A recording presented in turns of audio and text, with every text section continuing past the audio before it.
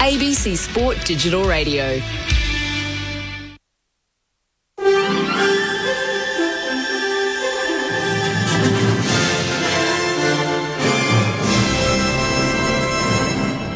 ABC News with Miriam McDonald. Good afternoon. The federal government says it's not considering pursuing a ban on TikTok as the US takes steps towards a possible ban of the social media app. Earlier this week, the US House of Representatives passed a bill that would require TikTok's owner, Chinese company ByteDance, to sell the app or face a ban in the United States. The bill still needs to pass the US Senate before it can become law. The coalition is urging the government to consider similar steps, but Communications Minister Michelle Rowland says it's not necessary. Government has made its decision based on the advice that we have received from security agencies. But I should also note this. TikTok or any other entity operating in Australia is always subject to Australian law. That includes in respect of the use of personal information and privacy rules. The state opposition says motorists in regional cities are suffering as hundreds of stretches of roads face speed limit reductions and driver warnings due to their poor condition.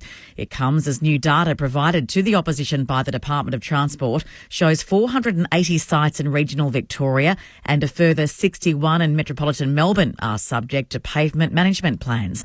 The sites cover more than 800 kilometres of road. Shadow Minister for Roads Danny O'Brien says the Labor government has seen a 45% cut in the road maintenance budget in the last 3 years. It's a danger to motorists. It's a productivity impact. It's an issue that slows people down and frustrates our drivers. This is something the government must do better on. The 45% cut to the roads maintenance budget has seen our roads deteriorate dramatically. The state government says it is delivering road maintenance as part of a $6.6 billion 10-year strategy, allowing for long-term planning and future-proof regional roads. A community event has been held today honouring Victorian woman Samantha Murphy, who was allegedly murdered. More than 100 people took part in a 7-kilometre run or 3-kilometre walk in Bacchus Marsh in the state's west to remember Ms Murphy. The 51-year-old was last seen on February 4th when she left her Ballarat East home for her regular morning run. These participants have dedicated their run to Ms Murphy. You want to feel safe and you want to not have to go for a run and worry about somebody attacking you. For our running club, it's made women a lot more aware about where they're running, who they're running with, if they're running by themselves, and who they tell, before they head out for their run. Police have charged 22-year-old Patrick Oren Stevenson with Samantha Murphy's murder, but her body is yet to be found. Police are continuing investigations into the shooting of a senior member of a motorcycle gang in Ballarat last year. Fraser Fife reports. Last October, the 29-year-old member of the Bandidos outlaw motorcycle gang suffered non-life-threatening injuries to his upper body after he was shot near the Bandidos clubhouse in Delacombe. Police are investigating whether the incident was the result of an internal dispute or if it was motivated by ongoing issues with another motorcycle gang. Detectives from the Echo Task Force are today releasing CCTV footage showing a light-coloured Holden Commodore believed to be linked to the shooting. They're hoping someone may be able to identify the car or provide information on its current whereabouts. Talks on a ceasefire and the release of hostages still held by Hamas in Gaza look set to resume in Qatar. The talks would mark the first time both Israeli officials and Hamas leaders take part in the negotiations since the start of the Muslim holy month of Ramadan. It comes as the German Chancellor Olaf Scholz voices his concerns about a potential Israeli offensive on Rafah in southern Gaza. We are concerned about the further advancement of military developments. In particular, there is a danger that a large full-scale offensive in Rafah will result in many terrible civilian casualties, which must be avoided at all costs. Authorities in Iceland say a volcano in the country's south has erupted for the fourth time since the end of last year. The volcano on the Reykjanes Peninsula last erupted in February. Video footage shows fountains of lava and smoke billowing into the air. The last eruption damaged roads and pipelines, leaving more than 20,000 people without heating. To the weather now. There's a strong wind warning for the East Gippsland coast. For the state, dry and partly cloudy apart from isolated showers near and north of the Dividing Range and isolated thunderstorms about the western districts throughout the day. Possible severe thunderstorms in the northwest. For Melbourne, mostly sunny with a slight chance of a shower in the northeast suburbs. A top today of 29 degrees. Tomorrow, sunny 31. Tuesday, showers and 29. Right now in Melbourne, it's 26 degrees. ABC News. This Thursday night kicks off a big weekend of footy. And you can listen big on the ABC Listen app.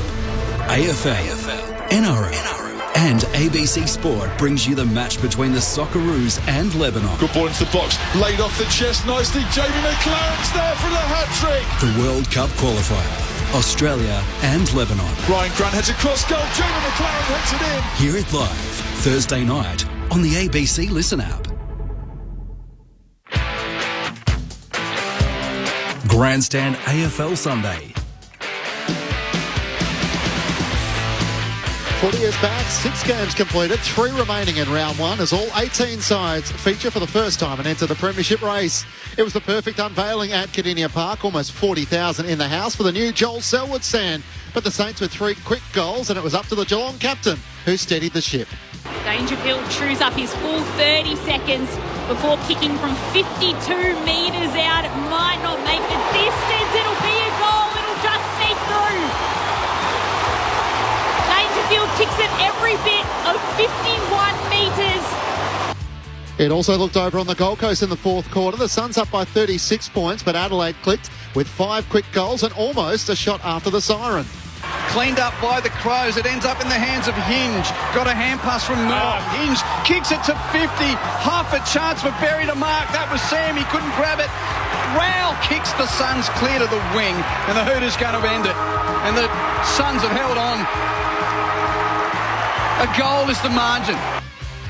The Giants emerging as the real deal. A 39-point win over North Melbourne with Jesse Hogan leading the way. High ball inside 50 for Jesse Hogan, who's shoved as well from Aidan Core, and that will be 50. And he's lining up here for number 6, it'll leave from the top of the goal square.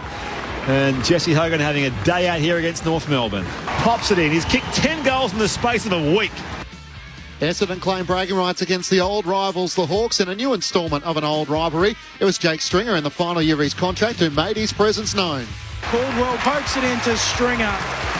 And Stringer claims it 40 out directly in front. Jake Stringer, set shot. Might well be delivering. Essendon the 4 points. 4 for the package. Hello everyone and welcome to Grandstand AFL Sunday. Matt Clinch with you from a glorious MCG. 4 teams, 2 wins and 0 losses with the Giants, Sydney, the Gold Coast Suns and Carlton. Well, 4 teams are yet to play. It's an unusual start to the season. Today on ABC Sport, it's Melbourne and the Western Bulldogs from the MCG. Port Adelaide and the West Coast Eagles from Adelaide. So our first chance at number 1 draft pick, Harley Reid in the side. While Fremantle and the Brisbane Lions close out the opening round from Perth. Joining me each Sunday, 3-time Geelong Premiership player, Premiership captain, one of the sharpest minds in the business. Cameron Ling, welcome to you. Great to be with you again, Clinchy. Looking forward to talking all things footy, everything that's been happening right across the weekend. I love to start Sundays off with a real positive, a real bit of excitement. And I'm heading to the Harbour City for this one, Clinchy, but I'm going to split it between the 2 teams. First of all, I'm going to start with the 3 magnificent midfielders, the run, the dare of the Sydney Swans, Isaac Heaney, Chad Warner, Errol Goulden. They are a delight to watch. They were superb on Friday night, ripping apart the reigning premiers in the Pies. But the big one I want to focus on, you touched on him briefly there with one of those highlights, Jesse Hogan. I mean, we saw Tom Hawkins has had a wonderful career but then get better from age 30.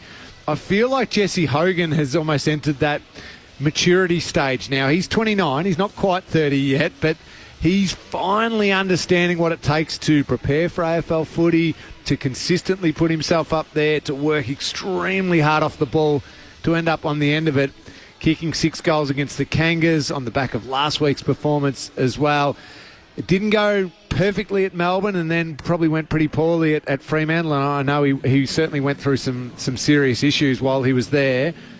But at the Giants, Jesse Hogan is maturing into an outstanding key forward. And I don't want to pick you up straight away, Clinchy, because I've been positive. But no, the GWS Giants are not emerging as a contender. They are 100% there as a contender. Throw emerging in the bin. They are a terrific footy team. Cameron Ling on, if you want to join us, 0437 774 774. I'd like to just pose a question there and see if you bite, Lingy. I'd love to hear from our listeners as well. I can't believe you've gone for the Giants and Jesse Hogan as your sort of highlight for the weekend, your 3 votes from the opening round of footy, because it leaves me Jeremy Cameron and his event last night. I can give you the best moment I've seen for the weekend, and it was this goal. Close, running onto it, has to dodge around Wilking, hand pass to a Cameron, still running, in the pocket, nails it. He wanted to make the pocket his own with the new stand. Nice call from Lauren Borden as well. So the left forward pocket in the new Joel Selwood stand. It's a little bit like the tussle that Eddie Betts had in Adelaide. I didn't mind Jeremy Cameron just reminding everyone that when he's fully fit, that's what he can do. He's just so athletic. Oh, he is, isn't he? It was a brilliant goal and great call. And I don't know if you saw it too on the TV coverage. After he kicked it, he kind of ran into the fence but jumped up on the fence right in front of the camera, and he knew exactly what he was doing there. Just a little bit of showtime. Yeah, when you see him move up through the ground, pretty much has a free rein to do whatever he likes, push himself behind the ball, maybe a little bit on ball at times, and then get forward. He is just such a hard matchup. He's a superb mover. And what is he, 196 centimetres? So good overhead as well. Brilliant player in full flight, and that was a great goal. We'll get to expand on the Cats in a few moments' time. Defender Jack Henry is going to join us. Jake Nile, the chief footy writer from The Age, will also join us for his key takeaways from the weekend's footy.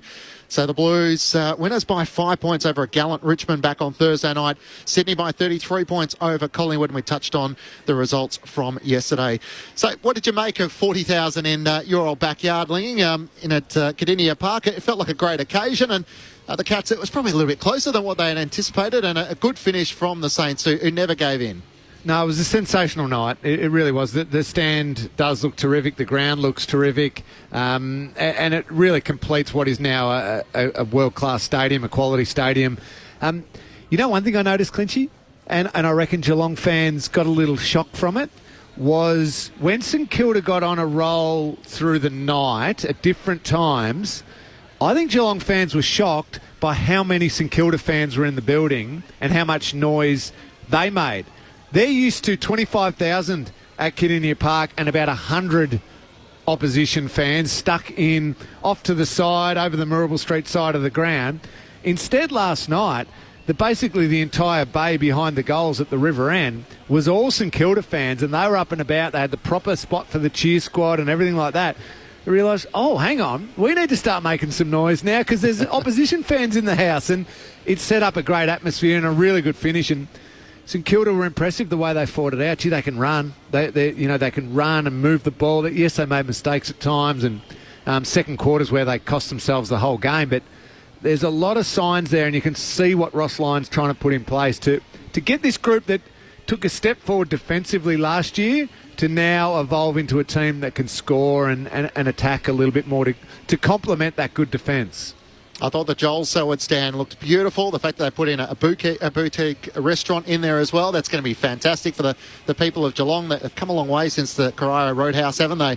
But the one thing I am concerned about, and I'm going to raise this with Steve Hocking, and I'll put it up on Twitter today, is that someone put a little whiteboard up saying the Cameron Ling Media Centre. I think we need to get you honoured in your former home ground, and I'm willing to launch this. Jeff White's come to support me on Twitter. He said that the writing's too big on the whiteboard. We need just a little bit smaller, but can we get you honoured at Cardinia Park?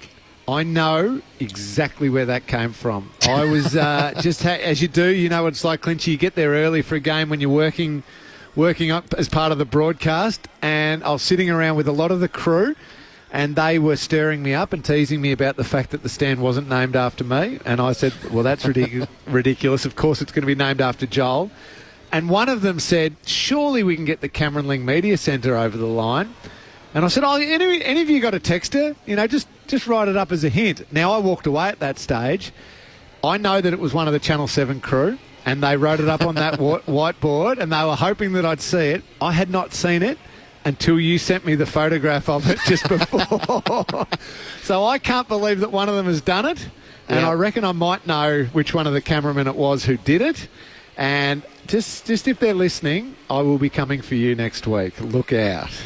I'd love to hear from our listeners, 0437 774 774, about some sort of bizarre naming honours at grounds in which they've seen around suburban venues. I know there's been sort of barbecue and outdoor areas. We mightn't go into the bathrooms, but I think we need to get Cameron Ling recognised with something at Cardinia Park.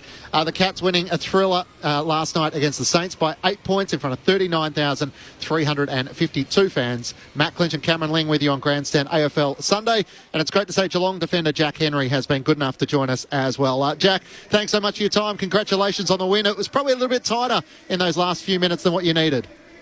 Yeah, how are you guys? It got pretty tight towards the end, but it was nice. Got a nice gritty win at home, and sometimes you enjoy those ones, especially in retrospect, the real close ones, and yeah, it's good that we were on the right side of it. Jack, well done on the win. What did you notice from the Saints that gave you a few little troubles throughout the game? They were pretty good. They're fast. Like when they sort of break a line, they're pretty good at getting out the back. Got some crafty guys. The forwards, especially that I was sort of dealing with, they are pretty good at slipping you out the back. So they're a pretty good side, the Saints. You guys obviously put on a little bit of a surge in the second quarter and piled on a few goals, but then there were times where the Saints were back in control and then you'd wrestle it back. What in that last quarter were you able to do to get yourselves going again and the game back on your terms? It was a weird game. I mean, we had a lot of scoring opportunities which we missed, I thought, which didn't help us. Like, we probably could have stretched our lead a bit more, I thought. But yeah, I don't know. I think we've just got good belief, especially down at home, that we just always want to keep fighting it out to the end. So, we just tried to stay composed and just keep winning contests, really. The experienced boot of the skipper, Paddy Dangerfield, kicked the winning goal, but I want to focus more on some of the younger guys. We saw Jai Clark running around. Maxie Holmes had a really good game again, but one in particular, Ollie Dempsey, throughout the broadcast last night, we were talking a lot about his basketball background, how exciting he is, all of that. Yeah. That was a terrific game of footy. What have you seen from him throughout pre-season that maybe had you thinking he had a game capable of that early on in the season? Yeah, he looks really good, Ollie. Even like the games he has come in and played, even like last year, the year before that, I thought he kind of has shown more. He's progressed a lot quicker than I thought he would as like a rookie coming off not much footy as a basketballer. But this pre-season, I think he's had really. I think everyone had a really good pre-season, but him in particular, he's just more confident. Uses his footwork, as you probably saw last night, and not afraid to run and jump at it either. So it's probably just that third year of just getting a lot more confidence in him. Geelong defender Jack Henry is with you on Grandstand AFL Sunday. Just to back over the Patrick Dangerfield kick off the boot, did you think it was sailing through? He worked it nicely left to right? Yeah, I had a good view of it from the back line. I wouldn't say I was overly confident of the boot. The crowd didn't love it either, so I'm going to take a little bit of what the crowd think. The guys on the goal probably see a bit better, but yeah, he must have seen the breeze on that one, and he's used it well. In terms of your own progression, we know last year obviously you've had some challenges with your foot. You missed the first 9 rounds, featured in 11 games. Unfortunately, the Liz Frank at the back end of the season. How did you try and maximise your off-season, and how's your body feeling? Yeah, body's good. What did I do? I got away still. I kind of couldn't do much for a little bit whilst I had some screws in the foot.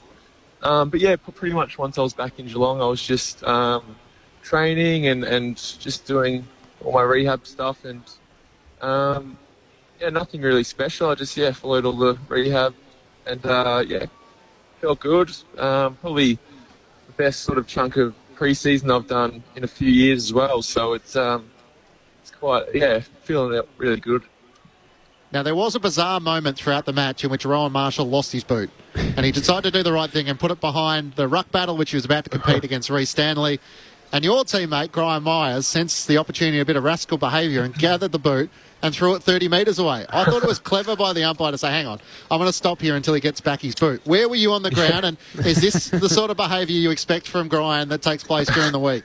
Yeah, I saw that happen. I think Ryan was just worried that someone would stand on it and roll an ankle in there. So I'm pretty sure he's trying to do the right thing by all the boys in there, protecting a few ankles. So, yeah, I think You're it's a good teammate, really. Jack. You're a good teammate. No, he's clever, Ryan. He's very clever.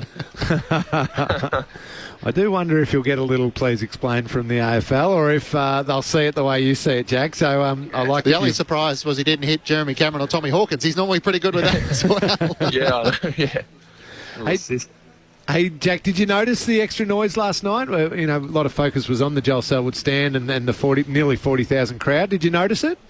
Yeah, it was great. Very noticeable, the difference. Like, even it's just so much. It feels so much bigger in there, and the supporters are really good. Like, I remember at one point I heard like the Saints trying to get a chant in, and then all our fans went back at them, and it was actually really, really good. So that's an exciting thing for us, that we've grown the fortress down here in Geelong, and it's hopefully everyone enjoys it and have a few good games down here. So as we let you go, Jack, the burn and frustration from missing out on finals last year, just the second time you've missed September under Chris Scott. Obviously, you're coming off as the reigning premiers, so every team was hunting you. Did that really fire the team up during the off-season? And what do you feel like the keys to making sure you're back to your best this year? I think it definitely fired us up, and I think it definitely motivated a lot of guys. We kind of didn't have as good a preparation leading into last year as we have this year, so that's a positive. And I do think that we are a bit more refreshed, having that little bit of extra time off. So everyone, I think around the club there's really good energy. We've, like you guys are saying, we've got a good group of young guys coming through who are pushing for spots and keeping us, I wouldn't say I'm the oldest guy, but a few of the older guys accountable are down there, like wanting to fight for positions and everything, which is really good and really healthy for the club. So, I think, it's all going really well, and it's just it's nice that we got the first win for the year. It's a different start to last year as well, and I think we just got to keep showing up every week, really, and just giving it a good crack, because it's a very tight competition, and you just got to be on against everyone. It certainly is. Jack, as always, appreciate your time. Thanks for taking our call on a Sunday, and good luck against the Adelaide Crows on the road next week. All right, thanks, guys. Cheers. Geelong defender Jack Henry joining us on Grandstand AFL Sunday. Matt Clinch and Cameron Ling. I might just park. I want to ask you about the Patrick Dangerfield and the contact below the knees with Liam Stockwell. We might come back to that when Jake Knoll joins us, the chief footy writer from The Age. But in tidying up the events of last night, it's fair to say Ross Lyon, his passion was flaring in the final quarter. I'll tell you what I do know, the phone in the coach's box, very sturdy, because I've got to work out. I've been banging the phone like that for years, right? So it was very therapeutic. But I was frustrated because, this group's been very predictable to delivering what we want to, and it was just, for whatever reason, we're quite inconsistent with our method. St Kilda coach Ross Lyon after the loss last night. They only managed 9 goals for the match. Lingy, they did kick 3 goals in 4 minutes, so that was the surprise. But 44 inside 50s, they need a few more than that. Yeah, they do. And I think Ross is really referring to certainly a patch in the second quarter where they, I think, went a period of time where they had 0 tackles. I think it was 8 tackles to Geelong, 0 to St Kilda for about a 10 or 12 minute patch. And it's funny, him talking like that. I interviewed him at half-time as part of the TV broadcast, and I asked a question along the lines of, not a great start to the second quarter, and how did you turn things around towards the end of the second quarter to get the game back on your terms? And his response, I'm paraphrasing here, was along the lines of, well, we stopped serving up the garbage we did at the start of the second quarter. And I could just tell from that answer there was a real frustration that their foundation of their game is still in that defensive pressure, that will to the contest, that desire, that effort, and then the attack's got to come off the back of that. And he was really disappointed that in periods of the game that foundation stuff wasn't there, which they've showed consistently throughout last year, that even when it didn't go perfectly in attack, the foundation was there, and at patches last night it wasn't. But I think that's teething problems with trying to add attack to your game, and hey, we want you to run, we want you to create, we want you to take the game on, and so they start focusing on that, and then maybe that foundation stuff slips a little bit.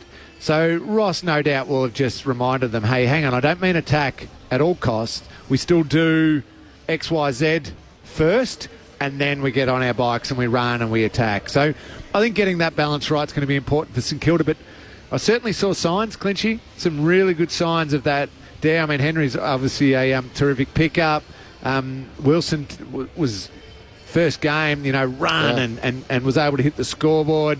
Wanganeen Miller is just a beauty with his movement, his ball use, his run, all of that. So they've got those types of players who can add speed to their game, provided they don't forget about the first bit as well, getting the contest and what they do defensively right. Yeah, my concern for them last year was around their scoring. They were 15th for scoring. It worked in the first half of the season. They were able to dry up opposition sides from scoring. I just think teams will be better prepared this year, so that's my big question mark around the way in which Ross Lyon wants them to play, but I think they'll be attacking off half-back, and the bright light for me was Tim Membry, to see him return in that fashion, especially given he was a late withdrawal for the final against GWS. He spoke in the media around his mental health battles leading into that game. It's just nice to see him smiling and kicking goals. Matt Clinch and Cameron Ling with you for Grandstand AFL Sunday. The Gold Coast Suns, 6-point winners over Adelaide last night. We're debating leading into the season proper, Lingy, as what our top 8 might be. And for me, if there's only one spot in the 8, it might come down to Gold Coast or Adelaide. The Suns are off and running. They've been able to bank 2 wins from their opening 2 games. Some questions potentially around sort of the Adelaide Crows and their record away from home. But Damien Hardwick, the new coach of the Gold Coast Suns, where does he see them? So where we're at, well, we've still got a long way to go, to be fair. We're 2 rounds in. We've played 2 sides that, probably vying for the same positions we are in the 8 sort of thing. So it's always pleasing to win. We're winning at home. Now we get to travel away. So let's see how we go then. What do you think, Cameron Ling, as to what has struck you about the way in which the Gold Coast Suns are trying to play under Dimmer? Yeah, where they're at, they've got some absolute blue chip A-plus grade players running around in that team. So there is talent galore to work with, which is pretty cool. Now, I've spoken in the past about the fact they needed to build a culture first to let that talent shine. Now Damien Hardwick's adding to that culture, and yeah, the signs are there. I mean, when you're led in the middle of the ground, Touk Miller's just brilliant, a wonderful footballer, but now you've got Matty Rowell and Noah Anderson being the real genuine 1-2 in there, and Rowell coming off 20 clearances has all sorts of attention put onto him around stoppages. It was, tag, but then other players were taking his body, and he still has 29 touches, kicks a goal, 10 tackles and 9 clearances. I mean, it's just a monster. We should be talking about Matty Rowell as like the very, very best in the competition, up there with them. We'll get to the Giants soon, I'm sure, Clinchy, but Tom Green probably can go in that conversation too. For around-the-ball, stoppage clearance type players, Rowell and Green are 2 of the upper echelon guys. They're unbelievable, and considering both out of the 2019 draft, obviously Rowell was pick 1 and Tom Green picked 2. I mean, just superb. So the Suns have got those players, the quality, and you need the quality, but I think now they're embracing the other players who play a role, and that's big for Damien Hardwick. You think of their premiership teams, the Kane Lamberts of the team, and that just embraced a role and played it perfectly. Didn't need to be the Dusty Martins, but as the team got success, they got more and more accolades. So they've got the A-plus graders, but they've also got players embracing their role. And you're right, lots of questions about the Crows. Lots of questions. Again, lots of possessions to Matt Crouch and Rory Laird and all that, but so what when you score 54 points? Not sure. Not a great performance from the Crows, even though they got it back to 6 points. Great. But if they'd won that, they would have pinched that. Yeah. So the Suns, Malcolm Roses kicked 2 goals. Ben Ainsworth kicked 2 goals. Ben King, after kicking 5 goals the previous game, only had the 4 disposals. So the pleasing part for the Gold Coast Suns as they were able to do so with different stars from the week before. Every now and then we get an insight as to how a coach feels after the game. Well, I think Matty Nix felt pretty similar to a lot of Crows fans. Yeah, it's one that my voice is gone from yelling again, but that's all part of it, I guess. Just makes you feel a little bit, probably hurts a little bit more when you get that close after really not having the game on our terms for a half. He lost his voice by shouting, Lee. We've all been guilty of shouting at the TV from time to time.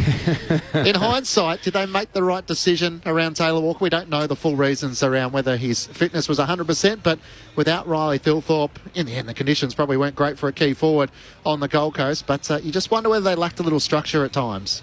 Yeah, it was strange, the communication coming out of Adelaide. Now, if Tex Walker had a back episode, spasm, whatever it is, and his age, then you don't play. It's only round one. It's one game of footy, whether it's round 6, round 12, whatever, round 1, you don't play. But it just seemed like Matty Nix was saying Tex is kind of good to go, but given we've got the 2-hour flight and it's interstate, we'll leave him out. If it had been at home, he probably plays. That was strange communication, because that said to me, he's right to go. Now, if he's right to go, they need him. Given Thilthorpe's out, Tex could have made the difference last night, just with his quality, his ball use, with his clean hands. Low-scoring game, he kicks 2 goals. There's a win. And structurally, you're absolutely right. So if he's not good to go, just say he's not good to go. No, he's going to miss a week. We're just worried about a little back tightness. He'll play next week. I found the communication funny, because if he's good to go, play him, because they need him. They need that forward line structure. They need that target and reference point for the small forwards to go to work. I know they fought their way back in. Good on them. I wasn't particularly impressed with what I saw from the Crows last night. They're going to need to be a lot better, a lot more dynamic, a lot more consistent across 4 quarters against a team that, yes, the Suns are in form, but should be beatable if the Crows want to take that step. Cameron Lang and Matt Clinch with you for Grandstand AFL Sunday. Their interstate record is the next progression for me. They've won 8 of their 38 games interstate under Matthew Nix. If they're going to be a good side, they've got to have the maturity to win anywhere, anytime. And that was a game where they didn't play all that great in the first half, but they certainly played well enough in the final term to almost pinch it.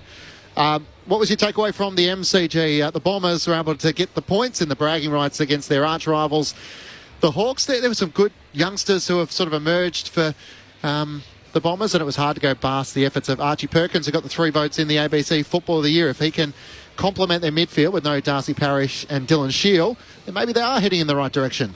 Yeah, you're right about Archie Perkins. That's the game you want from him, where I feel like he's not the player you need to get 33, 34 touches. It's get 24, 25, but kick 2 goals as well, and be really damaging. Throw in 12 tackles so you know he's hard around the contest. Brilliant game by him. What I loved most, Clinchy, about the Bombers was the spread of the goal kickers through multiple options. I mean, big 2-metre Peter, great when he kicks 6 in a game, fantastic, but a sustainable, consistent winning formula for Essendon isn't we need him to kick 6 each time. Jake Stringer playing deep at times, kicks 4. Wright gets it 2. But then you've got Langford 3, Guelphy 2, and Archie Perkins, the bloke we're just talking about, kicking 2 as well. That's the spread you want. Throw in, as the year progresses, maybe a goal or so to a Zach Merritt, or a running defender. Redmond comes down and kicks 1, or Martin kicks 1, and then all of a sudden you got a consistent winning score. So that was a real positive for me, but there were also times in the game, Clinchy, where I wasn't sure I was in love with what the Bombers were doing, because I felt it a very undermanned Hawthorn team that Essendon should have handled a little bit more comfortably. But then again, they've still beaten them by 24 points, done enough, kicked over 100 points, as I said, had the spread. So I'm not going to sit here saying, they should have done this, they should have done that, they should have belted Hawthorn. They did what they had to do. It wasn't beautiful, but it was good enough. Yeah, I'm a bit with you. I was impressed by the new signings for the Bombers. They all had an impact, with Todd Goldstein doing what he's brought to do to compete while Sam Draper's returning from injury. Ben Mackay with 5 contested marks. He did the key post on Mitch Lewis. Jay Gresham popped up and kicked a goal in the last quarter, so provides a spark. And I think Xavier Dersma will be a handy inclusion as well. And I'm fascinated to see how the Hawks' new forward line goes in the next couple of weeks, with Jack Ginnivan looking pretty good. 2 goals in the brown and gold. He looked rather fitting playing his role in front of the crowd. Mabior Chol with a couple of goals as well. The Wiz and Watson, his debut wasn't quite as bright as he would have liked, and Jack Gunston looked all right there as well. The interesting one for me as well, Lingy, will be Mason Redmond with a little push to the face, both hands on Jai Newcombe. Well, I guess we saw with last week George Hewitt and Lockie Neal that the AFL weren't looking to suspend players from contact to the face, so maybe just a little fine coming Mason Redmond's way, but that's one to watch when the review comes out today. Just a fine, I'd imagine. Yeah, I think so as well. Grandstand AFL Sunday. I'm at the MCG where it's Melbourne and the Western Bulldogs to take place. The team sheets have come in. Tajwo Woden will be the sub for the Demons this afternoon, and Caleb Daniel for the Western Bulldogs. What a massive year it's going to be for Luke Beveridge with so many changes that have taken place during the off-season. Stay with us on Grandstand AFL Sunday. Hey, want to hear something really funny? Well, of course. The Melbourne International Comedy Festival is back. Woohoo! Yes. Kicking off with the gala on the ABC Wednesday the 27th. You ready for a big night of comedy, yeah? Then the All-Stars Super Show, Wednesday night, April 3rd. Things to be a little bit loose, a little bit crazy. A brilliant star lineup for the Melbourne International Comedy Festival. Have a great festival, everybody. Starting with the gala, Wednesday night, March 27 on ABC TV and streaming on ABC iView. Grandstand AFL Sunday with Matt Clinch and Cameron Lee. Welcome to our South Australian audience to the MCG for the first time for Grandstand AFL Sunday. It's Melbourne taking on the Western Bulldogs to kick off the final 3 games of the opening round of the AFL season. On the SMS, if you'd like to join us, 0437 774 774. Pete from Hobart wants to know who got the votes from last night's game and where can I find the ABC leaderboard. We try and put it out on social media. We'll try and do so again this season. But in the Geelong St Kilda game, it went Patrick Dangerfield got 3, Jeremy Cameron 2, and Ollie Dempsey got the 1. So a pretty good performance from the young cat who kicked multiple goals in just his 8th game. While on the Gold Coast, it was Matt Rowell who got the 3 votes, Noah Anderson the 2, and Jordan Dawson the 1 from the Adelaide Crows. Jake Nile, the chief footy writer from the Age newspaper in Melbourne, joins us every Sunday to take us through the key talking points from the weekend. Jake, welcome to you. Thanks, Clinchy and Lee. Now, obviously, the talking point is around injuries to sort of start this weekend. We've already seen a couple of serious injuries, unfortunately, with Sam Doherty, Kadeen Coleman. Josh Gibcus, another one for the Tigers back on Thursday night. So his season over after he didn't feature at any level last year. Can you give us an update on Zach Reid from a Bombers point of view? Yeah, look, he's injured the hamstring, but they don't know, Clinchy, how bad it is, and they took him off really a little bit precautionary because of his history. So I think the issue with Zach Reid, they talked about awareness now, but I don't think they've got the extent of it yet. But really, with his injury record, that's probably more the concern, is that Zach Reid just hasn't put together games at any point of his career. He's now in his 4th year. It's not make or break. Essendon will be patient with him, but really he needs to be playing. And that applies, of course, to Nick Cox as well. And Josh Goda was the other one, unfortunately, from a North Melbourne point of view. Looked like a pretty serious Achilles as well. Yeah, no, that's season for Josh Goda, so that's a real blow for him.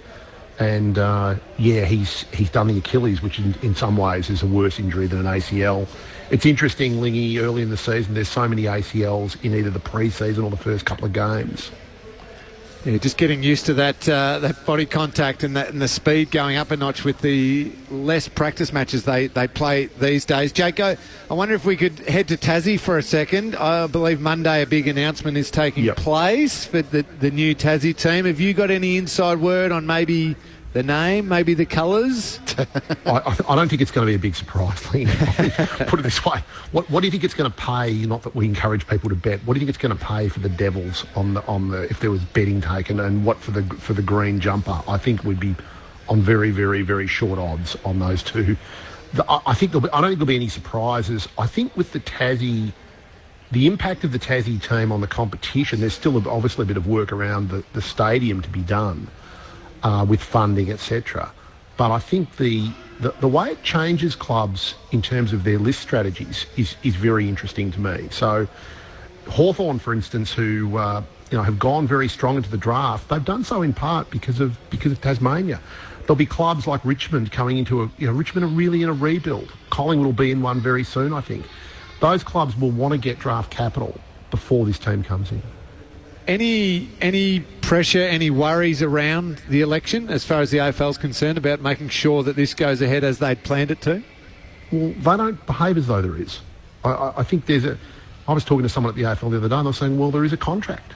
So I think the expectation of the AFL is they've got a contract with the Tasmanian government and that contract will have to stand.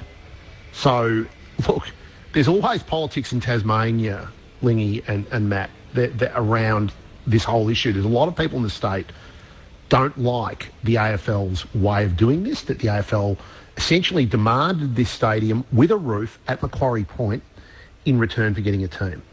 And that's not a very popular position with a lot of Tasmanians. The Tasmanians want the team, but they don't want to be dictated to about the stadium. But that's where it's at, and the AFL are saying, well, if you want it. And by the way, not only the AFL administration, this was backed up by the 18 clubs. So it's difficult for the AFL to now renegotiate something. So I think it could be a bit of a Mexican standoff. But in the end, I think they're going to end up with a team, and I think they're going to end up with the stadium. Chief footy writer for the A's newspaper in Melbourne, Jake Nile, is with Matt Clinch and Cameron Ling on Grandstand AFL Sunday. So we think the Devils will be the name, the colour will be green and yellow. We think that Brendan Gale will be announced as the CEO. I wonder if that will be as early as tomorrow. You mentioned the debate taking place at the moment with the election in Tasmania. The AFL CEO Andrew Dillon was with our team with Corbin Middlemass, Mick Moldhouse and Luke Ball for Grandstand AFL Saturday yesterday. There's an election in Tasmania next week, which is pretty front of mind at the moment, of course. Labor, the opposition, have said that they want the deal to be torn up because of the stadium. And Beck White, who is the opposition leader at the moment, says that she's spoken with the AFL about this recently. Who was that conversation with and how did it go? Look, I'm not sure in relation to that, but what I do know is that we worked really closely with the Tasmanian Task Force, who put a compelling business case to the AFL Commission and the AFL Executive. The Tasmanian government put in a great deal of support for the team, including a big contribution to the stadium. The licence that's been granted is conditional on a number of things, which includes the stadium being built at Macquarie Point with a roof with a capacity of at least 23,000. What we're excited about is the announcement on Monday night where the Tassie Footy Club will announce its nickname and its colours, 7 events, 7 formal events and a number of satellite events all around Tasmania, so uniting all the Tasmanians. So that's what our focus is at the moment. So you haven't spoken to Beck White personally? I haven't spoken to her, no. And there's claims that the government has already breached the AFL deal by implementing a cap on stadium funding. Is that the case? Look, our agreement, I'm not going to go into specifics of an agreement, but we've been working really well with the Tasmanian government. As I said, they're putting in a significant contribution to the club ongoing, to the high-performance facility and to the stadium, and we've been working really closely with them. AFL CEO Andrew Dillon on Grandstand AFL Saturday yesterday. If you want to listen to the full interview, you can catch up under the best of ABC Sport, wherever you get your podcast from. Just look for Saturday Grandstand AFL. Matt Clinch, Jake Nile and Cameron Ling with you. So, Jake, I guess one of the other talking points when we start a new season is the breakout players who have caught our eye.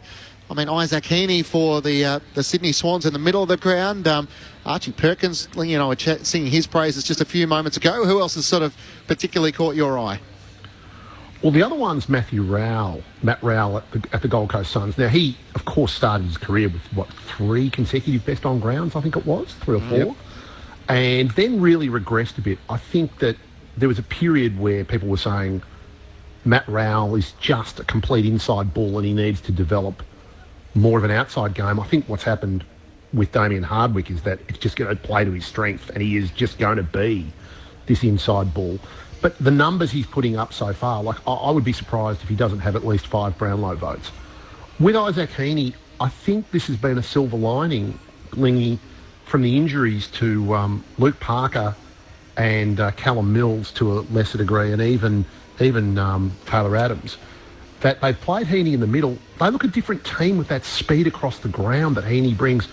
He's been a very good player, Isaac Heaney. He's 27, 28, but I don't think he's taken games apart like the first 2 games. Again, I think he'd have 5 or 6 Brownlow votes.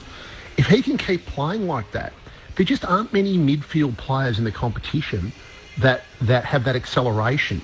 And when he's getting clearances, they're much more decisive than I was up in Sydney for the first game, and I thought he was the best player on the ground in that game. And I think he was against Collingwood as well. So there's another. I'd say Rao would be another one. And I think Max Holmes, guys, I think there's a chance there. If he's in his fourth year, and Geelong really need him. He was excellent against St Kilda last night. If he comes through to be the player that Geelong hope he is, and he certainly has shown signs in the past, then they would just about be back in the top 8. Yeah, a couple of the North Melbourne youngsters were pretty good yesterday, McKercher and Dersma as well. Sunday big question as I let you go, Jake, and I'll pose it to Lingy as well. What's wrong with Collingwood at the moment? Are they suffering from a bit of a hangover? I'll let you have that one, Jake. You go for it. Well, I don't think it's a hangover, no. I think it's more they're not defending very well. I think Nathan Murphy, and not having Howe the first game, but certainly Nathan Murphy's being missed. There's a concern because of the concussion. They're defensively, it looks like they're disorganised at the back. They're not getting body contact on the opposition forwards. We've seen Jesse Hogan take them apart. We saw a number of marking contests against the Swans where there just wasn't anyone really pushing their body into the Sydney forward who took the mark, whether that was Logan McDonald or Amadi or whoever. I think another thing is that demographically, Collingwood have got, a bit like Geelong 2022 into 2023, Collingwood last year I think had 10 players 30 and over, or they turned 30, some of them turned 30 in the year. They've got 8 or 9 now, and I think that very soon they're going to be in a rebuild. And I would just wonder whether some of those players can play at the level that they could late last year. So there's just a question mark on their list and whether or not if they're going to maintain the rage. I don't think you can write them off completely, but I do think there is a concern that they're in a bit of a pattern, not totally dissimilar to me to Geelong. They won with a pretty old premiership team with Pendlebury, side bottom, and Howe for starters, who were 32, 33 and upwards. Absolutely. Good on you, Jake. Thanks as always for your time. We'll chat again next Sunday. Thanks, guys. Jake Niall, the chief writer for the Age newspaper in Melbourne. What's your view, Lingy? I guess you look at the Pies run. They've got St Kilda for the annual Spuds game on Thursday night, the Brisbane Lions at the Gabba, the Hawks in round 4. They wouldn't want to find themselves sort of 0-4. No. Adding on to what Jake's saying, my biggest one is simply their better players are not playing well. And their better players are, I think, trying to get through a game almost playing the easiest type of football they can play. They're smart enough to get it 20 times and they think it's going to happen a little bit. And I'm talking about, a Geordie De Goey. I'm talking about Pat Lipinski. I'm talking about Josh Dacos even. That quality. Darcy Moore a bit too. I think there's a few of those types of players, Steele Sidebottom as well, where last year when they hadn't won one, in games, especially early on in the season, they were just frenetically swarming over the opposition, and the next number in was a Collingwood player, and there was real physical attack on the ball in the opposition. They were hunting and everywhere, and then together this wave of Collingwood would take the ball away. Well, I think that's just off, and what you then get is 6, 7, 8 guys who are like, yeah, I could stay in this sort of area and the ball will probably come out to me. And you find in AFL really quickly, it doesn't come out there. And all of a sudden the opposition are going the other way 1,000,000 miles an hour and you're out of your normal way of playing. And that's been their better players. I'm not talking about young guys who've come in just trying to feel their way through. It's their very, very good players playing in a style that is an easier way of playing than they were last year, and it's not going to help them be the team that they were last year. But I'll back them in every day of the week to fix that up in a hurry. I think they make a bit of a statement this Thursday night.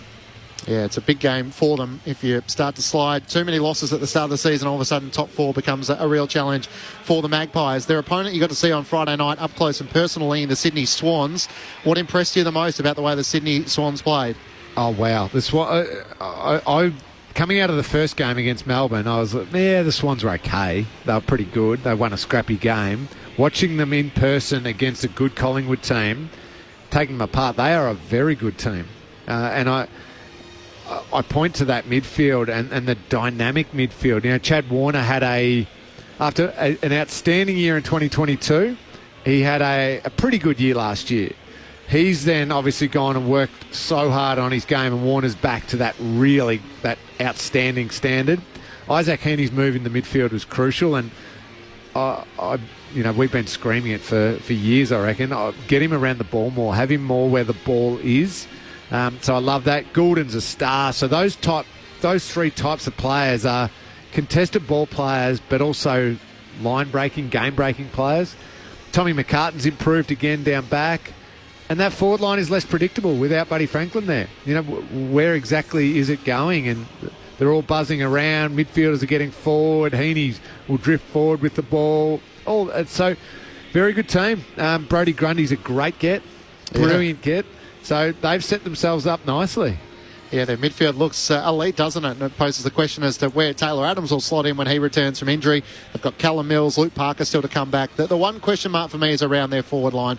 Logan McDonald was really good on Friday night. Can he be that consistent player without Lance Franklin and the Hayden McLean and Joel Amartey combination in their forward 50? But for the moment, it looks pretty good. You would hear in the background the Western Bulldogs have made their way out onto the MCG. That's our match for broadcast to start this Sunday. There's no late changes for either side. So Taj Woden for the Demons as the sub and Caleb Daniel for the Western Bulldogs. I just want to take you back, Lingy, to Thursday night before we get your last word. And just this incident involving Charlie Curnow and Nick Vlauston as to what your take on it was. Grimes has to handball it away. The Blues swarm. Durden to Cunningham. Centering kick. Curnow marks. Run down in the goal square. He played on and Vlauston got him. Shades of Nick Rewalt. Sure at that end. I don't think he's got anything on that. I think he's missed it. Why did he play on in the goal? He's marked that in the goal square, so he would have kicked from the goal line. There's just no need. Well, finally, the score review is coming up. It is umpire's call. Now behind. The door remains slightly ajar for the Tigers if they're good enough. So Ben Cameron behind the mic on Thursday night. We're all a bit confused because if it was umpire's call, the goal umpire called it behind. But what ended up happening is the field umpire said, well, technically if it didn't hit his boot, it's holding the ball. And so that was the decision that was actually made. Is that what we're expecting from technology, Lingy? Well, no. I mean, in the end, the right decision is probably, you could use the technology to say, well, if it doesn't hit his boot, then, it's holding the ball. But you're not allowed to. There has to be some boundaries around what the review is used for. So the umpire can't then say, I'm reviewing this to determine if it's holding the ball or not. So I was a little confused. I must admit. It's the same if the ball went near the boundary line, for instance, Clinchy, and briefly went out of bounds. But then the player has gathered it up, has a snap for goal, a diving smother, and maybe it's touched, maybe it's not, and goes through. The umpire calls for a goal review. I want to check if it's touched off the boot. Well, the goal reviewer then can't go back a second or two and say, well, actually, before the kick, before it was touched or not touched, it went over the boundary line, therefore it's a boundary throw-in. You're not allowed to use the technology for that. So you're not allowed to use the technology to say whether it's holding the ball or not holding the ball, are you? I wouldn't have thought so. No. The one thing I had a chuckle listening to that commentary again, that was Boomer, wasn't it? Boomer Harvey? Saying, why did you play on from the goal square? Yeah. Oh, you are 100% right, Boomer. I know adrenaline's pumping and you think just pop it straight through. But please, just that composure, make a certainty of it. Go back and kick the goal. I would say the goal review can't be used to determine holding the ball or not holding the ball. No, I think we both agree on that. The umpires are going to back themselves in. They can't use the technology for that. On the SMS 0437 774 774. Reason the Tasmanian Stadium, the AFL conned the Tasmanian government over finance. The AFL should show good faith and contribute $250 million to the cost of the stadium and contribute 30% to the ongoing maintenance. I'm not sure that's going to happen, Yoshi, from North Hobart. I'm not sure I've ever heard the AFL giving out too much money like that. Docklands went broke and the AFL bought it out. Why can't they pay for part of the Tassie Stadium? So a couple of thoughts on that front. Brendan is wondering around Harrison Jones. We might have to take that one on notice, but he's another one for the Bombers who, if he can find his absolute best, they'll certainly compete come September if that's the case. It's time for Lingy's last word. Ladies and gentlemen, we have the much pleasure in inviting 1963 Geelong Premiership player and Australian Football Hall of Fame member Doug Wade to present the Premiership Cup to Cameron Ling and toughest opponent? Probably Cameron Ling. For listeners just joining us for the first time, this is where Cameron Ling forecasts something for the remaining 3 matches of the weekend's footy. Over to you, Cameron Ling. Where do you want to go? Well, I want to go to the fact that after last week's celebration by the AFL around opening round being a success, etc., crowds, interest in the northern states, I get it. But the reality is what we're facing now is teams, I believe, Clinchy, with a real distinct advantage, hitting the second week of football, round 1. I'm still getting confused by that, but round 1. So you're at the MCG, Melbourne taking on the Western Bulldogs. Melbourne have a huge advantage, having played 1 game already. They will have just sharpened up a couple of things. They would have felt the real body contact of playing against an opposition in a real game. And the Dogs are entering this game not having that. So Melbourne are in a massive advantage into that game. Later on in the day, Fremantle taking on the Brisbane Lions. Brisbane heading over to Fremantle. You'd say, oh, okay, Freo at home, they've maybe got the advantage. Well, no, I don't believe they have. Because of Brisbane, what they went through and played against Carlton and that the things they would have had to tinker with throughout the week, they've got real game footage of a real genuine home and away game, not a practice match. They are at an advantage. So this idea of, it was a great celebration. Well, no, I'm backtracking on that now. We've basically, you handed teams who are going into their second game of football a big advantage over those going into their first. The first couple of games of the weekend didn't matter because it was teams who'd both played last week. Richmond and Carlton, and then Collingwood and Sydney. Now the big advantage goes to Brisbane, and it goes to the D's at the MCG where you're sitting there. They should take care of the Dogs, even though I think the Dogs are in for a terrific season, but they're coming up against a team who knows what they need to do because of real-life lived experience of last week. Melbourne bring back in Cozzy Pickett after serving his suspension. Ben Brown and Tom McDonald both return. So really interested. Who are you tipping to win? Lingy out of the D's and the Dogs? Well, I'm tipping the D's purely based on my last word there. I think I've got the Dogs making the top 8 and I've got the Demons not making it. But that's irrelevant for this first game because of the advantage that's been handed to Melbourne. Yeah, the crowd is building here at the MCG, so I wonder if they'll get sort of over the 30, 35,000, which was forecast given the significance of the game. What did you make of the 1-year contract extension for Fremantle coach Justin Longmuir? It takes a bit of the sting out of it, but doesn't really sort of scream, we've backed in our man. No, bizarre is the word I used around that one. You're right, it stops conversations. Is he going to, after he's out of contract at the end of the year, what are they going to do with Justin Longmuir? Well, they can stop those conversations, but it hasn't said to the players, Justin Longmuir is your coach long term, get on board with everything he's saying. It's a little bit of hedging your bets. And every now and then, I don't mind when a player just sort of regurgitates what was said in the team meeting. And I felt we got a little insight into that with Lachie Neale fronting the media. And he was certainly happy to lay the blame. And then Chris Fagan, I don't think, was particularly pleased about the media line of questioning about whether it was the captain calling out the players when he then got his chance to speak and say, no, it was us calling out the whole group, which wasn't good enough, in which Lachie was a part of it. Yes, always got to clarify those things. You do take notice, and I mean, obviously love hearing honest answers rather than just cliched answers from players when they are fronting the media. But, I know coaches don't want players giving away too much. I remember Bomber Thompson used to just, if you'd said a little bit much in a media interview, he used to call you in and just say, hey, can you just shut your mouth sometimes? Don't tell them too much. I'm always impressed sometimes how these footy clubs are able to monitor what is said in the media, and not too much gets passed without certainly getting acknowledged. As we wrap up, the Demons and the Western Bulldogs are out on the MCG surface. It's a beautiful day in Melbourne with temperatures in the 20s, so T-shirt and shorts once more, which has been the case across the weekend. There's been no shortage of hype around Harley Reid. What's your expectation for him today for the Gold Coast Suns as he makes for the West Coast Eagles as he makes his debut? Settle those expectations down. I will be sitting there watching him just in fascination, as a lot will be, Clinchy, but just settle a little bit. It's his first game of footy, and he's playing in a team that has really battled, and I think will battle big time in this game. I'm expecting them to get a bit of a touching up. So just settle those expectations down. I reckon sometime over the first 6 or 7 weeks, we'll see a little patch from Harley where you realise why he was number one. But he's not going to go and get 30 and kick 5 from day one. So just relax with everything. No, don't put the Chris Judd mockers on him just quite yet. Tom from Willers Hill on the SMS is with you.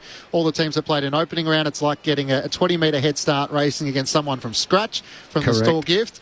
And you're dead right, Lingy. But the AFL want these teams to have an advantage to try and grow. So I think that'll be a talking point before we get to sort of round 6 or 7 and the ladder makes sense. Lingy, thanks as always. Look forward to doing it again next Sunday. And hey, see you on Thursday night. Yes, thank you, Clinchy. Have a great day. Enjoy the footy. Thursday night footy, of course, the round kicking off with Collingwood and the Saints from Docklands. Grandstand AFL Sunday. The team is here and in position. Brett Delidio and Chad Wingard to join us for our Sunday afternoon call. Corbin Middlemass sliding in. There's no late changes with Taj Woden and Caleb Daniel, the substitutions for this afternoon, as round 1 of the AFL continues on ABC Sport. As we welcome you to the MCG for the first time today, the Demons and the Bulldogs, two teams that fought over a premiership in 2021. They fought over a song after that about who owned Freed from Desire. They traded players between the two teams and now they fight one another to open their account in 2024. Melbourne versus the Western Bulldogs. The Dogs with a shake-up in their footy department in the off-season, while the Demons, they've had their culture challenged. We'll see what we get from both of them at the G this afternoon. Corbin Middlemass alongside Matt Clinch to call the footy. And our grandstand AFL experts, a pair of dual All-Australians, Brett Delidio and Chad Wingard. If I can get my mouth around all of that, Lids, I'll be able to introduce you and say hello and welcome back for a new season. Yeah, thanks, Corby. Good to be back again for season 2024. I was here, lucky enough to be here on Thursday night, and I think we had a fair few more people in the crowd there that night. But it's a beautiful day, and a good day for footy. Hopefully the people continue to roll in, but expecting not some fireworks, but want to see a great game early. Chad, it's always great to have modern day players with us. First of all, how's the Achilles? Yeah, Achilles going well. Great to be here. Obviously, looking forward to this contest. It's going to be a great ball game, and obviously fresh off a loss last night, but we're ready again, and we're ready to watch this game as well. Yes. What should we expect today? The D's and the Dogs. Oh, it's obviously a lot about the midfield. I can't wait to see this battle again. Obviously, Gorney off of last week, I think he's going to want a point to prove. 5 new faces for the Western Bulldogs. So Riley Sanders makes his debut at AFL level, picked 6 in last year's national draft. And Harvey Gallagher, the 20-year-old, also makes his debut. Yes. His agent happens to be sitting right behind him, Brett Delidio. Very proud agent right here. He's my first young lad drafted and and my first young bloke who's playing his first game. So I'll be watching on eagerly. Looks like he's going to start out on the wing, which is fantastic, versus young Caleb Windsor, who is a damn good player too.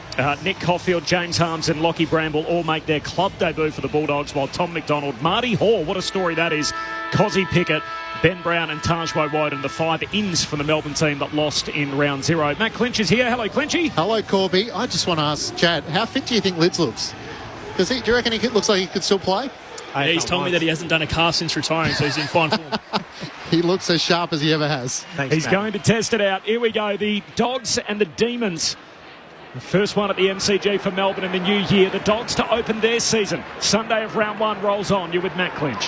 Couple of the Premier Ruckman doing battle with English and Gorn to get things underway. A chance for Bontempelli to get the first clearance for the Western Bulldogs. Hand pass to English, links up with Liberatore. Gets the hand pass to the runner, Johannesson. From half back, sends the Dogs towards half forward. It's spoiled away by Melbourne's defence. English gathers. Kick was smothered by Stephen May.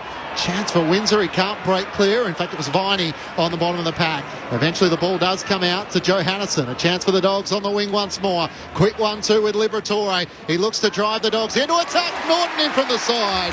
Cutting in front of Rory Lobb to take the mark. Left of centre. He'll kick for the first shot on goal inside the opening minute.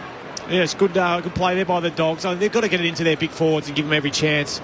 That's where they're going to be able to really test out the Melbourne defence.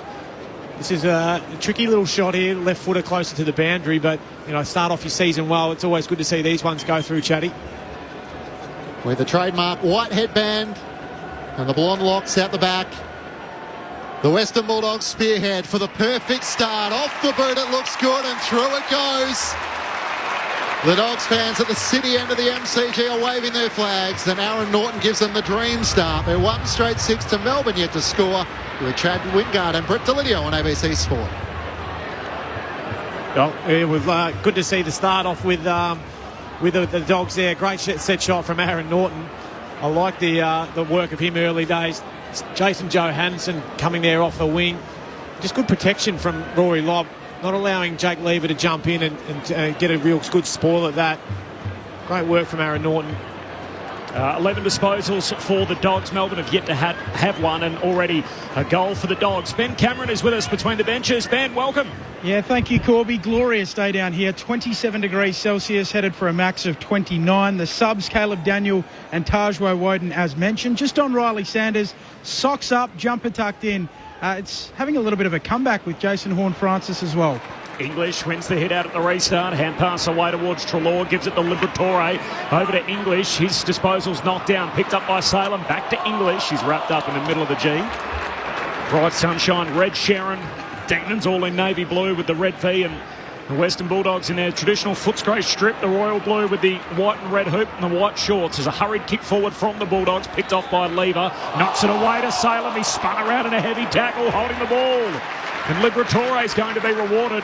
And more go forward for the Dogs. The Demons have had one disposal to 16. Already a goal down. Inside 50 again. Spearing pass from Johannisen and hits up West, who marks on his chest. Centre half forward for the Bulldogs. Johannisen again. You can just see the ball use. They want to get him in kicking inside forward 50. Absolutely great kick. It's gone with a new do too, Chatty. It looks like you got the Ja Rule cornrows there. It looks good, doesn't it? Don't mind it. It makes him look quick. Yes, and he's quick enough. I don't think I could quite pull that off, but that is an unbelievable haircut. Here's Riley West. What a start this would be for the Bulldogs. His drop punt is out to the left. Can he bring it back? Not enough. A behind. So the Bulldogs 1-1-7. Melbourne yet to score. 3 minutes in. Corbin Middlemass, Matt Clinch, Ben Cameron on the boundary, and our grandstand AFL experts. A couple of guys with 2 All-Australian blazers each. Brett Delidio and Chad Wingard. Judd McVie about to bring Melbourne back into play as he's called to play on. Runs a good 10 metres and drives it up towards Windsor. Van Rooyen in from the side. Can't quite take the mark. Here's Sanders on to Boo. Gets the hand pass away. A chance for Gallagher. Kicks the Bulldogs inside 50. Ugle-Hagan rises and comes down with the mark. On the back of Judd McVie. And a few of the Bulldogs stars are starting to get involved early. Well, it doesn't matter how your first kick spins. If it lands on the chest, Chatty, you'll take that one. Oh, well, 3 inside 50s, 3 marks. It's pretty impressive. You've got so much aerial power down there. Obviously, the 3 tools, but then obviously having kicks like that straight through. Hopefully a left footer from here. We'll see if he can bend it through. 35 goals, 35 last year. This has been his area. The accuracy. Ugle-Hagan comes in. It's dead straight. And the Bulldogs get the promising start here at the MCG. The opening 2 goals of the match. They're 2-1-13 to Melbourne. Yet to score. Yet to go inside 50 through 4 minutes. Geez, they look sharp, don't they, Clinchy? I'm really pleased with the work of the Dogs in and around the contest. We saw that really strong tackle from Liberatore before. You know, their half-backs are looking to get involved. Johannisen, who Chad mentioned a couple of times. But that was just good, clean hands from Sanders inside. Go it to Gallagher. Both those boys getting their first touch of the footy. Sometimes you just got to give your big forwards a chance. Get it in there and let them go to work. And I think we know the player that Jamara Ugle-Hagan's going to be over the journey. But it's really good to see him starting to shine. He had a contract too, I believe, at the end of the year, so we'll have to wait and see what's going to happen there. I think they'll be queuing up down the street, won't they? I think so. I reckon Hawthorn might be having a little nibble at that one. Yeah, no comment. Can't talk. Chad Wingard and Brett Delidio on Grandstand AFL. Matt Clinch and Corbin Middlemass calling the footy. Ben Cameron on the boundary at the restart. Here's a chance for Melbourne. They get a break. Gaunt's hand pass reaches Petrarca. Handball away to Viney. Flying shot on goal. That is a superb finish.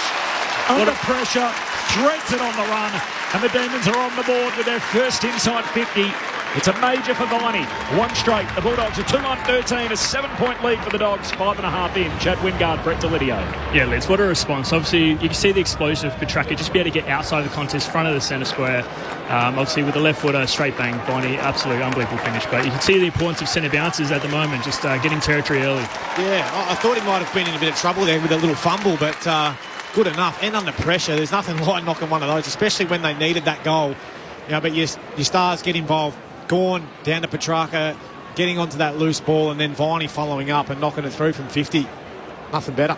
So what, 2 disposals in that passage of play? In Melbourne's 5 disposals for the match. The Bulldogs have had 22. Good strike rate, isn't it? Their first inside 50 proves beneficial. Gawn tries to take it out of the ruck against English. He chisels a kick forward and finds Neil Bullen. He marks on his chest. Hand pass, little fumble from Brataka. He can't break away from the Johannesson tackle. Somehow spill back to Neil Bullen. Hand pass to Oliver, dodging and weaving away from Bontempelli. Can't get a hand pass clear. Hand pass came from Liberatore. A clearing ball up the wing. There's a Bulldog, Ugle-Hager, and he's down. He was taken high. Free kick going the Western Bulldogs' way on the Shane Warnstand side of the MCG. Kick one already, Mara. 35-35 his return last year as he sends it down to half forward, and in front is Stephen May, and that's what he does. Takes the intercept mark. And centre half back kicks and finds Gawn. Lays a hand pass off to Rivers. Spears it into the middle of the ground for Sparrow. And the D's decide to go wide. Out to Billings, a former Saint. In the shadows of the Northern Grandstand, goes short to Chandler. Mention the history off the top between these two teams. Of course, that memorable grand final in Perth back in 2021. 15, or in fact 16 premiership players out there today from the Demons that day, with 15 still in the Navy in the red, and James Harms on debut for his new team, the Western Bulldogs, as they cut a swathe through the middle of the ground. The 1-2, McVie to Lever, and then McVie inside 50, hands on it from English, no mark. Williams knocks it towards the safety, the boundary line, finds it. And the umpire says, chuck that in, right forward pocket for the Demons, kicking the punt road end in this opening term. It's so important there, Cosy Pickett just being able to spoil that ball and not allow that intercept mark from Tim English. You small blokes can do that, jump up, make a contest. It's invaluable there for your side. Dogs by 7 points. Melbourne deep in attack at the punt road end. Gawn and English doing the ruck work. Gawn beautifully down to Clayton Oliver. Swings around onto his left and just across the face of goal. That was almost textbook ruckman to rover work. Just couldn't quite come off, and the Bulldogs by 6 points through the opening 8 minutes. Dogs meanwhile have changed over half their team from that day. Just 11 players in that featured in the grand final. Short kick. He's got Johannesson close to 50 there. And he's tackled as soon as he took it. And in the end, the umpire says that's okay, rather than Bailey Fritsch got up and really pointed at the field umpire. Demonstrative, wasn't it? Well, I actually thought the umpire could play on. But anyway, the mark counts, and Johannesson kicks to centre half back. Dale's got some work to do. He's caught high. Free kick for the Bulldogs.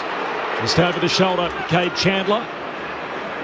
He's got the Merv Hughes zinc on as well across the nose. It is a day for it. As Ben mentioned, 29 degrees of forecast top, currently 27.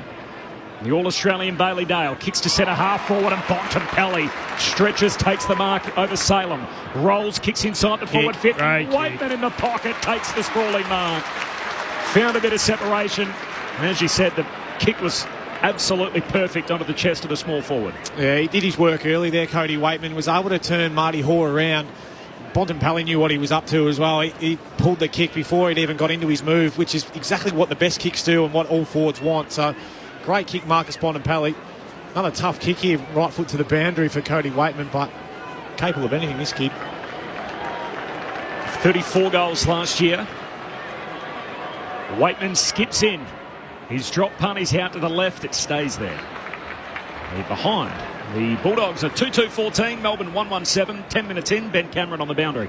We know that Clayton Oliver had an interrupted pre-season with some off-field issues. Did start on the bench today, so they're just trying to take care of Clayton Oliver. Has been on for the last couple of minutes.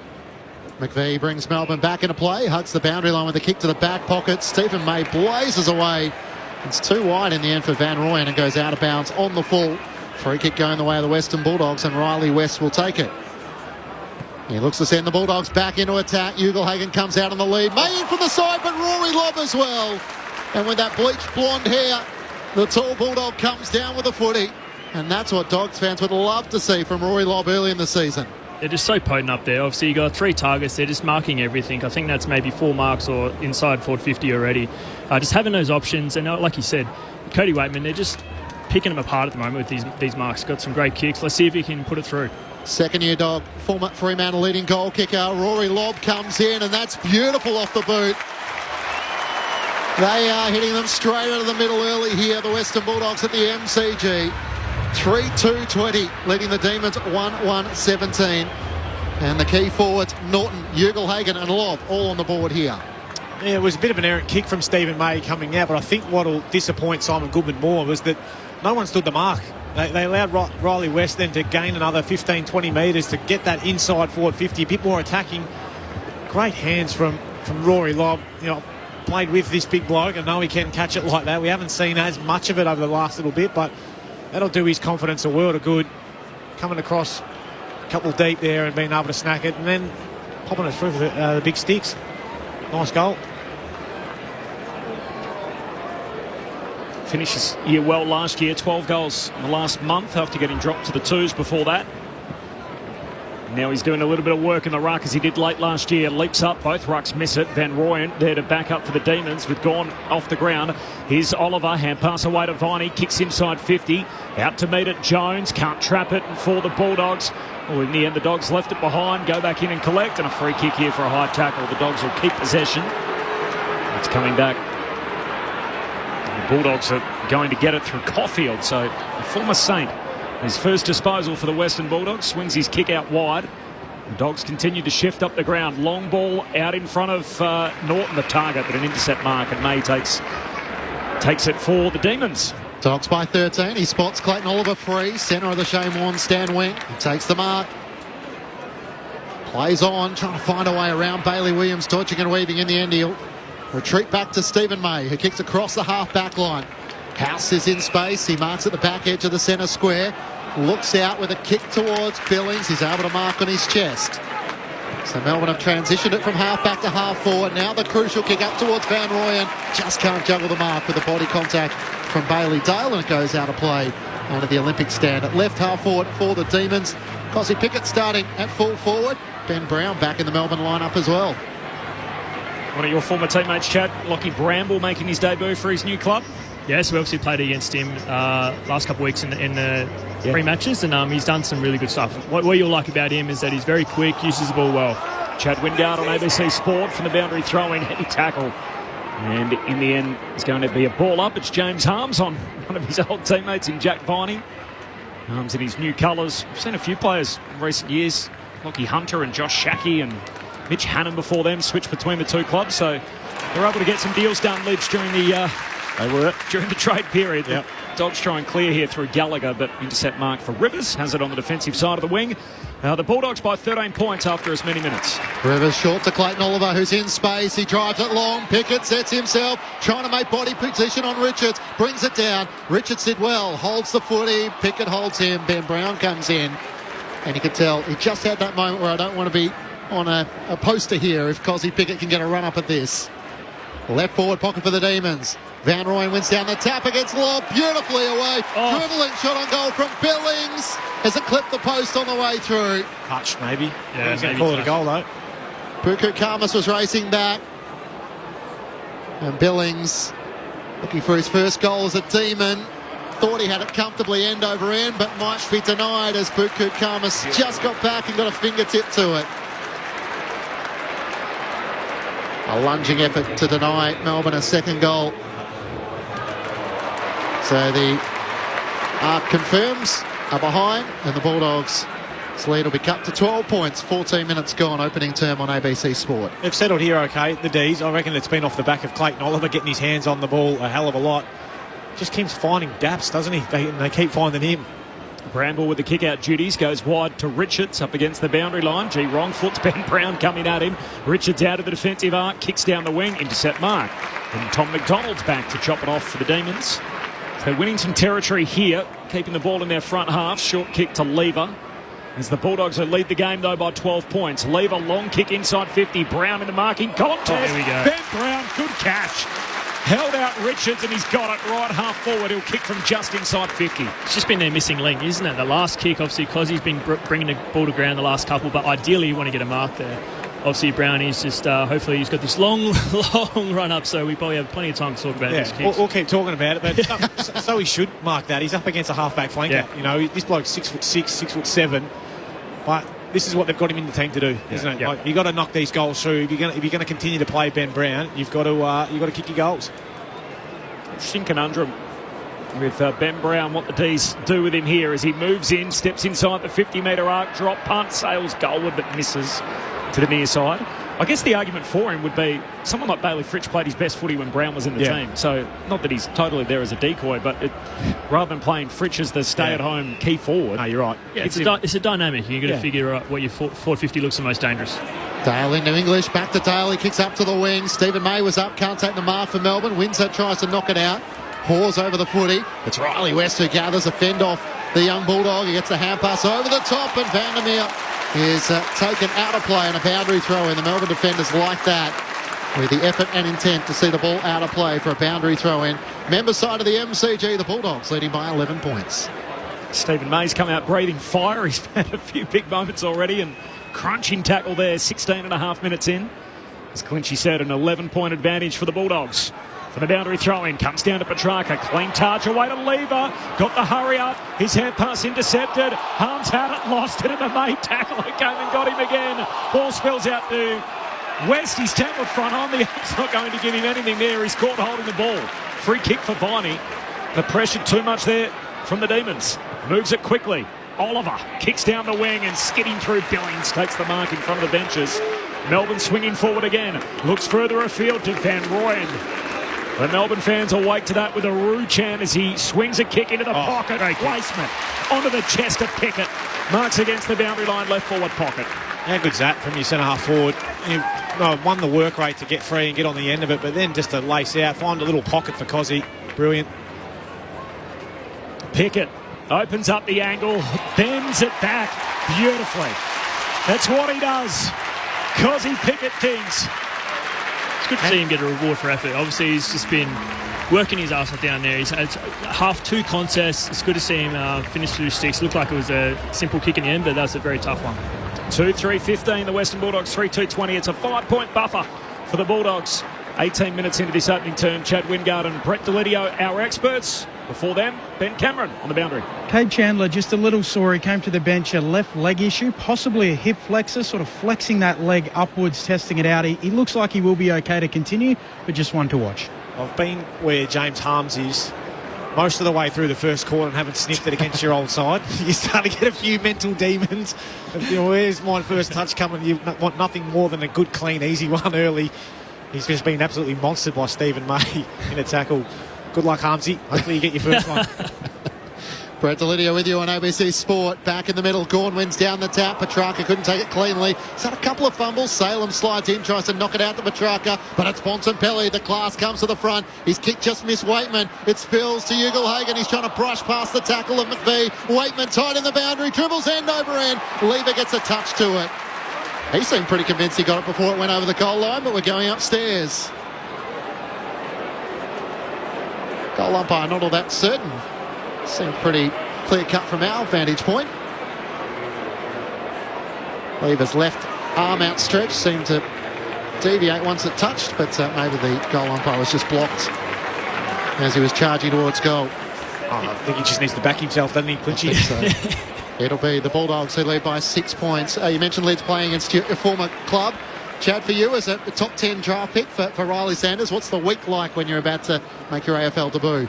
Yeah, obviously you're worrying about tickets. Firstly, you want to make sure your family's there. You get very nervous on the game day, but it's the build-up that counts. It's a pretty amazing experience. You definitely don't forget it. He's had 3 handballs already. Riley Sanders, long kick from McVie out of congestion. Picked off, though, by the Bulldogs as Treloar hand pass back to English. Dumps a kick inside 50. G. Waitman left high, no mark. Falls down Melbourne's way, and in the end, picked up by Hoare. Hand pass finds McDonald. He's out of play. And the ump says spin it in. So 25 metres out, left forward pocket for the Bulldogs. What's the most amount of tickets you ever asked for, Chad? I haven't. I've got a good story for you. Jakey Need, we played in Alice Springs, and he's obviously from up that way. He asked for 50 tickets, and, and no one else wanted the tickets that week, so he got them all. Right. Free entry into Draker Park for all his friends and family. As Waitman tries to gather, can't come up with it, and it's Windsor for Melbourne who wins it. Hand pass to Sparrow to Neil Bullen, all under quick succession. The hand pass to Langdon and now to Neil Bullen. Drives Melbourne down the wing. Petrarca gets on the end of it, bursts away at right half forward, long towards Fridge. Getting back Jones, it clears the 2. Racing back Caulfield, and he rushes it through for a minor score. The Bulldogs leading by 4 points. Would be the good thing about a national competition, wouldn't it? Where imagine you go to Perth or Adelaide, there'll be guys from there. They need a high percentage of tickets, but then the other games that have been played in an interstate environment for them. They probably wouldn't need as many, so share them all around. As the Bulldogs work it up towards halfway, they want to move it in a hurry. Bontempelli trying to get a hand pass off his backside to Sanders. Just missed him, invites the D's back in. Neil Bullen swings a hand pass out wide, finds Salem. Squeezes a kick back inboard. Treloar picks it off for the Bulldogs, gives it to Karmas. Back flank, short kick, reaches Bontempelli on the hop. Slick hands, away to Treloar. The Dogs off and running over halfway. Sweeping forward hand pass. Kick now inside the forward arc, and it's found. It's from Williams, and it's found Waitman, who takes the mark left half forward, and he'll get a look at the sticks here to try and grow the Bulldogs' lead. I reckon that kick might have been aimed at Big Jamara. If that was one of my big old full forwards and I'd cut across him like that, geez, he'd cop an earful. Get out of me space. I don't get that many looks, you little forwards, cutting across in front of me. No one did it to Richo? Jump in front of... Well, that's what I'm saying. I'm not doesn't drop a name. You said it. I would never say, I love Big Ricky. He would never say that to me. Cody Waitman had a look earlier. In fact, he's had a couple of looks. 2 behinds so far for Cody Waitman. To find the major opening, he's dropped punt, sails out to the right. And again, I think we're going to the arc here as Gawn tries to take the intercept mark on the behind line. And there'll be a conference and a little trip to Docklands to have a look at the video. Bulldogs lead the game by 5 points, potentially 6. 3-3 to 2-4. More on the review coming up. Interesting day too, round 1 Sunday footy. We're in this unusual position where there are 6 teams that have already played twice and there are 4 teams that are yet to start. So one of those being the Western Bulldogs. We'll see the other 3 clubs later today with the West Coast Eagles and Port Adelaide. And then later tonight, Brisbane making the trip to Perth to play the Dockers. So first up look for the 2 WA teams, Port Adelaide and the Bulldogs here. Has anyone got a clear read on whether Max Gawn took his mark inside the field of play or not? It's a point. Yeah, it's got to be a point. Max has put it on the ground. He's out there for the kick out. Oh, wait. They're saying it's a mark. He's got to come all the way back. Right. There you go. So we're looking for a conclusive call. We all thought it was definitely a behind. It's been ruled a mark, and Max Gawn's going to get it on the behind line. 0437 774 774, the SMS number. Corbin Middlemass and Matt Clinch, Ben Cameron on the boundary, Brett Delidio and Chad Wingard up here. Let us know where you're listening to the footy today, what you're up to this Sunday of round 1. 0437 774 774. Gawn's made his way back to the last line. He sends Melbourne up towards half-back. Van Rooyen at the back of the pack takes the mark. Cleared a few Bulldogs, including Gallagher on debut. Kicks around the wing up towards Pickett. Hits it with speed. Breaks the tackle of Caulfield. Hand pass to Viney to Windsor. Back to Pickett. Beautiful from Melbourne. Kicks up to Chandler. He marks it left half forward. He's got one-on-ones inside 50. Fritsch offered a lead. He now darts back towards goal. He puts it in that direction. No one flies in the end for Melbourne, and Buku Karmas is able to take the mark. 15 metres out from his defensive goal for the Western Bulldogs at the punt road end. The Dogs by 5. Again, 2 passes of play. The last 2 that Melbourne have had really look good. They just can't quite finish off. Obviously, Frisch just missed that last one, and this one here picked off by Western Bulldogs. Oh, just the one. Yeah, one game for him last year. Buku Karmas starts the first round of the new season. I think Keziah Pickett just leaping over the mark there. And as a result, Buku will make his way downfield. Short drop punt. Finds Sanders. Swings another hand pass out wide to Bailey Dale. Out to that southern wing. Here's Vandermeer trying to wrong foot his direct opponent. Does so successfully. In Billings, able to find West. High half forward. Kicks into the pocket. Gee, Waitman had a fair piece of it. No mark. Falls down to Rivers. His hand pass intercepted. Vandermeer back on it. Handball away towards Williams. He gives it to Liberatore, tackle dispossessed. Treloar up against the boundary line, tumbles a kick, top of the goal square. Windsor's back, trying to rush it through. Unsuccessful. Gawn's hand pass went straight to English. Forward pocket for the Dogs. Hands it away. Hurried kick from Gallagher. Yes. And he squeezed it through for his first kick and first goal in the big time. Harvey Gallagher through traffic. And the Bulldogs' lead grows to 11 points. 4-3-27, Melbourne 2-4-16. And there's a very happy manager up here in the ABC box. 25 gone opening term. I was out of my seat, Corb. I'll cheer that one through. I could see that Timmy English was going to get that one. And I was just, give it off, Timmy, give it off. Well done, Harbs, mate. Really pumped for you, buddy. Get your first. Oh, what a good first goal as well. But good pressure in there from the Dogs. I reckon that was the key that got him that extra look at it.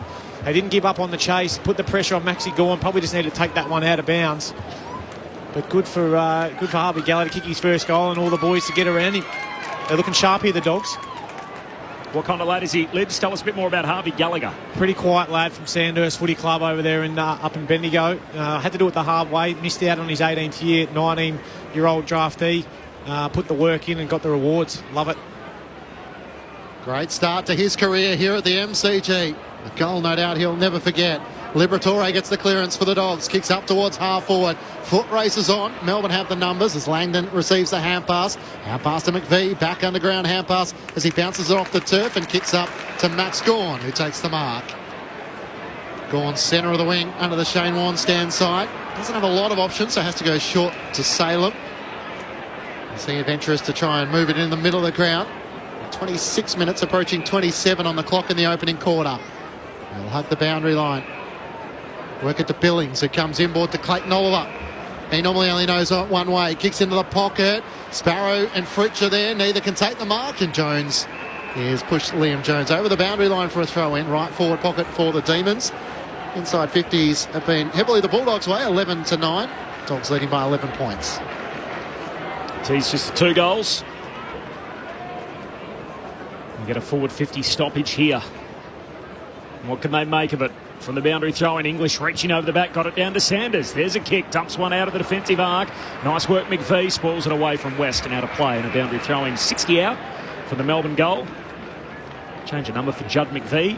Big heavy number last year, Lids. He went from 41 and now he's in the number 4, which was vacated by James Harms. Yeah, much lighter. Yes. Cover a lot more territory in the 4 than the 41, that's for sure. Better spot on the locker room, no doubt, as well as Hoare. Hand pass away towards Oliver.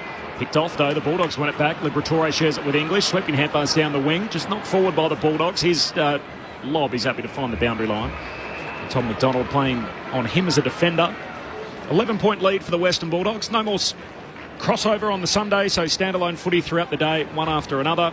Port Adelaide and West Coast next over in Adelaide, and then later tonight, Fremantle and the Brisbane Lions. Gawn wins down the tap to Petrarca, gets a hand pass away to Salem, kicks Melbourne up to half forward. Karmas could wrestle with Van Rooyen, almost juggled the mark. Buku Karmas, Chandler over the top, and the umpire will ball it up. The other one, if you're out and about, Corby, most of these games are on pay TV on a Sunday, so the ABC Listen app is always a good companion if you don't have access to that. If your team is playing, a way to stay across all the action. Tom Liberatore gets the hand pass back to Dale, kicks up the wing. Players have kind of halted for a moment thinking if there was a whistle. It's Judd McVie who gathers for Melbourne. Hand pass to Oliver. Kicks inside 50. Jones comes charging out like he's a forward. And Liam Jones marks on his chest the ultimate insult to injury for Melbourne with their forward issues. As the full back looks like a full forward. That's a really nice mark. Liam Jones going around again at 53 as he kicks out wide. Mark taken by Stephen May, who started well. He wants to roll and move it quickly inside the forward arc. Puts it to the top of the goal square. Van Rooyen has his run blocked. Sneaks out the back. Chandler dribbles it through. And the D's are working their way into this one. A little slow to start. Conceded the first 13 points of the game, but they've now kicked 3 of the last 5. 3-4-22. The Bulldogs 4-3-27. And the Dogs lead cut to 5 points right on the half-hour mark. Opening term, Grandstand AFL, Brett Delidio and Chad Wingard. And that's the balance, isn't it? When do you go for the mark? When do you spoil? Obviously, a soft drop like that for a small forward is just out the back as well. That's perfect. Just sometimes you got to communicate. He had a good chance to mark that. Yeah, I think Liam Jones just probably overcommitted after his last big barrel-chested mark. He wanted to crash in again. Timmy English had the right away, just coming back. Didn't have an opponent. Could have either taken an uncontested mark, but when you get spoiled by your own teammate, that soft drop that you talk about, that's exactly what the small forwards are waiting for. And Chandler just mopped that up beautifully, put it through on his opposite shoot. So thank you very much. So the Demons finding some responses here late in the quarter. Back in the middle, Gawn and English, neither with a decisive tap.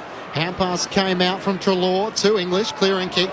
In the end, Melbourne have the numbers as Wins is able to combine with Viney. Hand pass to Rivers. His kick is picked off, although Dale couldn't juggle the mark. Receives the hand pass back from Bramble. Kick smothered. Wins are fighting hard for it. Wins it back for Melbourne. Hand pass to Viney. Links up with Neil Bullen. Driving kick inside 50. Pickett caught behind against Richards. Has to spoil it down. Bontempelli for the Dogs. Hand pass to Karmas. Led with his head. He was taken high. As Chandler's tackle.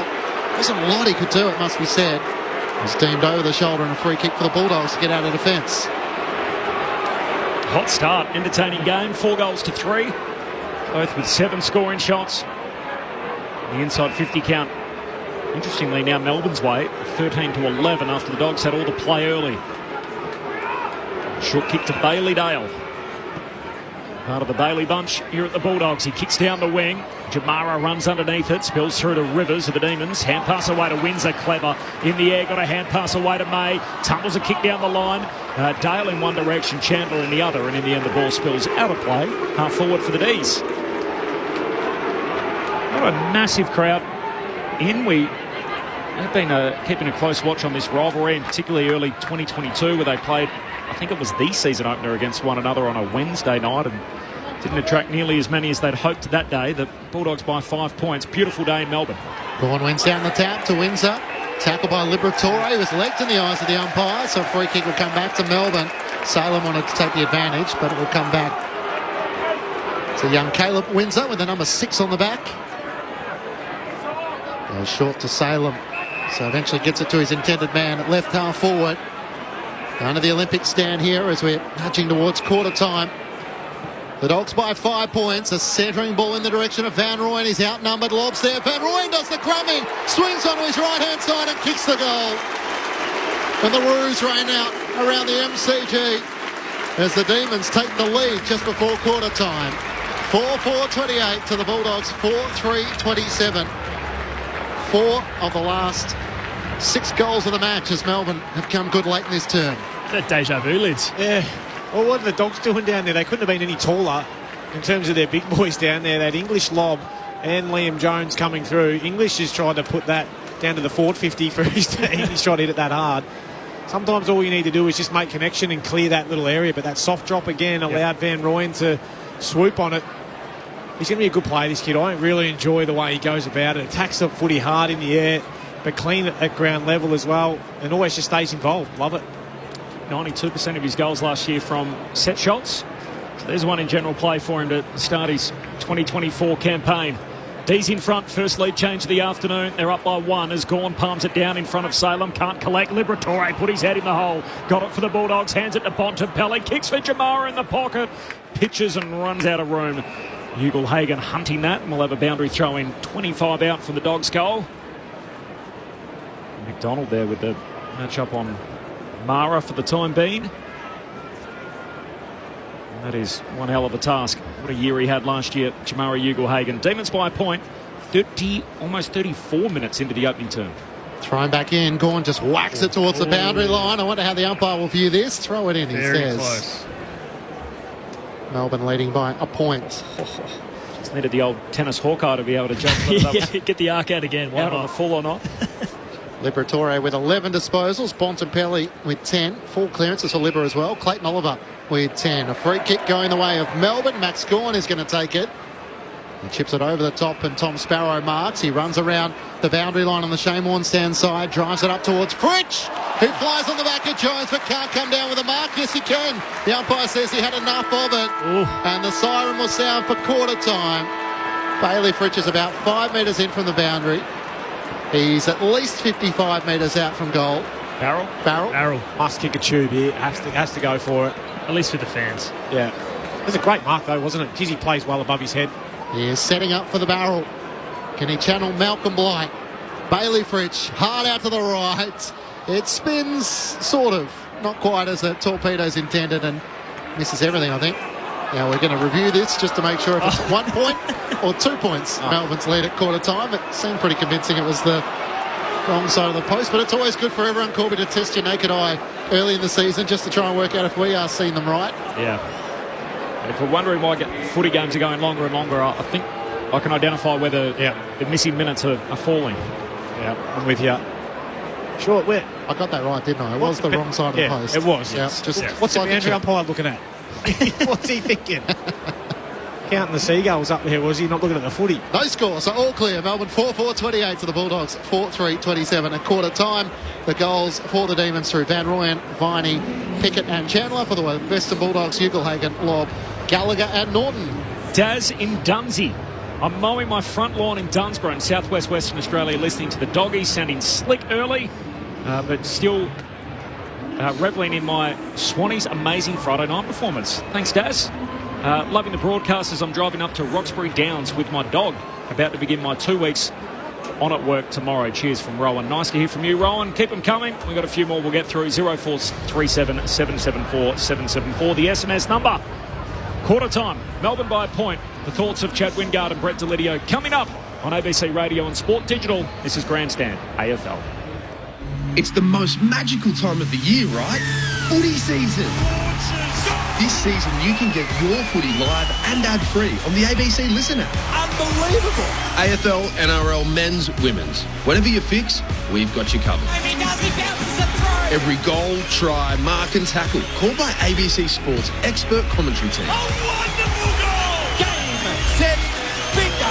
100% pure footy, live and ad-free on the ABC Listen app.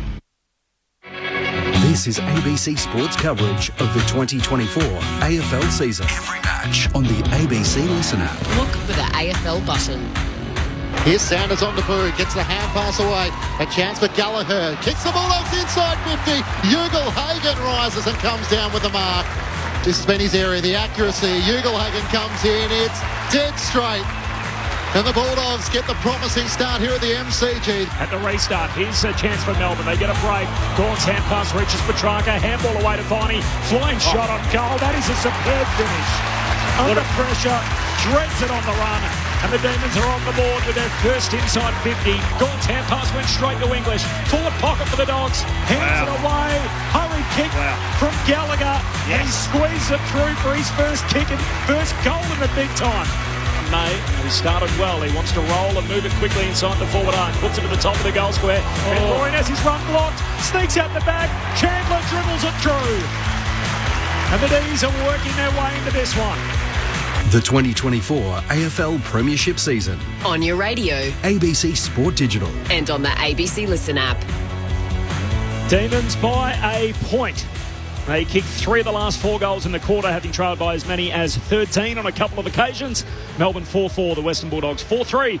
The thoughts of Brett Delidio and Chad Wingard here on ABC Sport. Yeah, it was a good start by the Dogs. I was a bit wondering. I was wondering where the D's were for the first 5 or 10 minutes of that quarter, Chatty. I thought, you know, the Dogs looked really sharp. They were able to break through and get their forwards a really good look, but once Clayton Oliver came into that game, they sort of settled. He got his hands on the footy. He was clean from the get-go.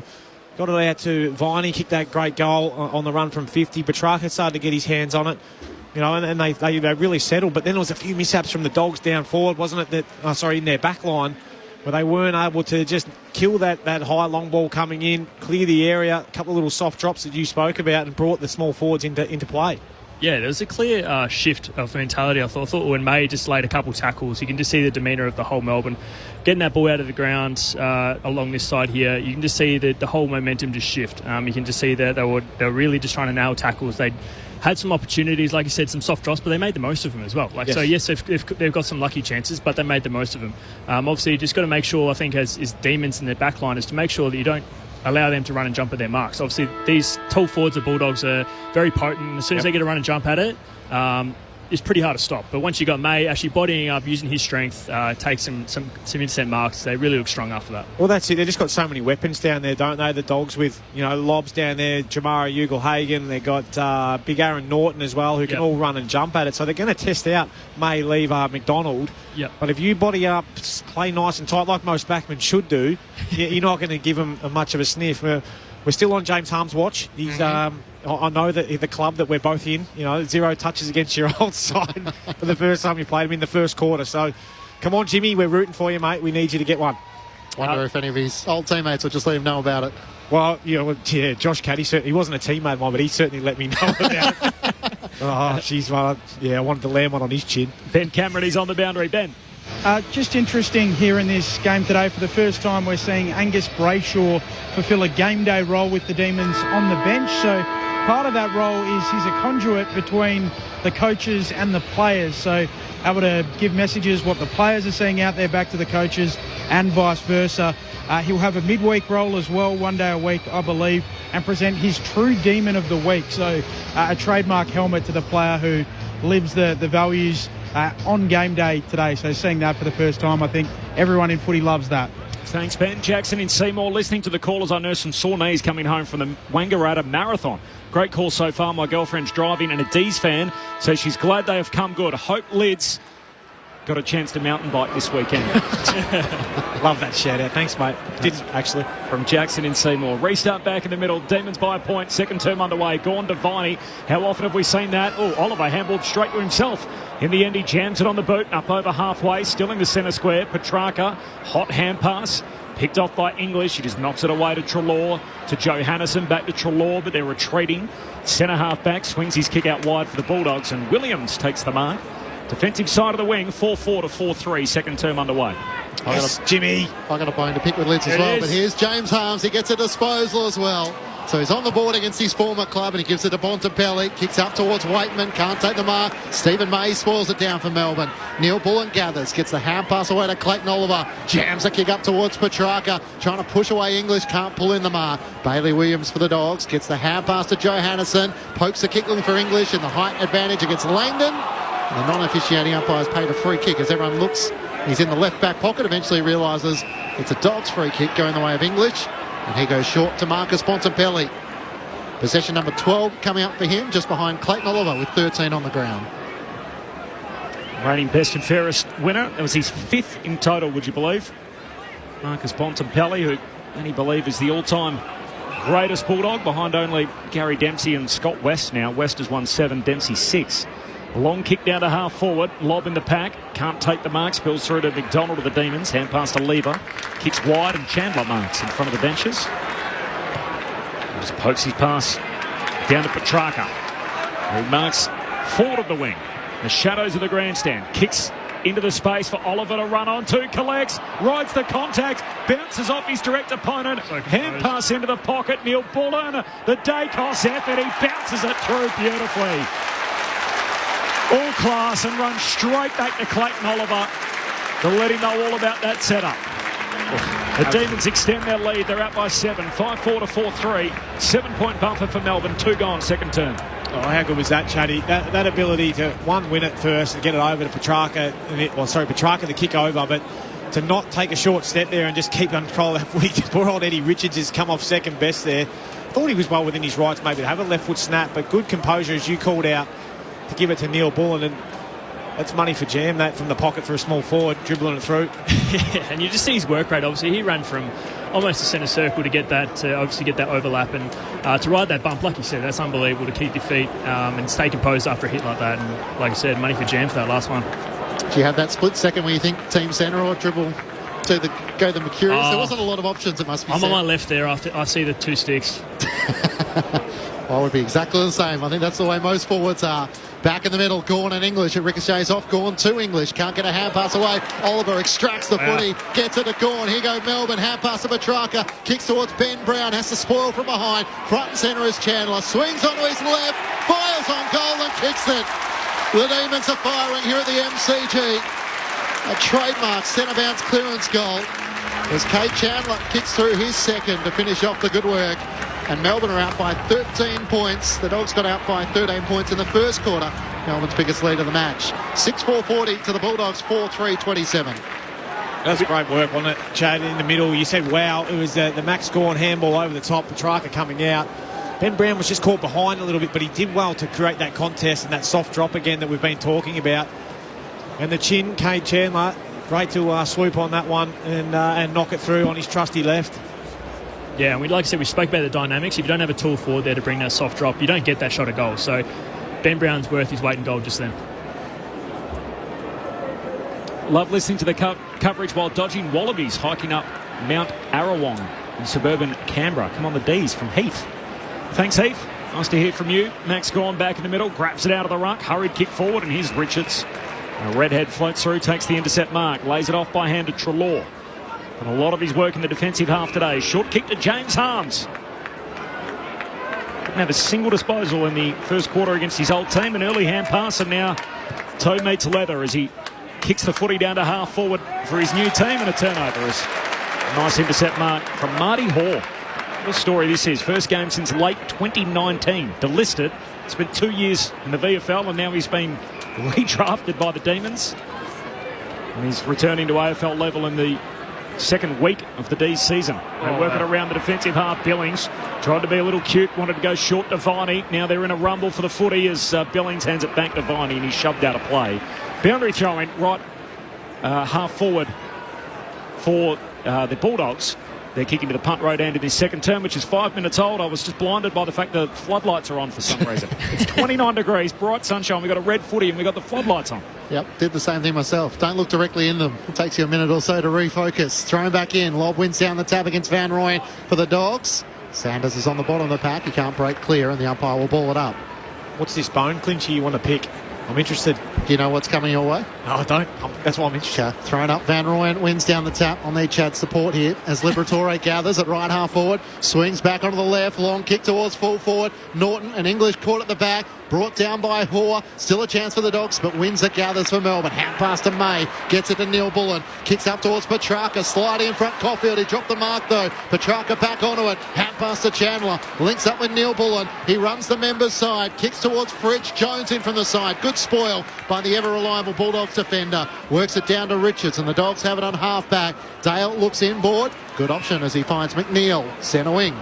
The yellow boots kick straight into the hands of Petrarca. They're in trouble here. Kicks downhill to Ben Brown, just out of reach. Collects, steps around Karmas. Another one coming up. Brown from the top of the goal square. And the Demons are taking over. They kick 5 on the bounce, either side of quarter time. Melbourne out to a 19-point advantage. 7 gone in the second term. 7-4, 46 Melbourne. The Western Bulldogs 4-3, 27. That's an unbelievable pick there by Petrarca. You saw the numbers that the Bulldogs were lining up. They had about 3 or 4 out numbers in that middle. If that gets through, that's almost a 12-point turnaround. That's almost a goal against. So you see Ben Brown obviously the finish, but that just little tip, small margins in this game, and that just changed the difference between maybe a goal against to obviously getting a shot at goal. Very good. That's 5 goals on the trot for Melbourne. And Ben Brown, who maybe the forgotten forward, final year of his contract, maybe out of desperation than much else, is getting an opportunity. Don't worry about any of that. What's your bone to pick? Oh, okay. Righto. So, Chad, we're playing an over 35s competition, okay? It's sort of a bit of fun in the AFL 9s. And Brett Delidio's brought down a new addition who played on Monday night. I did too. Sean Hampson, who played in the ruck. As English gets the clearance, sends it long for the Western Bulldogs inside 50. It's spoiled away by Ugelhagen. Vandermeer races after it. It gathers in the right forward pocket, trying to get the hand pass away to McNeil, and it rolls out of play. The issue is not, Chad, the fact that the game is dominated by ruckman. He's brought down a former AFL ruckman who's featured. The issue is the fact that a few of the guys, it's over 35s, you're not in the best physical condition, which is what Lids is here. Sean brought down his wife, Megan Gale. And so a few of the boys are a little bit self-conscious by the fact that Megan Gale was watching on as they continue to kick it out on the full. Come on, Lids. 19-point lead. Apologies.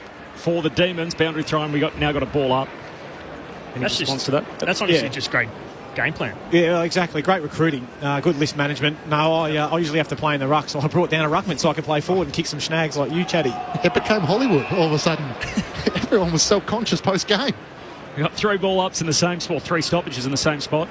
The big question is, you guys all actually over 35 yet? I understand you were playing in the comp Lids before you'd even had your 35th birthday. That is true. Sanders from the stoppage kicks inside 50. Norton crashes the pack, no mark. Spills down to Bontempelli's tackled by Salem, and we'll have a ball up again here. Half forward for the Bulldogs, kicking to the punt right end. D's by 19 points, 8.5 gone in the second. So my old team, Chad, has no AFL former players, and here's Lids bringing down 2 former AFL players and Megan Gale. Here's Dale trying to get the clearing shot on goal. It's smothered by the Western Bulldogs. Treloar gathers. Hand pass away to Joe Hannison inside 50. Almost a great mark. It spills the way upon Bontempelli, who snaps on the left-hand side and puts it through. All class from the Bont. A tough effort by the Western Bulldogs, who had a few opportunities to try and capitalise, and in the end it was Marcus Bontempelli who showed the class to finish. The Bulldogs wrestle one back after 5 consecutive goals from the Demons, and it's a 13-point margin. Melbourne 7-4-46 to the Bulldogs 5-3-33. 9 gone second quarter. Yeah, well, let's get away from the AFL 9s. No one wants to hear about that rubbish. But how good is that? When the Dogs need a goal, how often does this bloke stand up? His ability just to be at the right spot at the right time. Clever finish too, 30 out, running onto his left boot, hook it back over his right shoulder. Pure class, Marcus Bontempelli. Geez, I enjoy watching him play. Yeah. Such a good mover. Great leader too, from all reports of the boys that play under him. runner-up in the Brownlow, finishing 2 votes on the eventual winner, Lockie Neal. Brings the margin back to 13 Melbourne's way. Gawn leaps at it, shares it down with English. Harms knocks it on, but straight to Petrarca. But the Demons hand pass to Oliver. He gets the centre break. Kicks to centre half forward. Brown went at it one-handed. No mark. Spills down in front of Sparrow. Inadvertently soccers it outside of his forward 50 arc. Chase still on for the ball. Harms dispossessed. Comes to English. Bulldogs with it. To Bontempelli. Good hand pass to Lob. Grabbed it. Threads it forward. Road contact. Waitman keeps attacking the footy. Goes long to Jamara. One out in the cage. Running after it. McDonald has hands to it. No mark. Jamara keeps his feet. Tracking the footy. Knocks it away to McNeil. Just threw it out. The chest passed, and as a result, the umpire says, yep, that's a throw. Free kick, Melbourne. And their pressure is really on here, the Demons, after a slow start. They have kicked 7 of the last 10 goals in the game. They lead it by 13 points, 10 gone in the second. Lever looks to switch play to the left back pocket, where the mark is taken by Hall. Great story after being delisted by Melbourne. Worked his way back onto a senior list after playing at Williamstown. To Tom McDonald, who kicks up towards the wing. Mark not taken by Neil Bullen. Little toe poke from Johannesson. He can't keep it alive as it goes out of play for a boundary throw in. Right half forward for the Western Bulldogs. It's Melbourne who lead by 13 points at the 11-minute mark of the second quarter. Now off the ball, the non-officiating umpire is not happy with the contact to Max Gawn. So we've seen this happen most notably when Port Adelaide played against Gawn, but trying to rough him up behind plays. The ball's been taken from half forward into the middle of the ground now from the Dogs attacking 50. Hand pass to Salem. Kicks towards Pickett. Can't take the mark. Spills to the back of the pack. The Dogs have the numbers. Gallagher tries to wrestle it away. And support there, and the umpire will ball it up with Alex Neil Bullen, the last to rise. 13 points. The advantage for the Demons. They kick 5 in a row either side of quarter time. Gawn grabs it out of the ruck, jams it on the boot, sails goalward in the goal square. Brown, and Jones comes back to lend a hand, punches it into the cheer squad. Oh, there's a free kick. It's going to go to Ben Brown. He was being held, said the umpire. It's against Richards, who was beaten in a one-on-one earlier in the game. And now Ben Brown is going to be given a gift here from the top of the goal square. It's strange to see him end up on him a couple of times now, isn't it? Where it's a gift, this one, but yeah, got to get their matchups right, I think. The Dogs. Brown for number 2. Through it goes. And they answer the Dogs' goal straight back. Back to 19 points. An equal game high margin, 13 minutes gone in the second term, 8-4-52. The Bulldogs 5-3-33. Chad Wingard, Brett Delidio on ABC Sport. Yeah, it was just a high error, a good clearing kick actually from Max Gawn to get it out of the ruck and to get it forward to give him a chance.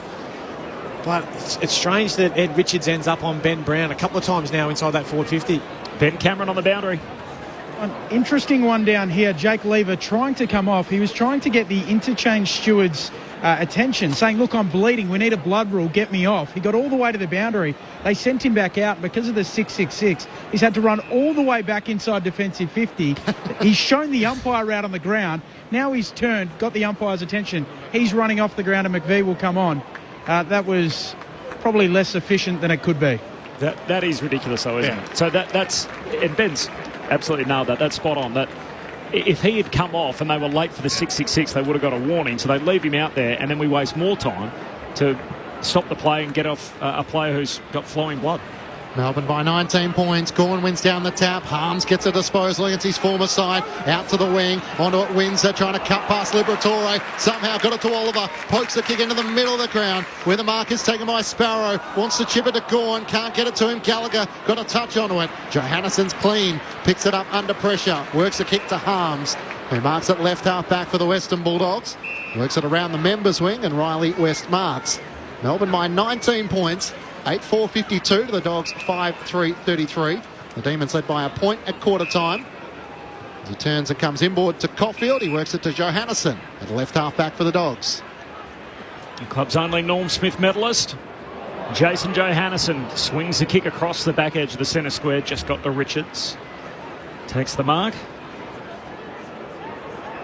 Bright sunshine, 29 degrees again in Melbourne today.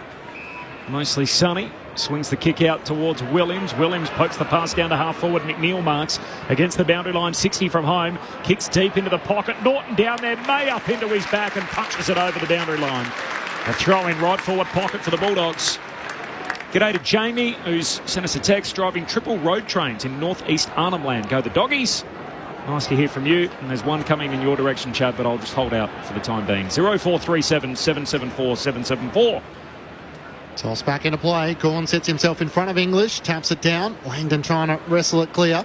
Ball spills towards the goal mouth for the Dogs, and McVie is going to take it across the boundary line, across the behind line for a behind. Melbourne by 19 points. Anthony in Wild Dog Valley. Chad Wingard is messing with my categories. Nice guy, likeable, articulate, but he's a Hawthorn player. Go the Cats from Anthony. So nice to hear from you, Anthony. As the D's bring it back into play through McDonald, kicks down the boundary line, and Chandler takes the mark. Looks back inboard. Brown hitting up. Marks on the logo, dishes off the hand pass to Oliver. Good transition this from the D's. Out in front of Pickett, got it on the bounce. Good tackle, Richards. Ball comes free. The boundary line's going to beat them both, and a boundary throw in front of the Melbourne race. That's a great tackle. They're some of the hardest tackles you can do. Obviously, you got full speed. Do not push him in the back there, give away a free kick. That's some of the hardest tackles you're going to get, especially against someone who's so small and so quick. The voice of Chad Wingard with you on Sunday afternoon footy. Melbourne leading by 18 points, thrown back into play.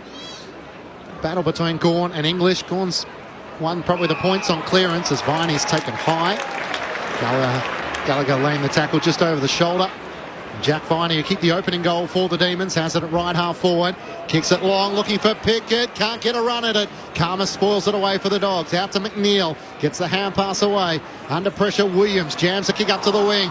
Good bounce for Waitman. It cleared McVie. Gets the hand pass away to Riley West. They run the outer wing. He doesn't have a lot at half forward. Stephen May's well set. Jürgen flies. Got a run at it and takes the mark. And puts the hand up instantly. This is within my range. Well, that was great positioning there from Stephen May, but the kick and the athleticism then to follow from Jamara Ugle-Hagan just made it a dog's ball, essentially. I thought May was going to wrap that one up, no worries. Just turned on the instep, despite May positioning himself well. Jamara Ugle-Hagan from outside 50 sets fly. It's out to the right-hand side. And a minor score. Melbourne leading by 17 points at the 17-minute mark of the second quarter. Off contract key forward at the Bulldogs. They've also got English and Bailey Smith deals to get done, so it's going to be a big year for the Dogs list management. Trent Rivers got the kick out duties. Bit of hang time in that, made it tough for Windsor, and in the end punched away and out of play. And the boundary throw in here. That's Gallagher, got up with the 1%er. Kicked a goal earlier. He's first in AFL footy in the opening term. 20 years of age, picked 39 in the 2022 draft, so missed most of last year with glandular fever.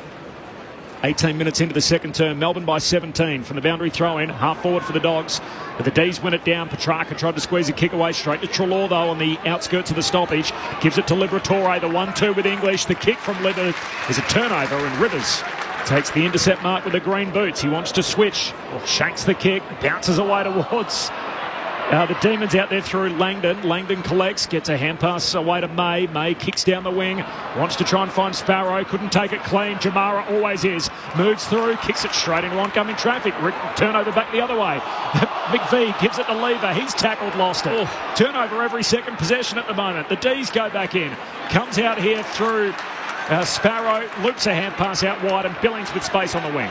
Takes a bounce as he runs towards left half forward, looks up, Viney's on in space, he marks just inside 50. Out to the left, and this will test Jack Viney to see if he's got the distance. He'll have to just kick outside 50. There was a lot of turnovers there in a row, wasn't there? Just kept going back and forth, a bit of ping pong, but well done, Jack Billings held his width, and that's what you got to do as a wingman. You know, you don't always get a lick when you're out there, but sometimes you hold your width on the ground, stay wide.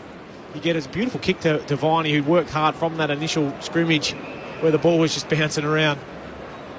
The Demons with 4-1 so far in this second quarter. Jack Viney looking to continue the charge from just outside 50. It's a good effort. Got the distance okay, but just missed to the left-hand side. And a minor score. Melbourne by 18 points, 19 minutes gone, second term. Kick out here from Richards as he goes out to half-back, and Gallagher takes the mark.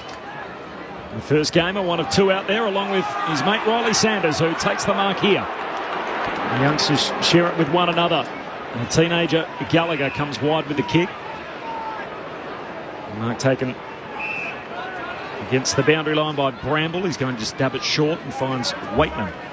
Dogs just slow it down.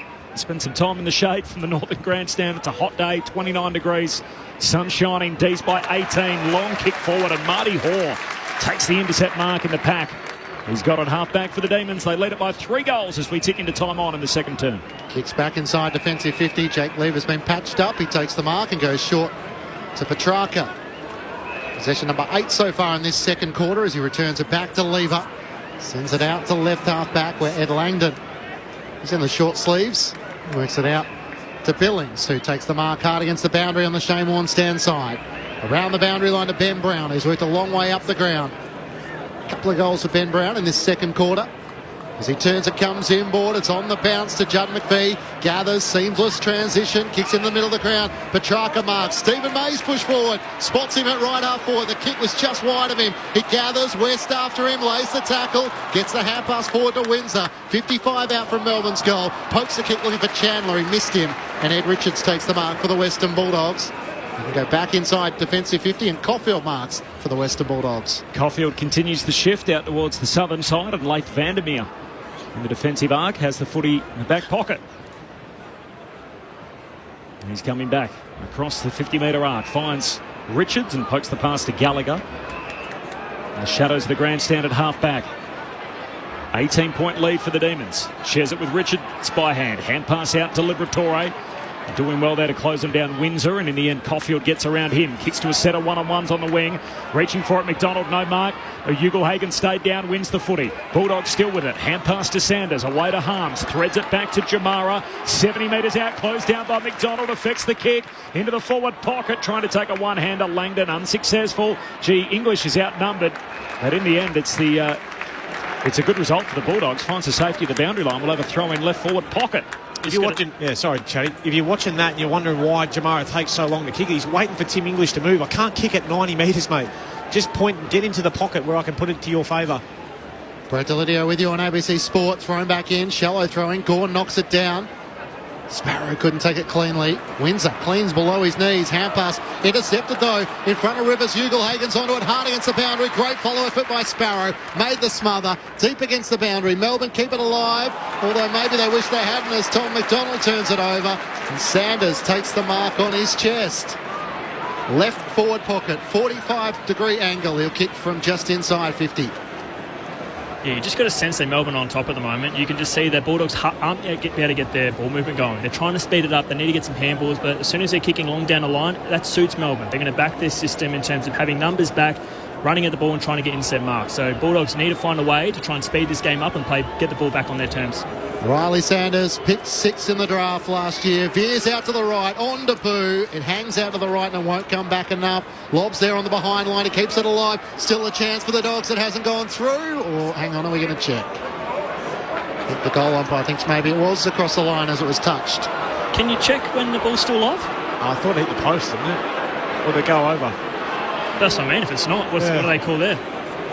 I can only assume that the goal umpire was certain in his call and he was gesturing to the field umpire that he thought it was a behind. So if it's not a behind, you're right. I'm not sure what happens. I think they toss it up. Yeah. Having a mare at the moment, aren't they, the goal umpires? It puts a lot of pressure on the goal umpire, doesn't it? You want to be right if you're stopping play. Deliberate, just wanted a bit of fanfare, maybe, Clinchy. Yeah. 10 minutes here without a goal in the game as well. A pretty frantic opening where 13 goals were kicked in the first quarter and a half. So no score. So what's going to happen? So this is similar. They're going to ball it up top of the goal square. Yeah. So we had the Charlie Curnow one on Thursday night where they deemed it was holding the ball after going for a score review. I'm not sure this is the way the system's designed, Corby. No, that's at least the 4th time we've gone to the arc so far today. And so ball up, top of the goal square. Melbourne the chance to get some numbers back. Gorn pumps it down. Ugelhagen shoots goalward, kick smothered. Picked off though by Treloar. Hand pass to Bontempelli. He gives it to Harms against his old team. Flying shot goalward and at the drop. The ever reliable Tom McDonald able to take the intercept mark. In between the behind post and the goal post on the last line for Melbourne. McDonald learned from his mistake. He kicks as long as he can. Brown can't take the mark. Fine. He got it to Neil Bullen. Dribbles a kick up the southern wing. The Bulldogs have the numbers. Bramble gathers. Hand pass to English. Hacks the king inside 50. Lob's outnumbered. Spoiled down by Gawn and Lever. It's gathered in the end by House, who goes into the left back pocket, and Judd McVie takes the mark. Switches it. Spots Tom McDonald free in the right back pocket. He can work it up to Windsor. He takes the mark at right half back. Melbourne by 18 points. What do you know about this guy, Lids? Smooth mover. Come from the Eastern Rangers last year. Speed to burn. They love it in his hands. Can kick goals as well. Caleb Windsor, he's got it here twice as he then kicks inside the forward 50, and Jones comes across, takes an intercept mark. Caleb Windsor, pick 7 in last year's national draft, in the number 6, vacated by Brodie Grundy. Nice start with his third club. 2 first up victories. The Dogs through Jones and then Carmans. And now Joe Hannison kicks out of the defensive arc to Treloar. Hand pass back to JJ on that southern wing. Goes with the short kick to Sanders. Hand pass out wide to Williams in a bit of space. Pulls it back inboard. Finds Lob high half forward. Melbourne shifting numbers back and across. Lob's taking his time. Melbourne with plenty of jumpers back, and in the end gives it some hang time into the pocket. Big leap from Waitman. No mark. Falls down to Lever. Melbourne back with it. To Oliver. To Rivers. And now Marty Hoare against the boundary line. Clears defensive 50. Good kick. Finds McDonald. Pressed up against the boundary line at half-back. Melbourne by 3 goals. 26 minutes rather, played in the second quarter. Last goal came at the 12-minute mark, so just in an interesting wrestle at the moment. As the kick up towards Ben Brown, who takes it with his fingertips. Quickly releases the hand pass to the runner Billings. 1-2 with Viney. Billings gets a left half forward, kicks into the pocket, can't get it to Fritsch. Racing back Jones. As you heard from Lids there, covered the ground well, the veteran dog. He marks in the right back pocket. Still got plenty of years to go on his contract, 33 years of age, but 2 years still remaining on his Western Bulldogs deal after playing in Queensland during the COVID period. That's not the best efforts out of defence, and just wide of McNeil, who can't reel in the tail kick. Melbourne by 18 points. Jed, just going back to that, would you prefer to have a definitive answer as a player, even if it means a ball up at the top of the goal square? Would you prefer just back in the goal umpires? I think as a forward, you almost rather that ball up because you high scored a chance there. For the boundary throw-in, a few missed it, went through a set of legs, and in the end, Waitman collects. Hand pass away to McNeil. Kicks the Bulldogs inside 50. May runs underneath it. Mopping up out the back is McDonald. A couple of good moments here late in the quarter. Kicks out wide. Oliver fumbles. Tackled front on by Sanders. Got a hand pass through to Lever, and he's able to fumble it out of play. Another boundary throw-in. 55 out for the Bulldogs goal. So story of the day. The Dogs kicked the first 2 of the match. They led by 13 points twice in the opening quarter, and then Melbourne kicked 5 in a row either side of the quarter-time break, led by as many as 19. They lead by 18 at the moment. 27.5 minutes gone in the second term. Thrown in. Gawn takes it out of the ruck. Another clearance. 7 for the match so far in his battle against Tim English. McNeil gathers in front of Petrarca, but his hand pass goes over the boundary line for a throw-in. Off the SMS, Chad, as a long-sleeve wearer, how do you feel about your old teammate Kane Corns blaming Jack Ginnivan's second half fade out on the long sleeves? Is it ever too hot for the longies? I think his first half was pretty impressive, so I don't think it's the long sleeve, that's for sure. He was probably best on ground at half-time. Thrown in, Gawn knocks down the tap, it straight to Bontempelli of the Dogs. Hand pass missed English. Sparrow over the footy. Bont has another go at it, trying to knock it clear. It does come to English, who got the hand pass from Treloar. Kicks inside 50. Waitman was pushed. Going back with the flight was House. And this is going to be a Bulldog shot on goal here as bodies are going left, right and centre. And Cody Waitman's going to end up with the ball in hand. Just trying to have another look at that. Yeah. Lever just trying to push him out of the way. I think it's just a bigger bloke moving a smaller bloke, isn't it? I don't think there was much in that. Good courage, though. Who was that coming through? Was that House? House, yeah. And Waitman wasn't really in the marking contest, so fortunate here to have the shot on goal from just inside 50, like a good small forward. He makes the most of his opportunity.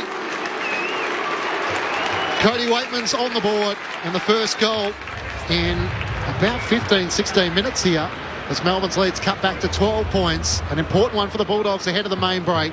Melbourne 8-5-53 to the Bulldogs 6-5-41. The Demons with 4 goals to 2 in this second quarter.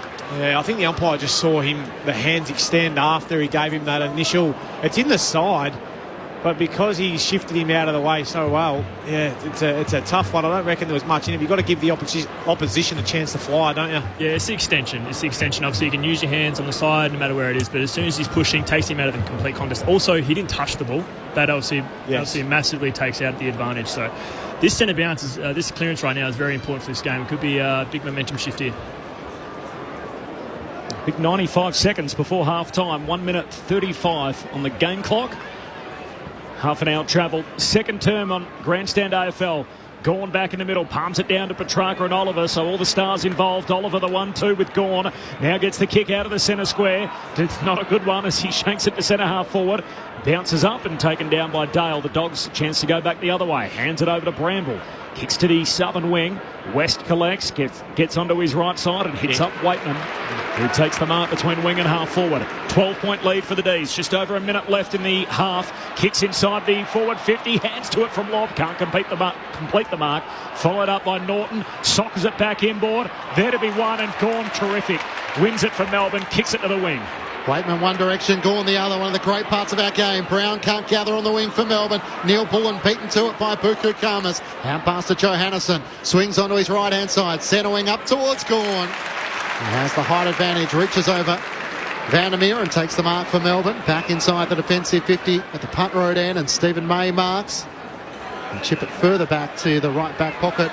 And Blake Howes. And give it back to May. So Melbourne clearly thinking the half is just about done with 31 minutes on the clock. Melbourne by 12 points as Stephen May looks out to the members' side. Petrarca sets himself. Bontempelli in from the side. Just couldn't hang on at the last moment. Spills to McNeil. Blazes inside 50. Norton underneath. Waitman at the back. Stephen May spoils it down in the middle. Onto it Rivers for Melbourne. Hand pass away to Tom McDonald. He's looking for options. Goes very short and finds Billings. And that might just be the half in the book at right half back. So it is. A 12-point lead for Melbourne at half-time. 8-5-53. The Western Bulldogs 6-5-41. Half-time at the G. Season opener for the Western Bulldogs. For the Demons, they're trying to open their account after a first-up loss on opening night last Thursday to the Sydney Swans. The D's led by a point at quarter time, so they now lead it by 12 at the half. 4-2 in that quarter. They kicked 5 in a row, Melbourne, at one stage either side of the quarter-time break. The goal kickers, 2 each for Chandler and for Brown, and then singles for Van Rooyen, Viney, Neil Bullen and Pickett. Meanwhile, for the Western Bulldogs, singles down the page: Ugle-Hagan, Waitman, Bontempelli, Lobb, Gallagher and Norton. First of 3 games today. Coming up next, Port Adelaide and the West Coast Eagles. The number 1 pick, Harley Reid, is going to make his debut for the West Coast Eagles, and then later this evening, the Brisbane Lions making the trip to Perth to take on the Fremantle Dockers. Now recently re-signed senior coach Justin Longmuir leads his team for the first time in 2024. So we'll see how the Purple go first up against the Lions, who are on the rebound. But here at the MCG, it's Melbourne by 12 points. The thoughts of our grandstand AFL experts, a pair of dual All-Australians, Chad Wingard and Brett Delidio. Yeah, good contest, Chatty. I'm liking the way that both teams are setting up and trying to get their game style up and going. I feel that the D's are in a little bit more control just through their defensive pressure, their ability to get their numbers back behind the ball, and they're choking them up, essentially. You know, the Dogs have got to find a different avenue. They've hardly got a thing out of Norton. He's had just the 2 touches for the game so far. Lobb hasn't. He's been spending a little bit of time in the ruck, but just the 4 as well. Ugle-Hagan's looked the most promising down there, probably with the 9, but they've just got to find some other avenues. But in saying that, they're only 12 points down, which is great, you know. But geez, you can't. Clayton Oliver for his hit out. He's 21 touches to half time, 4 clearances, 5 inside 50s. And we made mention of it after quarter time when he came into the game, after starting on the bench. That's when they started to get the ball rolling. He just has a happy knack of finding that footy, doesn't he? But being well backed up, Petrarca's had 16 and Maxi Gawn's had 15, probably to be winning that ruck battle just. Timmy English not too bad either with the 14 touches, but leading the way for the Dogs, as always, Marcus Bontempelli. He's had the 16. But overall, the game's pretty close. The D's have probably just made the most of it. They got a lucky one with Ben Brown and that goal square put them up. But, mate, it's a pretty good game for a hot day, you know, and the boys, that you can see they're tonguing a little bit as they come to the bench. Yeah, I think both teams are coming to halftime pretty happy with what they've done. I think Bulldogs pretty excited what they've done. I reckon they've probably made 15 minutes of their brand of footy. Yeah. They haven't been able to get around. They haven't been able to get too many turnovers, some handball chains. They had possessions where they almost get handball all the way through to the forward 50, and then they just slow it up, allow Melbourne to get their numbers back, and then that's when it's really hard to score against Melbourne. When you allow Gawn to get back in the marking position, you get Lever, you got these guys that can really, and May, they can just take almost ground and then just dictate your forwards. So obviously, if we want Lob, these tall forwards of Bulldogs to really be prominent, you need to get one-on-one matchups. You can't allow Melbourne just to come across, dictate, take marks, and then that way you're just fighting from the back 50 again. So it's been a great I suppose, contest, and Bontempelli's been a star as well. You got some stars of the game. I think the midfield battle is always good against these teams. Well, that's where it's mostly played, hasn't it? I mean, you look at the Ds. I spoke about the Dogs' key forwards. Well, Van Rooyen's only had the 6 touches. Ben Brown's had 6 but kicked a couple of goals. Cozzy's only touched it 3 times, and Bailey Fritsch the 1. So it's not a high inside 50 game. It's been played through the arcs a fair bit, 27 each. But the Dogs have had their opportunities. They've taken 8 marks already inside forward 50. They just haven't been able to nail their set shots. Cody Waitman's probably, he's had a couple of shots on goal without being able to kick them through. But look, it's a good game that hopefully they come out, get some electrolytes in, get the juices in for this halftime break, and come out and ready to fire. What have we thought of Riley Sanders?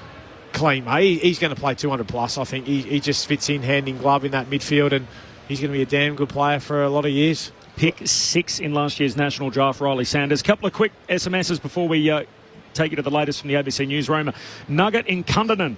Goal umpires have no confidence in what they're seeing anymore. Reviewing everything is a joke and a blight on our game. Some happier ones. Daniel and Mark calm the dogs. Sunday footy on ABC Radio. What a great way to spend the drive home to Melbourne from South Australia.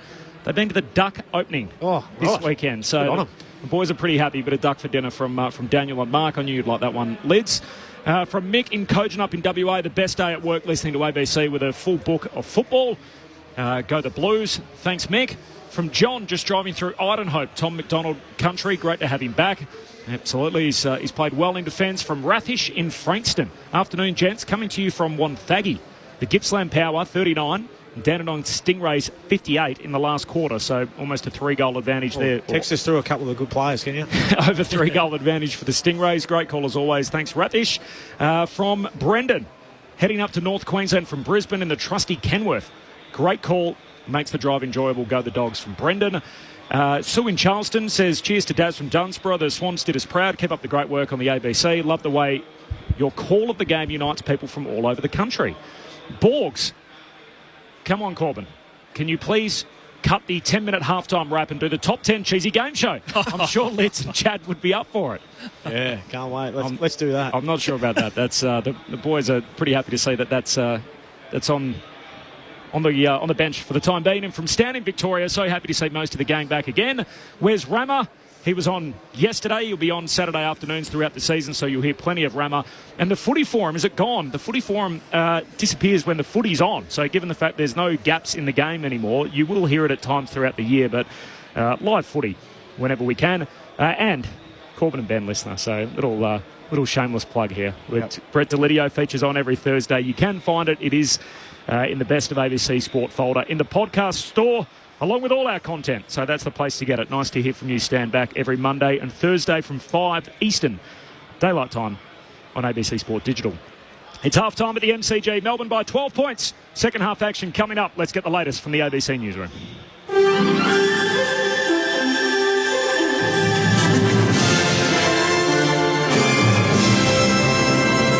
ABC News with Satyam Weinstein. A tropical cyclone is gathering strength in the Gulf of Carpentaria and is forecast to intensify from a Category 2 system into a Category 3 by this evening. Robert Baird reports. The cyclone made its way into the Gulf yesterday, bringing winds of up to 110 kilometres an hour to communities on Groot Island. Seas surged and roads were inundated, with more than 500 millimetres of rain recorded in just 24 hours. As residents sought shelter, the operator of the island's manganese mine sent workers home. The Weather Bureau says Tropical Cyclone Megan is likely to follow a similar path to Cyclone Lincoln, which crossed the coast near the town of Borroloola in February. A warning zone stretches from Groot Island to Mornington Island in Queensland. Residents are urged to prepare their properties and monitor conditions. The Queensland Labor government has seen swings against it in yesterday's two state by-elections. The LNP looks set to claim the previously safe seat of Ipswich West with a 17% swing. Labor is set to retain Inala, but its margin has been cut. Griffith University political analyst Associate Professor Paul Williams says that's a concern for the Queensland government ahead of the October state election. The safest seat in Queensland is now could be a marginal or just inside fairly safe. So any way you slice it, from the Brisbane City Council elections right to these by-elections, this is bad news for Labor. Talks on a ceasefire and the release of hostages still being held by Hamas in Gaza look set to resume in Qatar. It would be the first time both Israeli officials and Hamas leaders have taken part in the negotiations since the start of the Muslim holy month of Ramadan. It comes as the German Chancellor Olaf Scholz voices his concern about a potential Israeli offensive on Rafah in southern Gaza. We are concerned about the further advancement of military developments. In particular, there is a danger that a large full-scale offensive in Rafah will result in many terrible civilian casualties, which must be avoided at all costs. Niger's ruling military junta has scrapped a deal allowing U.S. military personnel to operate in the country. There are over 1,000 U.S. troops in Niger at two bases that cost over $150 million to build. The bases are used to target Islamic State militant groups operating in the region. Niger's relationship with the West has been tense since a military coup last year that removed the country's democratically elected government. The Indian Navy says it's taken control of a hijacked merchant ship after the pirates on board opened fire on one of their warships. Here's the BBC's Anbarasan Itharajan. This ship MV Ruin, it was hijacked off the coast of Somalia in December, and since then the International Maritime Forces, they have been tracking this ship. It seemed to be a very complex operation according to the Indian Navy spokesperson, where they had used long-range drone, a maritime surveillance aircraft, and also airdropping of marine commandos like the Indian equivalent of Navy SEALs before they could convince these pirates, according to this Navy spokesperson, to surrender. And all the 17 crew members, they're from Angola, Bulgaria and Myanmar, they have been rescued. A gunman suspected of killing 3 people in the U.S. state of Pennsylvania has been arrested in neighbouring New Jersey after an hours-long standoff with police. Authorities allege the man killed his stepmother, his teenage sister and the mother of his children at Falls Township, a suburb of Philadelphia, before fleeing to New Jersey. He's been named as 26-year-old Andre Gordon Jr. Falls Township Police Chief Nelson Whitney says the man is known to officers. We've had minor contacts in the past, but nothing that would indicate anything like this would happen. We know initially he was armed with a long gun. It was a dynamic situation at first. We weren't sure where he was going to end up. So out of an abundance of caution, we wanted to keep everybody safe. And I think the community did a great job in honoring that. Foreign Affairs Minister Penny Wong has tied the knot with her longtime partner, Sophie Oluash, in Adelaide. The South Australian Senator made the announcement on social media this morning, saying she's delighted that so many of her family and friends could share the day with them. Thousands of people took to the comments section to send well wishes to the newly married couple. And American golfer Xander Schauffele leads the US PGA Players Championship after 3 rounds in Florida. Schauffele carded a round of 7 under par 65 to sit at 17 under for the tournament. Jason Day is the best placed Australian. He's tied for 29th at 6 under par. You're up to date with the very latest from ABC News. This Thursday night kicks off a big weekend of footy. And you can listen big on the ABC Listen app. AFL, NRL. And ABC Sport brings you the match between the Socceroos and Lebanon. Good ball into the box, laid off the chest nicely. Jamie McLaren's there for the hat-trick. The World Cup qualifier, Australia and Lebanon. Ryan Grant heads across goal. Jamie McLaren hits it in. Hear it live Thursday night on the ABC Listen app. This is ABC Sports coverage of the 2024 AFL season. Every match on the ABC Listen app. Look for the AFL button. Oliver extracts the footy, gets it to Gawn. Here go Melbourne, half pass to Petrarca, kicks towards Ben Brown, has to spoil from behind. Front and centre is Chandler, swings onto his left, fires on goal and kicks it. The Demons are firing here at the MCG. A trademark centre bounce clearance goal. They're in trouble here. Kicks downhill to Ben Brown, just out of reach. Collects, steps around Karmas. Another one coming up. Brown from the top of the goal square. And the Demons are taking over. Treloar gathers. Hand pass away to Joe Haddison. Inside 50. Almost a great mark. It spills the way of Bontempelli, who snaps on the left-hand side and puts it through. All class from the Bont. The 2024 AFL Premiership season. On your radio. ABC Sport Digital. And on the ABC Listen app. Sounds there from the second quarter. So Melbourne kicked 5 in a row at one stage either side of the quarter-time break. And then the Dogs up at a peg 2 of the last 3 back. So as a result, Melbourne having led by as many as 19 points, lead by 12 at the half. The first of 3 games Sunday of round 1. Just the quirks of the fixture, and with this opening round, round 0, we're in the unusual position where there are 6 teams that have played multiple games, played twice, and yet 4 teams entering the day that are yet to play. One of them, the Western Bulldogs. We've got 2 teams that are playing their season opener up next, Port Adelaide and the West Coast Eagles, where Harley Reid, the number 1 pick, is going to make his debut for last year's Wooden Spooners, the Eagles. That's generally how it works. If you finish on the bottom of the table, you get the first pick. And then later tonight, Fremantle up against the Brisbane Lions to bring down the curtain on round 1. Corbin Middlemass alongside Matt Clinch, Ben Cameron on the boundary, and our grandstand AFL experts Brett Delidio and Chad Wingard back for a new year. We're keen to hear from you as well on 0437 774 774. Now, the best of ABC Sport folder in the podcast store. So if you're in the podcast store, you search ABC Sport, best place to find all your footy programming. So you'll hear Sunday AFL, AFL Saturday on yesterday as well, Corbin and Ben, as I mentioned, or you can find all of it there. Best of ABC Sport folder in the podcast store. Chad, while we have you, we need to ask you some questions about your own welfare and how you're going. We saw you obviously had that Achilles late last year, and I think all of our hearts sunk a little bit, and we thought, oh no, what's this going to mean for one of our favourite players? How are you progressing on the comeback trail from your Achilles injury? Yeah, you weren't alone there. I thought that was it for me. As soon as that Achilles popped, it sounded like a little tennis ball pop. But wow.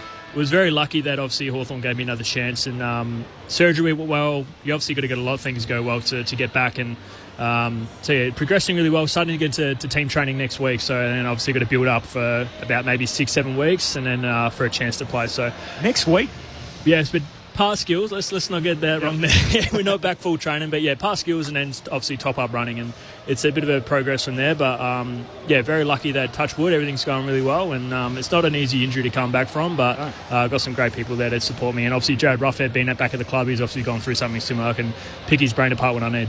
And again, touch wood, I feel bad even talking about this, but are you slightly ahead of schedule to be back sort of running and training at this stage? Yeah, it's a bit of a strange injury. Like they always say 9 to 12 months, and if 9 months is the before schedule, I'm definitely before schedule. So it's such a strange injury where you can definitely get back and play. I've seen some people in other sports come back at 7, 8 months, 9 months and not able to perform. So a big thing for me was to make sure that when I'm back, I can have the ability to run, jump, play the game style that I need to be able to play AFL football. So I'm not coming back to just kind of fill the numbers. I want to make sure I can come back and perform the way that I feel like I can. We hear all the time about Achilles injuries, and people say, oh, it feels like someone was kicking me in the back of the leg, and I turn around and there was no one there. When you did it, were you like, oh, I know exactly what this is? Yeah, unfortunately, because I spoke to Ruffy when he was at the club still, and I just remember him talking about it, and he said, yeah, it feels like you get kicked. So it's like in the back of my mind, I just knew straight as soon as it happened, I was like, that's it. That's the Achilles gone. But in a I suppose a good way, it was fully gone, so I didn't feel it. There was no pain. Right. So fully snapped in half, and it was not attached, so I just couldn't move my foot. But there was no pain involved. I was just gutted is probably the word I'd say. Is that the worst injury of your career? Oh, by far. I think it's almost the worst injury you can almost get, besides a patella tendon. So worse than an ACL in your eyes? I don't know, but I was speaking to a few guys. It's because it takes away your spring and your natural ability a little bit. I suppose with an ACL, you can kind of... It probably doesn't take away your natural spring, I guess, but... every injury is no good. I don't think there's a comparison between different injuries. It's just it's the worst thing of the game, I think. In any elite sport is players get injured, and the road back is very tough, but it's very rewarding at the same time. Do you feel like an outsider when you're starting a pre-season and everyone's sort of ramming up for round 1, opening round, and you're in the recovery group, wanting to be a part of it, trying to work out what your role is in amongst the broader picture? Yeah, I think I've been a little bit selfish in terms of I've just tried to focus on myself, and be, I suppose, as professional as I can in terms of just getting what I need to get done. I've been very motivated to get back, and I think didn't want to finish my career like that. So from the week after, I've just really keen to just get back out there, and I just had this, I suppose, steely mindset to just attack every part of the rehab and try and just get back to how I was, because obviously it's a pretty daunting, I suppose, way to go about it when you think your career's done, and in some ways you get like a break. So I'm very fortunate to have another chance. I've heard the young boys shout you out a few times, all of us a few times over the off-season and the summer months. You've got the Wizard Watson, Nick Watson, as a young emerging small forward, pick 5 in last year's draft. And Jack Ginnivan, of course, one of the highest profile players in the country, made the switch after winning a premiership with the Pies to join the Hawks, and they were both very complimentary of the work that you've been doing with them around the club. What do they like to have around the two young lads who are probably going to play the position that you've played, hopefully for Hawthorn's sake, for the next 15 years? Yeah, and obviously they're both very different. Obviously Watto plays a little bit deeper, almost can emulate a lot of what Punky does. So obviously Punky's one of the best players ever. Yeah, sorry, Luke Bruce. I'm used to nicknames. So Luke Bruce obviously is one of the best to ever do it in terms of being a forward pocket. And obviously Watto is going to try and emulate a lot of that. And Ginnivan obviously gets up a little bit higher and plays a similar kind of role to what I've done. So they've got some guys that can learn off of. And also I'm learning off of Ginnivan as well. He's an absolute star, and he's obviously come off a premiership, and I haven't been there, and that's something that I'll always ask him about what it's like. And it's pretty amazing to learn off these guys, because it's not just because you're older you can't learn. I think I try and learn off these guys as well. We see him certainly give the crowd plenty of energy and feeds off it, and the character that he is on the field. Is he like that around the boys as well, Jack Ginnivan? Yeah, he's definitely well liked around the group, but he's obviously he's honestly a lot quieter than he is on the field. I think that's his element when he gets on the field, and he can just be like an entertainer, and it actually makes him perform better. Some guys can't do that. Some people, I need to stay this way. If I go outside this box, I can't perform. Where he's like, no, I need to go all in. This is me. Like it or not, I'm going to perform this way, and this is how I perform the best. And we want him to play his best, and that's what he does. Chad, we love having you part of our team on ABC Sport and through Grandstand AFL, but for our sake, hopefully we see a lot less of you in the second half of the year when you're running around in the brown and gold stripes. But Liz, you had injuries towards the back end of your career after really playing the majority of it without too many injuries, and it's something we do too much, I think, in the media, where we say, oh, that guy's injured, we'll see him again in 9 months, and it's almost there's a lot that happens in that 9 months, and the pain that goes along with it, and training by yourself and everything else to get back to a level to be able to play. The mental side of it's probably the biggest thing that you've got to really deal with, and that's where you've got to lean on close people around you and your teammates to help support and get you through it. Brett Delidio, Chad Wingard, Ben Cameron on the boundary. My name's Corbin Middlemass, and Matt Clinch to get us underway in the third term. Opening bounce, and Max Corwin's down the tap for Melbourne, but straight to Liberatore. English has gone forward, kicks towards him, leading out of the goal square. Can't take the mark. Treloar trying to slide in, but it's Viney who gathers for Melbourne. Chisels a kick in the middle of the ground. Richards runs on for the Bulldogs. Down low, it bounced off English's chest. Gets the hand pass away to Treloar, streaming through 50. He misses to the left-hand side and misses everything. Out of bounds on the full. He's had 16 disposals, Adam Treloar. He's had a lot of in and unders alongside his 4 clearances, but the free kick going the way of Melbourne when Jake Lever eventually gets the ball back from over the fence. Melbourne by 12 points, with Lever up against the right behind post as he brings the ball back into play. He's got 5 metres on the mark, so sends it long up the Shane stand side of the MCG. Gawn had it spoiled away from him. Ricochets off Bontempelli and Oliver to Treloar. Links up with English once more. Centering ball. Racing back Rivers. Left it for Lever for Melbourne. Hand pass to Oliver. Works it back to Stephen May. Top of the defensive goal square. Hand pass away to Tom McDonald in defence. Kicks up to Ben Brown. Can't take the mark. First back onto it though. Away from Karmas. He kicks up to Gawn, who marks on his chest in front of Lobb. So Big Max swings around, kicks Melbourne up into the front half. D's to the punt road end, over the head of Jones and Petrarca. The D's with the numbers though. Fritsch hand pass back to Petrarca. Half forward, kicks into the forward pocket. Neil Bullen marks. Pressure from Bontempelli. The Bont slips over. Neil Bullen keeps his feet and kicks it on the outside of the right peg. The D's with a tone setter to start the second half. Melbourne back out by 3 goals, 9-5-59. The Western Bulldogs 6-5-41. 2 minutes into the second half on Grandstand AFL. Well, I want to go all the way back to Ben Brown. I reckon some of his his follow-up work has been really good. He hasn't clunked everything, but his ability to win it back, and then found Maxi Gawn on the lead on the wing. I thought Liam Jones had really read this well coming off of Bailey Fritsch, but he didn't get a hand on it, got over the back, which allowed Fritsch to get a hold of it, give it to Petrarca, and Neil Bullen strong. Good chase from Bontempelli, not quite good enough to spoil. A great finish from Neil Bullen. You always like those, a little forward pocket, getting up and down the ground to get on the end of one's always good. Yeah, unbelievable. I just saw Petrarca's face. I reckon he's definitely got enough zinc on that. He's definitely not getting burnt today. Yeah, he hasn't left any in the tube, I don't think. Melbourne by 18 points at the opening goal of the third quarter. Alex Neil Bullen second. Lob in the ruck against Gawn. Gawn flicks it over the back, gets it down to Clayton Oliver. Kicks the ball towards half forward. It bounces in front of Neil Bullen, leaves it for Pickett. Can't gather with Johannesson on his tail. Bulldogs under pressure. Bramble gets the hand pass to Bontempelli, who just fends off the tackle of Viney. Drives the Dogs up towards half forward. Ugelhagen comes out and marks on his chest. He's outside 50 though, as Stephen May's put back a couple of steps. He's going to centre it to Tom Liberatore.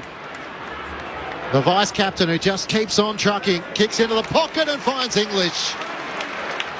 And Tim English, having started this second half forward, with a chance to shoot on goal deep in the left forward pocket. The only thing Track's missing is the two cucumbers in his eyes. Like he's ready to go to the day spa. His whole face is white. It's brilliant, isn't it? I'm not sure what happened down there with the Melbourne defenders. Tommy McDonald just lost Tim English. He started forward here in this second half. Rory Lobb started in the ruck, but they need this one, the Dogs. Answer back quickly. 16-4 last season for Tim English, out of contract at season's end. Deep in the left forward pocket, almost stumbled as he dropped it onto his boot and misses to the right-hand side. A minor score. Melbourne by 17 points, 4 minutes gone. Third term on ABC Sport. Tim from Wodonga, one for you guys off the SMS. Ben Brown, a leading forward. Is that helping the Demons to lower their eyes going forward? We'll get to that as the D's put it through the middle of the ground and find Petrarca. Hand pass away to Viney. This is good transition. Hits up Max Gawn.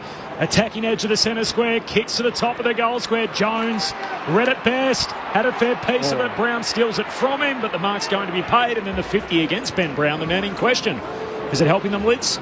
Well, I think it does. It allows them to lower those eyes and hold on to the footy a bit more, rather than we saw just then that example of bombing it in, and what the Dogs are able to do, that's mop it up.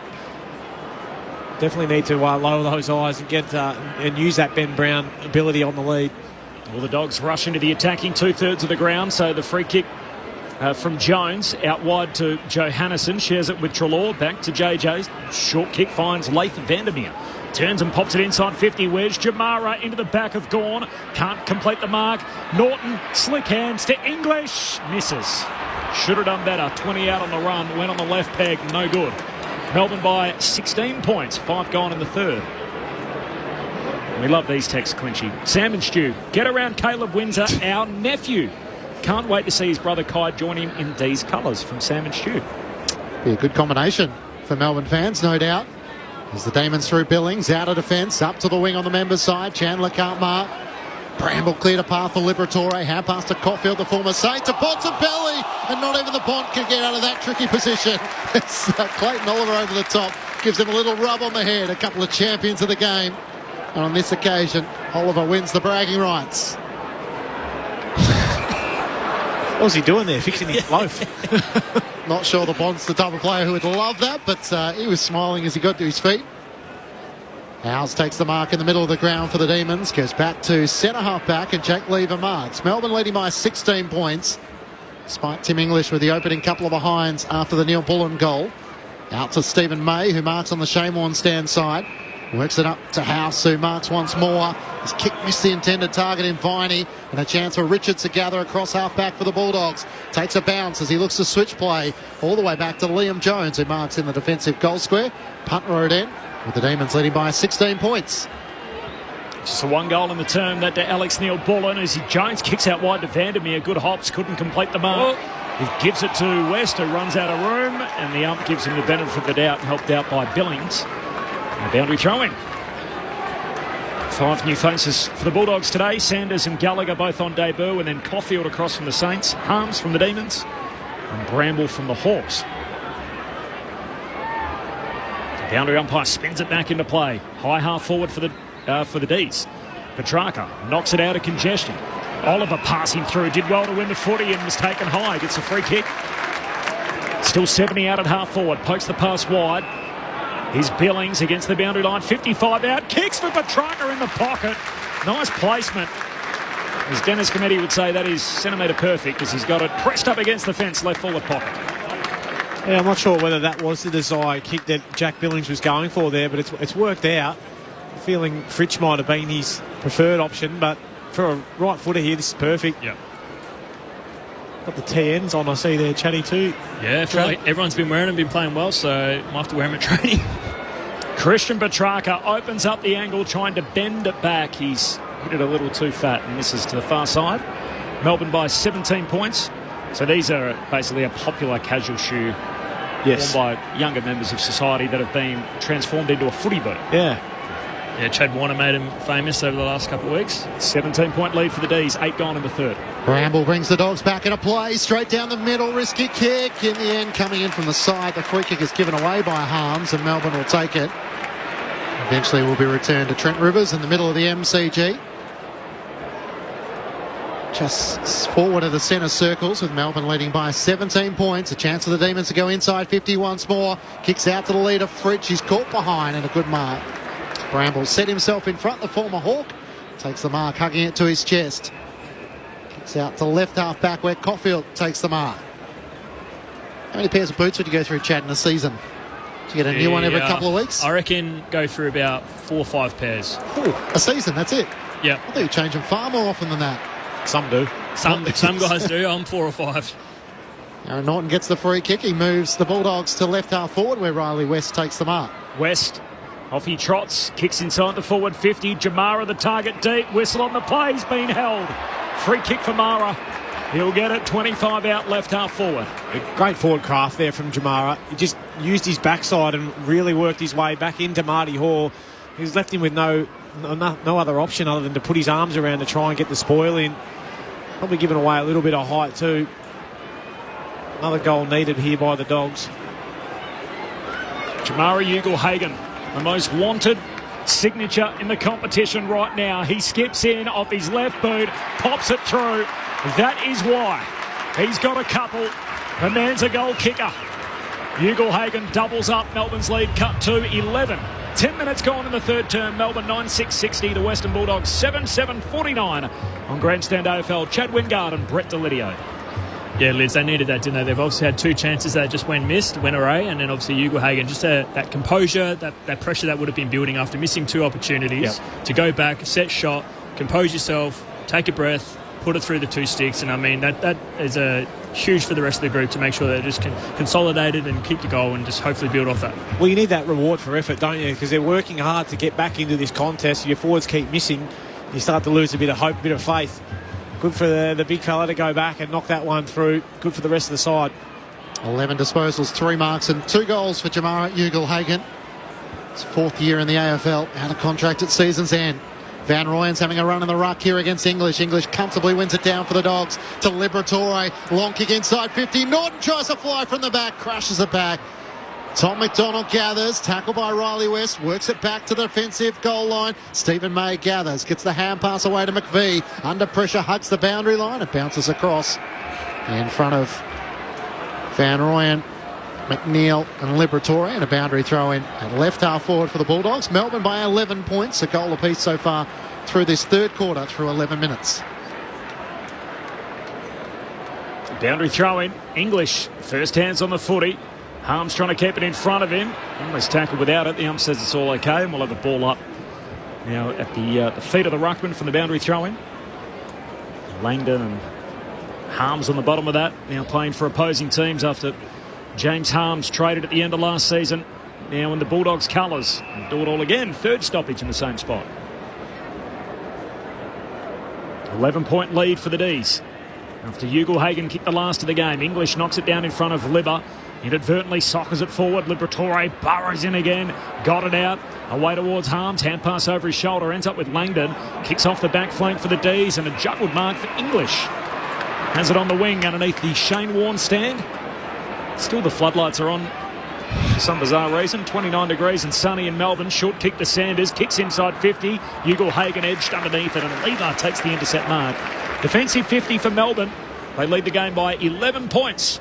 12 minutes into the third term. Ben Cameron on the boundary.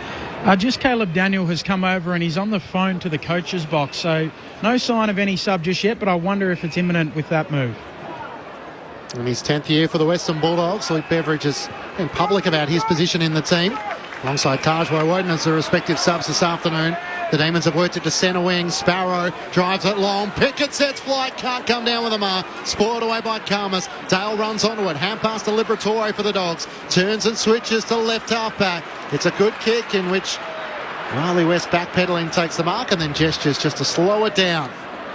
He now charges forward, having spotted Jamara Ugelhagen all on his own. He marks it left half forward. Bontempelli's pushed forward as well, and Norton wants it deeper than that. He kicks looking for Vandermeer. Beautiful pass. In the end, summed up all the options pretty well and made the right decision. And that mark doesn't happen unless Bontempelli's sacrificial run then. So he's led up, obviously took May out of the equation. If Bont's not there, doesn't make that lead, May probably drops off and takes that mark, don't you reckon, Lids? 100%. The ability to be composed and not just rush and bomb to the top of the goal square is really good from Jamara. Lathan Vandermeer trying to fight his way into the Bulldogs' best side. He's getting a chance here deep in the left forward pocket. It's across the face. Norton tries to juggle them up, but it was over the boundary line. Out of bounds on the full, yes. How many we had? 4, I think, on notice we've had where we've gone upstairs to check, including one where the ball wasn't over the line. So it was a ball up at the top of the square. A turnover in the end by Stephen Mayer. Howler, Bramble, got it forward, run down in the end. Just a tad too slow, Harvey Gallagher.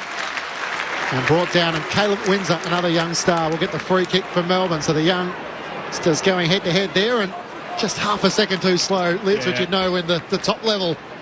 The youngest player on the ground at 18 as Windsor hits up Oliver, marks on the back flank.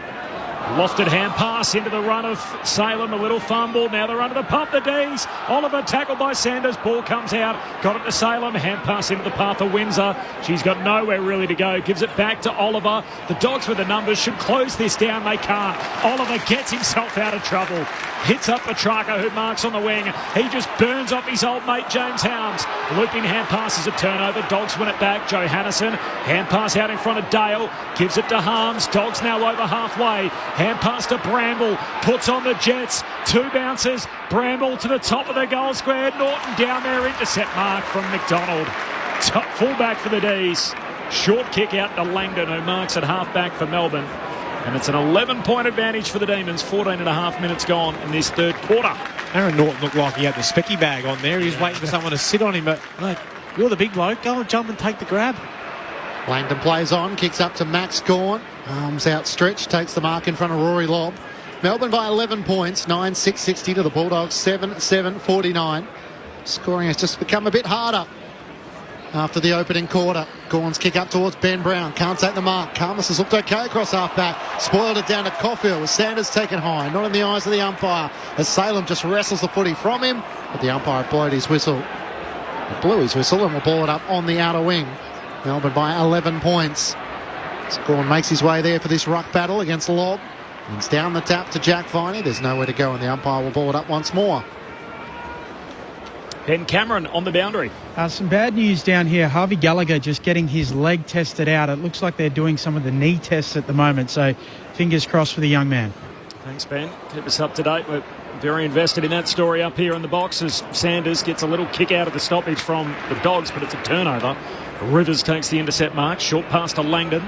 Controlling the boundary line, always uses every perimeter, every section of the ground as he kicks inside the forward 50, and Fritsch, little bit of body contact and then takes the mark. Just a shove at the right time to Jones. He wasn't happy about it, but Fritsch will be shooting for goal right half forward, 35 out. Well, it's a good example of how to use your body when you are out of position. Just turned on the side, used his shoulder, didn't use his hands, and got Jones underneath the footy. In my opinion, there's nothing wrong with that. I think it's just great forward craft. Bailey Fritsch in the pink boots. He skips in. The left footer misses. She usually eats those up, Bailey Fritsch. Very much a sharp shooter. Melbourne by 12 points, 16 and a half gone in the third. 9-7-61 Melbourne. The Bulldogs 7-7-49. Hasn't had a lot of the footy today, Bailey Fritsch. Just the 3 disposals, one behind next to his name. Sanders takes the mark in the left back pocket. The young Bulldog sends it long up the wing. Ugle-Hagan tries to fly from the back of the pack. Can't claim it. Front and centre Rivers. Hand pass picked off by Bramble, the Bulldogs. Hand pass to Bontempelli. Gets the hand pass away to Williams. Trying to link up once more with Bramble. Missed him in the intended hand pass. Stephen May might have made high contact though, and the ball's coming back. Ben Cameron on the boundary. Good news for young Harvey Gallagher.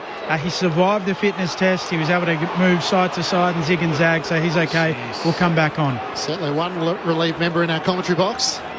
Yeah, that's for sure. I'm not sure about that free kick there, Chatty. Just saw the replay. He's just gone straight through the body, straight through the ball. Had no means to try and get him high. I think that's a very fortunate free kick for Bulldogs there.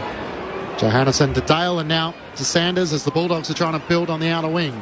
Brett Delidio, of course, player agent Monday to Friday and commentator with us on the weekends, providing you his insights on the game here on ABC Sport. Turnover, coming back the other way. Pickett the intercept, out towards half forward, finds Billings, downhill, kicks inside 50 and Sparrow takes a sprawling mark. Right half forward, he'll kick from 40 out. Oh, in fact, it's Chandler, my apologies. So he could be cramping, It's going to be interesting what he does here. Yeah, they just got out there, didn't they? The ability to get the overlap. Billings playing his role. Nothing better when you see a bit of space in front of you like that. I'm not sure I would have been passing. Chatty, I would have been pinning the ears back from 50 and maybe popping one through, but good team play. Found Chandler doing his work inside the forward pocket. Neither sub used so far. Tajwa Woden and Caleb Daniel, both the respective subs. Here we go. Left-footed drop punt from Chandler. That is superb. Straight through it goes, and he's got 3, Chandler. And that is Melbourne's lead. An 18-point advantage. 19 minutes gone in the third. 10-7-67. The Western Bulldogs 7-7-49. Grandstand AFL on ABC Sport. Chad Wingard and Brett Delidio. Yeah, showing the replay of that Stephen May hit. It's almost textbook in terms of picking the ball up and driving with your legs to come through. It's just that Brambles tried to stop a 100-kilo bloke and his head's been pushed back, which is... I think his elbow might have come through after the fact, but I don't reckon it's got him in the head. I don't Cozzy Pickett, though, to set up that goal. It just plays on instinct, gets going, gets the ball in motion again, which allowed Billings to be out on his own. Then a nice little finish to Chandler. He's been a dead-eye today. Beautiful in front of goals. It's been a game for the small forwards for Melbourne. Chandler with 3, Neil Bullen with 2. Ben Brown has a couple. Back in the middle. Gawn and English in a tangle. The ball spills clear. Gawn somehow got a tap onto it to Cozzy Pickett. Hand pass away to Oliver. Sends Melbourne deep into attack. Van Rooyen outnumbered and good mark. Richard sliding it from the side. Did well to hold his balance and come down with the footy in hand. Plays on immediately and looks out to the Shane Warne stand side. The kick was on the bounce to Bailey Williams, who gets the hand pass away to Treloar. Hugs the boundary line with his kick up towards the lob. Wrestled with Tom McDonald. Got to the front but dropped the mark. Caleb Daniel into the action. Got the hand pass to Lob, but he was over the boundary line. So Ben Cameron on the boundary. Looks like that sub has been made. Yeah, absolutely. I mentioned he went to the phone a short time ago. He's on the ground now, the lead, and also Riley Sanders subbed out of the game on debut. Ooh, yeah, wow. Thanks, Ben. So Riley Sanders, his day ends 15 disposals, 9 and 6, 4 contested possessions and 7 marks. His debut performance at AFL level from the boundary throw-in. Melbourne work it forward and hands to it. And a mark going to be paid. It'll be Jack Billings. First year at his second club. There's the sub in the opening round for the Demons. You wonder whether that was pre-planned or not. Yeah, it seems a bit strange. I think there's a few others below him that probably could have grabbed the vest. The D's work it through McVee and now to Howes and now to May and back to Howes. Jumper number 22, Blake Howes, had 12 intercept possessions on debut last week. Kicked straight down the pipe. Petrarca the target, no mark. Treloar knocks it out. The Dogs able to win it back. Williams, hand pass to Harms, who's under the pump. Williams going to go in and help him out a second time. Pickett tackles him. Ball comes out middle of the G. Harms puts his head over it. They all swarm towards him. Up says, play on. Keeps throwing his arms out and eventually he's going to have to ball it up. Inside the centre square. Melbourne by 3 goals as we tick towards three-quarter time. 22 minutes travelled in the turn. Thrown in the air. Cornwin's down the tap. Viney trying to get it clear. Oliver with another disposal, over 30 before three-quarter time, but it's Daniel who gets a kick forward, up towards Riley West at half-forward, can't take the mark. Lever knocks it out to Langdon, the hand pass to McVie, kicks up to the leader, Billings, can't take the mark, red into the turf, Lever, Caulfield got him, umpire Pace holding the ball, advantage given. The Dogs move it up to Waitman, got it from Bontempelli, hand pass to Daniel, the sub into the action, gets it to McNeil, too slow, run down and a great chase. Al's got him in the end, having put in another second or third effort. Ball spills out. What a great disposal out towards the lever. He gathers with a hand pass to Langdon. Back to Howes. Centering kick to Oliver. Possession number 32 coming up for Clayton Oliver. He's a pure footballer, Clayton. Missed large periods of the pre-season. A couple of spells away from the club, but starts in opening round and found plenty of the sharing again today, as Clinchy outlined. Short to Langdon and now to Billings. So Billings down to half forward. Petrarca strong in the air. Beats English in the one-on-one. Petrarca straightens up with a kick. Wants Windsor. Spoil comes from Gallagher at the back. Clever Neil Bullen taps it to the advantage of Rivers. Trying to run around Gallagher. Good effort. Lays the tackle. Hand pass away to Fritsch. Kicks. He's dumped after kicking. Is it? Come back. Harms a late knock on Bailey Fritsch. Gives him one to go on with. It's coming back to Bailey Fritsch. On with you, Lids. I almost thought that should be downfield. He got the kick away before the contact. And yet it's going to come back to Fritsch at left half forward. Harms should consider himself a little lucky after all that. Yeah, it wasn't a heap in it, though, if you're asking me. I reckon a lot of blokes these days, they feel the contact and tend to jump forward a little bit, but nevertheless, he's got another shot on goal. Missed the last one. Not the side suited for him, but we'll back him in. Kicked 4 in Sydney last week. Was one of the few winners for Melbourne in that first up loss. Drop punt, swings out towards the right, and it's through for a behind. Melbourne by 19. It's an equal game high margin. 10-8-68 the Demons. The Western Bulldogs 7-7-49. 24 travelled in the third term. Bramble brings the Dogs back into play. Spots up Treloar, who takes the mark at left half back. Plays on around Clayton Oliver and moves it to Daniel. He marks on his chest. Turns and comes inboard. Kicks it back to Bramble. Back edge of the centre square. Good vision. Straight down the middle to English. Has players streaming past. Gets the hand pass away. Liberatore. Cramped for space. Kicks into the pocket. May spoils it down. The Demons' defence was well set. Straight to Lever. Kicks out too wide for Langdon. And it goes out of play in front of he and Treloar for a boundary throw in. Shane Warne stands side. Melbourne by 19 points. 10-8-68 to the Bulldogs 7-7-49. 25 minutes gone. Third term. Got a good one coming in too, Clinchy, off the SMS, which you'll very much enjoy. A little accusation towards somebody in this box for altering a certain picture that may have been drawn of them. That's the only clues I'm giving for now, as Bramble gets a hand pass, goes back to Dale. Dale kicks down the wing and intercept mark for Langdon. Must be Chad. I was going to say, I can't see Chad being the victim. Short pass back down the wing. And the Demons, Langdon finds Viney. Viney, hand pass further afield to Pickett. Sweeping Polyfarmer, hand pass. Gets it out over the top towards Billings. Can't take it clean. Daniel gets in there to save the day for the Dogs. Billings tackles him. Umpire says ball up. This is from a teacher in Adelaide. Story about Chad. A girl I taught idolised Chad when he was playing for Port and did a portrait of him for the most famous Australian. My sister worked with Chad's brother, so sent it to him to get Chad's signature. Oh no. What happened? He did. Treloar, hand pass away to Daniel, goes out of play, finish the story. He did sign it, but also made his shoulders a bit bigger. Yeah. Oh, wow. Come on, That Chad. has to be one of my mates coming in. If that's not a stitch up, I've heard it all. Teacher from Adelaide. There you go, Chad. So I've heard it all. Just adding to a few little drawings. I'm okay with that. I'm sure Brett Delidio would have done so if the picture didn't highlight the right areas. Jeez, Clinchy. Viney trying to break away. Treloar's tackle could have been over the shoulder, not given. The kick inside 50, looking for Van Rooyen, and spoiled out of play. And a boundary throw into the right forward pocket for the Demons. Melbourne by 19 points. Get a bit of fan mail, Chad, with the family days? Yeah, a couple on your birthdays. You get a couple. Try to. Hopefully you get more than hate mail. Obviously, it's much nicer. That's what you're in radio for. You get more of that as time goes on. Chad, from the boundary throw in, we'll have a ball up here. Still inside the forward 50. 0437 774 774 the SMS. Forward 50 stoppage for the Demons. Gawn wins it down. Treloar, slick hand pass, but straight to Petrarca. Fights through a tackle, gets a kick away, but it's touched on the way through and trickles out of bounds. It's different to the feedback over the fence, but it can be as pointed on the SMS from time to time. Can be. Selective editing this week. Most people we love hearing from. Great to have your contributions out there as you follow along with the footy. The first of 3 games today from the boundary throw-in. Gawn grabs it out of the ruck.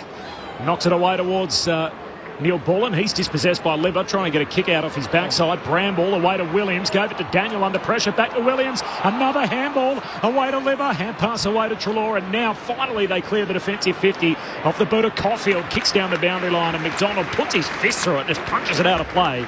A boundary throw-in between wing and half forward for the Demons. Melbourne by 19 points, approaching three-quarter time. Just the 3 goals scored in this quarter. 2 for the Demons, 1 for the Western Bulldogs. It's maybe the fatigue of the opening couple of weekends of footy. Bulldogs, of course, didn't feature last week. Melbourne having gone down to Sydney. From the throw-in, it's knocked out by Daniel. Into the path of Liberatore. Hemmed up against the boundary. Blazes up towards half-forward. And Howes as well set. Takes the mark for Melbourne. Blake Howes hugging it to his chest. And that's 3 quarters in the books. Melbourne hold a 19-point advantage. 10-8-68 to the Western Bulldogs, 7-7-49. The Demons led by a point at quarter time, by 12 points at half time, after kicking a string of 5 consecutive goals late in the first quarter to early in the second. The Bulldogs fought back to get back within 11 points in that third term, but Melbourne steadied, in which Kate Chandler has booted 3 goals, a couple to Ben Brown, a couple to Alex Neil-Bullen, individuals to Van Rooyen and Viney alongside Cozzy Pickett. While for the Western Bulldogs, their goals have come through 2 to Jamara Ugle-Hagan, individuals to Waitman, Bontempelli, Lobb and Norton. 19 points is the D's advantage. They haven't been within single digits, the Bulldogs, since the first 5 minutes of the second term. We are now at three-quarter time. Lids, one for you. Cole in Horsham saw a premiership photo in the Evoca Hotel, which was coached by Delidio. Yes. And another Delidio was playing. Is this any relation to Lids? Yeah, that'd be my dad, and my uncle coach would have been Ron Delidio. Dad, Wayne, would have played. I think that was Dad's only flag, to be honest. Wow. Yeah. You took Block to the footy the other night? I certainly did. Yeah, he was in his element. Yeah, we saw his old coach, Big John Nichols, there too. John's still sharp as a tack, knew who Dad was, which Dad was chuffed with, which is great. So, no, we had a great night. It was awesome. And I'm not sure, Wayne's not a Carlton fan still? He was on the night, yeah, I think, because so there's a couple of other Carlton boys in there, so he walked away happy. Turncoat. We had a great night. It was not the result that I was hoping for, but it was a good night. Brett Delidio alongside Chad Wingard, Matt Clinch, myself, Corporal Middlemass and Ben Cameron with you on ABC Sport. Melbourne by 19 points at three-quarter time. We've got another game to go to following this as well between Port and West Coast. We'll tell you more about it next on ABC Radio and ABC Sport. This is Grandstand AFL. Hey, want to hear something really funny? Well, of course. The Melbourne International Comedy Festival is back. Woohoo! Yes. Kicking off with the gala on the ABC Wednesday the 27th. You ready for a big night of comedy, yeah? Then the All-Stars Super Show, Wednesday night, April 3rd. Things to be a little bit loose, a little bit crazy. A brilliant star lineup for the Melbourne International Comedy Festival. Have a great festival, everybody. Starting with the gala, Wednesday night, March 27 on ABC TV and streaming on ABC iView. This is ABC Sports coverage of the 2024 AFL season. Every match on the ABC Listen app. Look for the AFL button. The D's with the numbers though. Fritsch hand pass back to Petrarca. Half forward, kicks into the forward pocket. Neil Bullen marks. Pressure from Bontempelli. The Bont slips over. Neil Bullen keeps his feet and kicks it on the outside of the right peg. The D's with a tone setter to start the second half. West. Off he trots, kicks inside the forward 50. Jamara the target deep, whistle on the play, he's been held. Free kick for Mara. Jamara Ugle-Hagan, the most wanted signature in the competition right now. He skips in off his left boot, pops it through. That is why he's got a couple. The man's a goal kicker. Here we go, left-footed drop punt from Chandler. That is superb. Straight through it goes, and he's got 3, Chandler. And that is Melbourne's lead. An 18-point advantage, 19 minutes gone in the third, 10-7-67, the Western Bulldogs, 7-7-49. The 2024 AFL Premiership season. On your radio. ABC Sport Digital. And on the ABC Listen app. Three-quarter time at the G. Sunday footy, Melbourne by 19 points over the Western Bulldogs. Our next stop is Adelaide Oval, Port Adelaide and West Coast opening their season. Aaron Bryant is there to call it as... Corby, a toasty 30 degrees here at the picturesque Adelaide Oval ahead of the penultimate game of round one. A chance to see the new look power after their straight sets exit last year, and the rebuilding Eagles, who are set to unveil their state-branded saviour, the number one draft pick, Harley Reid. Asava Radicalier and Brandon Zerk-Thatcher will also don the teal for the first time. Charlie Dixon and Zach Butters good to go after injuries in the pre-season. The Eagles chasing their first win at the Adelaide Oval since 2021 and just their sixth win in their last 46 games. I'll have Neil Cross alongside me for the call. Premiership Crow Rod Jamieson is back for season 24 with ABC Sport. And we'll have three-time showdown medalist Josh Franco alongside us for the call as well. Port Adelaide and West Coast coming up next, Corby, on ABC Sport. Good calling. Thanks, Aaron. And then later tonight it'll be the other of the WA teams, Fremantle, hosting up against the Brisbane Lions to bring the curtain down on round one. The thoughts of Brett Delidio and Chad Wingard at three-quarter time, Melbourne by 19 points. Yeah, I think that the Dogs early in this last quarter, they need to get one real early, Chatty. I reckon that's going to be the key for this game to go back in the Dogs' favour. The D's just look like they've controlled it, but from their back end. You know, they've worked really hard. We've said how much it's been a game for the small forwards. They're the ones that have looked the most likely and lively up forward.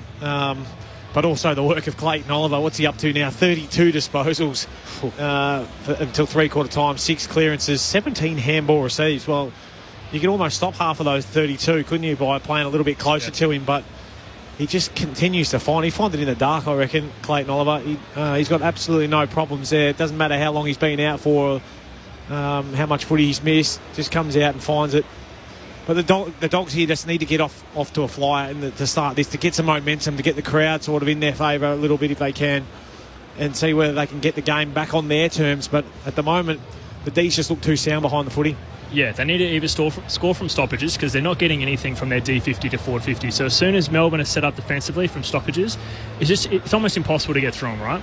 They're relying on Hugo Hagen, absolute talent, to take marks out of nowhere. Yep. So they're really going to make sure maybe they get their defence going, so get some turnover goals, because that's when you see the defence out of position. They can get some easy marks, easy goals, because at the moment they're working so hard and they're just not getting any bang for buck. They kicked 3 of the first 4 goals in the game, the Bulldogs. They've kicked just 4 since. Chad Wingard and Brett Delidio in the experts chair on ABC Sport. Away we go in the final term. Melbourne by 19. There's Oliver again as he trickles a kick forward to start. The Dogs pick it off. Bontempelli, hand pass away to Daniel, kicks down to half forward, and Waitman jumps into the hole, takes the intercept mark. Sorry, takes the mark at half forward as the forward swing continues. The long kick into the pocket, and Hugo Hagen, little nudge on his direct opponent, took the contact, takes the mark. Left forward pocket after banging bodies with May in the marking contest. How good's that for a young bloke? Or we say he's a young bloke. He's been in the system now a little bit, but that's what the weights room's for, isn't it, Chatty? That ability to bounce off and then hold your ground, take the contested mark. Jamari Ugelhagen to make it 3. He's got enough bend on it. No. Stutter.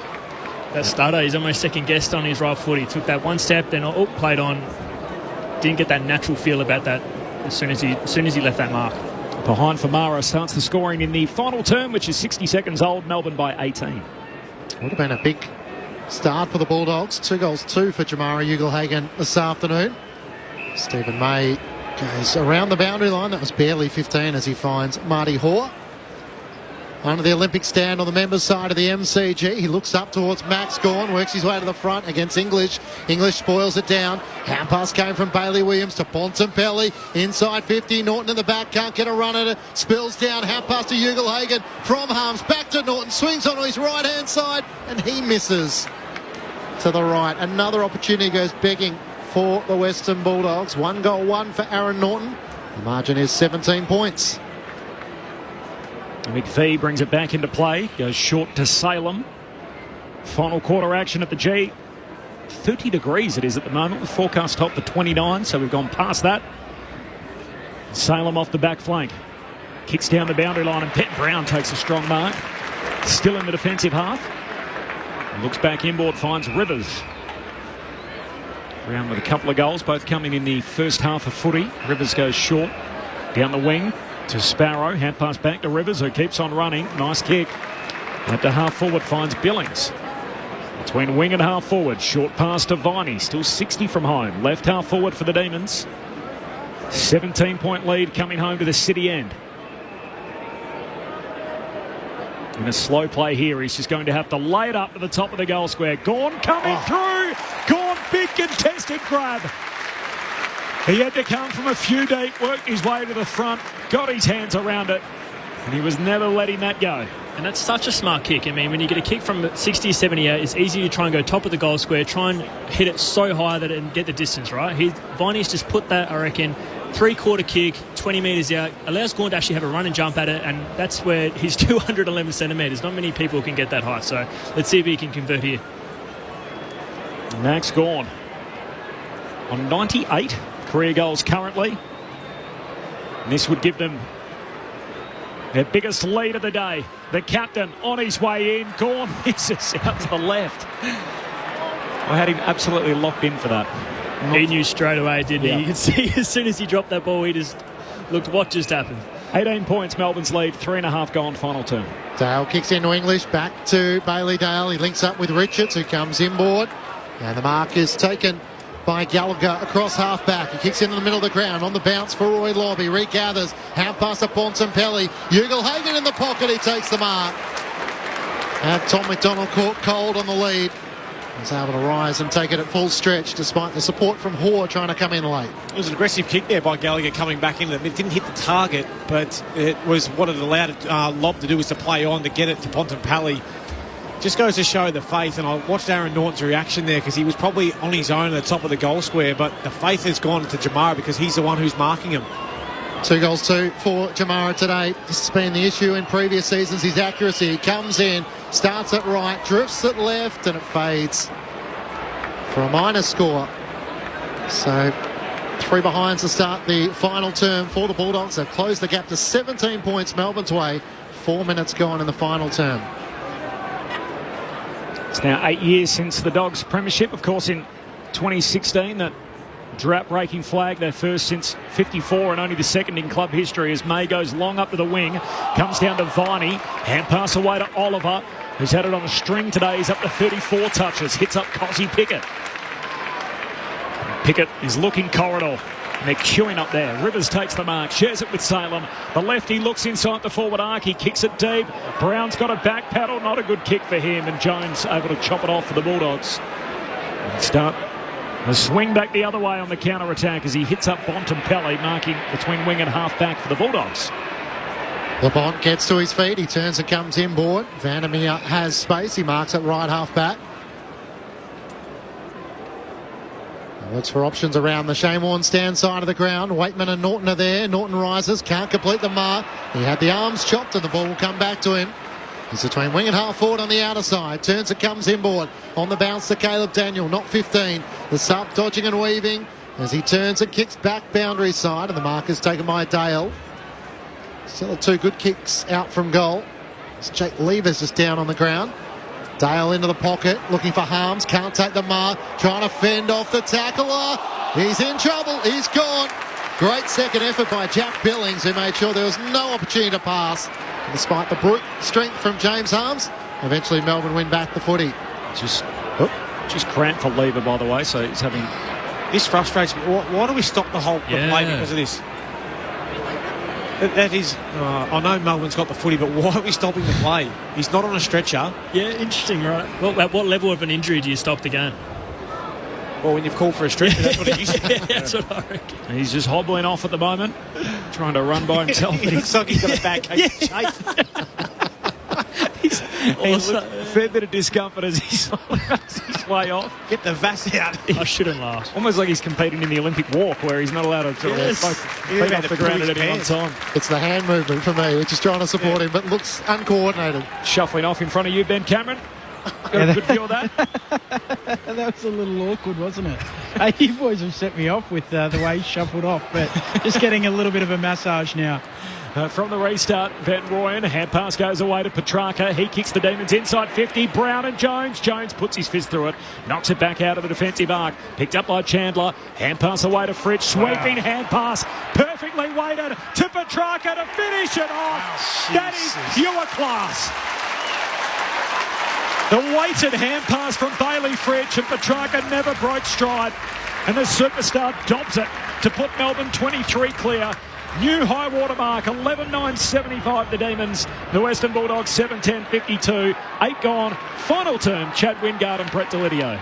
Yeah, that was centimetre perfect, wasn't it? Didn't break stride, like you said. Went through two Bulldogs players' hands. Yeah. That's the difference between having a shot under pressure and not. So he had no pressure on that shot. So obviously no one chasing him. He can go with his stride and take a natural shot at goal rather than getting pressured from behind or the side. It was an unbelievable handle. That's underrated. But the weighted hand part, it is. That is one of the most underrated aspects of the game, I reckon. Being able just to lace it to someone in a perfect spot. Falling away too, off balance, to hit it the perfect stride to the mime and getting him to put it through from 35 on the run. Doesn't have to think about it, as you said. It felt like the contest needed that a little bit. It's been a second half which hasn't quite reached to many great heights. And the Bulldogs have had efforts at the other end but haven't been able to capitalise. Christian Petrarca with a trademark goal. Salem's been penalised holding the ball, and it's going to come back in a Western Bulldogs free kick. Going the way of Tim English just as Melbourne had kicked it away. So it'll just take a few moments for the ball to be returned. No 50-metre penalty as English will take it from the middle of the MCG. He's allowed plenty of time for Melbourne to get defenders back. English looks out towards Oitman and Ugelhagen. Ugelhagen has to make up ground, spoils away from Van Rooyen. And then Harms lays the tackle on House, locking it in the right forward pocket for the Dogs. Melbourne by 23 points. 8 minutes gone, 9 minutes gone now, final turn. He got it to 19 points on a couple of occasions in the second quarter, but it's never been beyond 20. It is now 23 points, the D's lead. From the restart, Harms away to Treloar. They come at the back of the stoppage. Hand pass to Daniel, back to Treloar. 50 out, centre half forward, kicks the Dogs into the pocket. Out of reach of May and Norton, and it pitches once before bouncing out. Throw in forward pocket for the Doggies. Enjoying the ABC commentary while walking the bridges of the Swan River in Perth, and I'm going to Perth Stadium tonight for the Dockers and the Lions. To see it in action after enjoying the tour earlier in the week go the Doggies from Helen, who's on vacation in Perth from Altona. And the boundary throwing. The Demons are going to win it back. Picked up by Hoare. He kicks out of the defensive 50. It's chopped off. Karmas got it down to Joe Hannison. Hand pass away to McNeil. He gives it to Bramble. Just steps his way around Billings. Bramble to finish on the run. That's a superb effort. Had to dodge one. Kicked it on the run. And his new teammates come from every corner of the ground to get around him. Lockie Bramble in his new colours keeps the Dogs in it. 10 gone, final term. Melbourne by 17. 11.975. The Dogs move to 8.10.58. And geez, do they need that. What a classy finish from Lockie Bramble. Obviously, side steps with a player then another, and then obviously has the composure after just 2 steps from about 50. Absolutely slots it through on a slight angle. That's an unbelievable finish. Obviously, it's on the right foot too, so he's had about 2 steps to straighten up. They really needed that. Yeah, I thought he mucked it up by that little fumble, but the composure there just to step back in and back himself to get through those 2 blokes. That was that finish that they needed, because they've had 3 or 4 opportunities already to really get themselves back into this game, but haven't been able to capitalise. Well done, Lockie Bramble. Always good to get your first one. Yeah, miss you, buddy. New club. The voice of Brett Delidio alongside current Hawthorn player Chad Wingard. Great to have the modern day players' insights for Sunday afternoon footy. Melbourne by 17 points. It just keeps the Bulldogs in the contest. The bounce flares out to the left despite Gawn winning it and will be recalled. Ben Cameron on the boundary. Yeah, just some cramp for Jake Lever, as we suspected. So a little bit of pickle juice, a lot of work on that right calf, but he'll be A-OK and back on shortly. Thanks, Benny. Thrown up in the middle of the ground. Gawn takes it out of the ruck against Lobb. Shovels a hand pass forward. Bailey Dale gathers for the Bulldogs off half back. Hand pass to Lobb. Kicks up to Daniel. He was caught stationary. Sliding in front was McVie for Melbourne. His kick up towards half forward. Misses Chandler and Gawn. And Joe Hannison takes the mark for the Bulldogs across half back. Was experimented as a half forward at one stage. Back to his traditional role. Hand pass to Karmas. Kicks around the outer side. But the mark is taken by Riley West. Has Ugelhagen in space. Can't get it to him quick enough. Getting back West. Rivers did well to beat West. Gets it away to House. He links up with Windsor across half-back. Kick around the outer side. Chandler trying to keep it alive momentarily.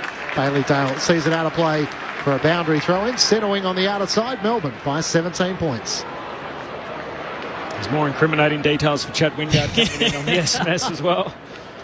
Hi, boys. Enjoying the call, as always, on ABC Sport. And from Melbourne, Corbin, putting you last on the list of text messages read out. However, you are doing well. going slowly up the ladder. So that's nice. On the increase, I must admit, I don't read as many as my colleagues, but I'm doing my best. Thanks, Sam. From the boundary throwing, Daniel squeezed the kick forward, but Rivers takes the intercept mark for Melbourne. Bright sunshine, 30 degrees. And players now midway through this final term. The Dogs trying to find a way back. Melbourne trying to close out, 17 points up. The switches on as Rivers to May to McDonald, now to Windsor, all by the kicking game. And now Rivers, a hand pass away to Howes. He gives it to Neil Bullen, hand pass over to Sparrow. 60 out, kicks to the top of the goal square. It's allowed to bounce. Chance here for the Demons. Langdon was getting down there, and in the end, crisis averted as Buku Karmas is able to knock it through for a rush behind. Almost like they never saw him coming, and Langdon almost pinched one in the goal square. The Demons by 18? Yep. 13 gone in the final term. Ben Cameron on the boundary. Taj Woden has just taken his warm-up shirt off. He's about to come into the game. I'll wait to see who moves to the back of the bench.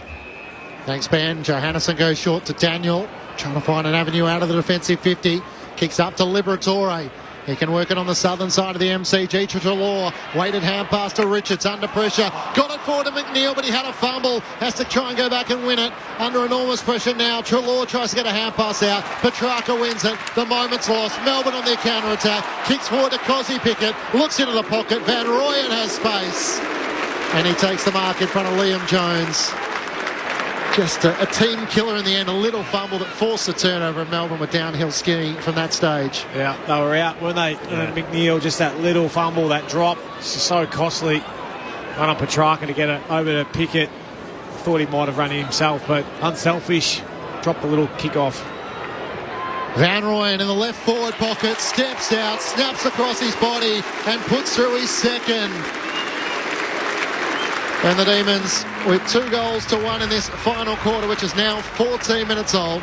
Out by 24 points. They might have broken the Bulldogs' spirit with that costly turnover. 12-10-82 to the Bulldogs, 8-10-58 on ABC Sport. You're with Brett Delidio and Chad Wingard.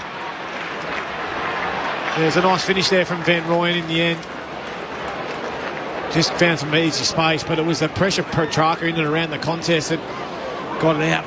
Unfortunately, they looked open and gone, but McNeil, he was already spinning the wheels, wasn't he, to go forward with it and just left the ball behind. Just got to be so clean. Yeah, and Bulldogs, you can see they just have to go for it now. So they're trying to get their handball change going, trying to speed it up, trying to get some scores. So obviously that's what happens when you miss a handball when it goes back the other way. The handball was good. It's unfortunate that McNeil just left it. 24 points. Game high lead keeps growing.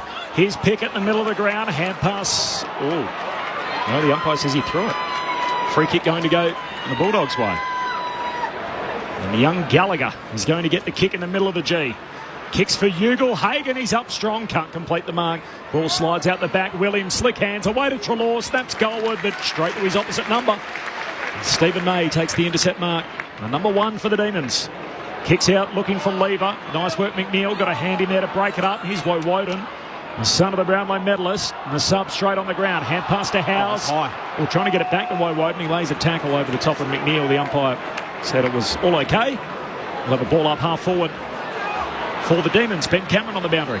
Caleb Windsor is the player who's been subbed out of the game. Did get a pat on the head from Simon Goodwin, a little chat presumably saying not due to poor performance or anything of the like. Fanspan going whack down the tap. Bramble tried to duck out of a tackle, not just once but twice, and he was locked up by Petrarca. And Melbourne will win the free kick at right half back through their number 5. Demons by 24 points. As Petrarca looks up the members' side.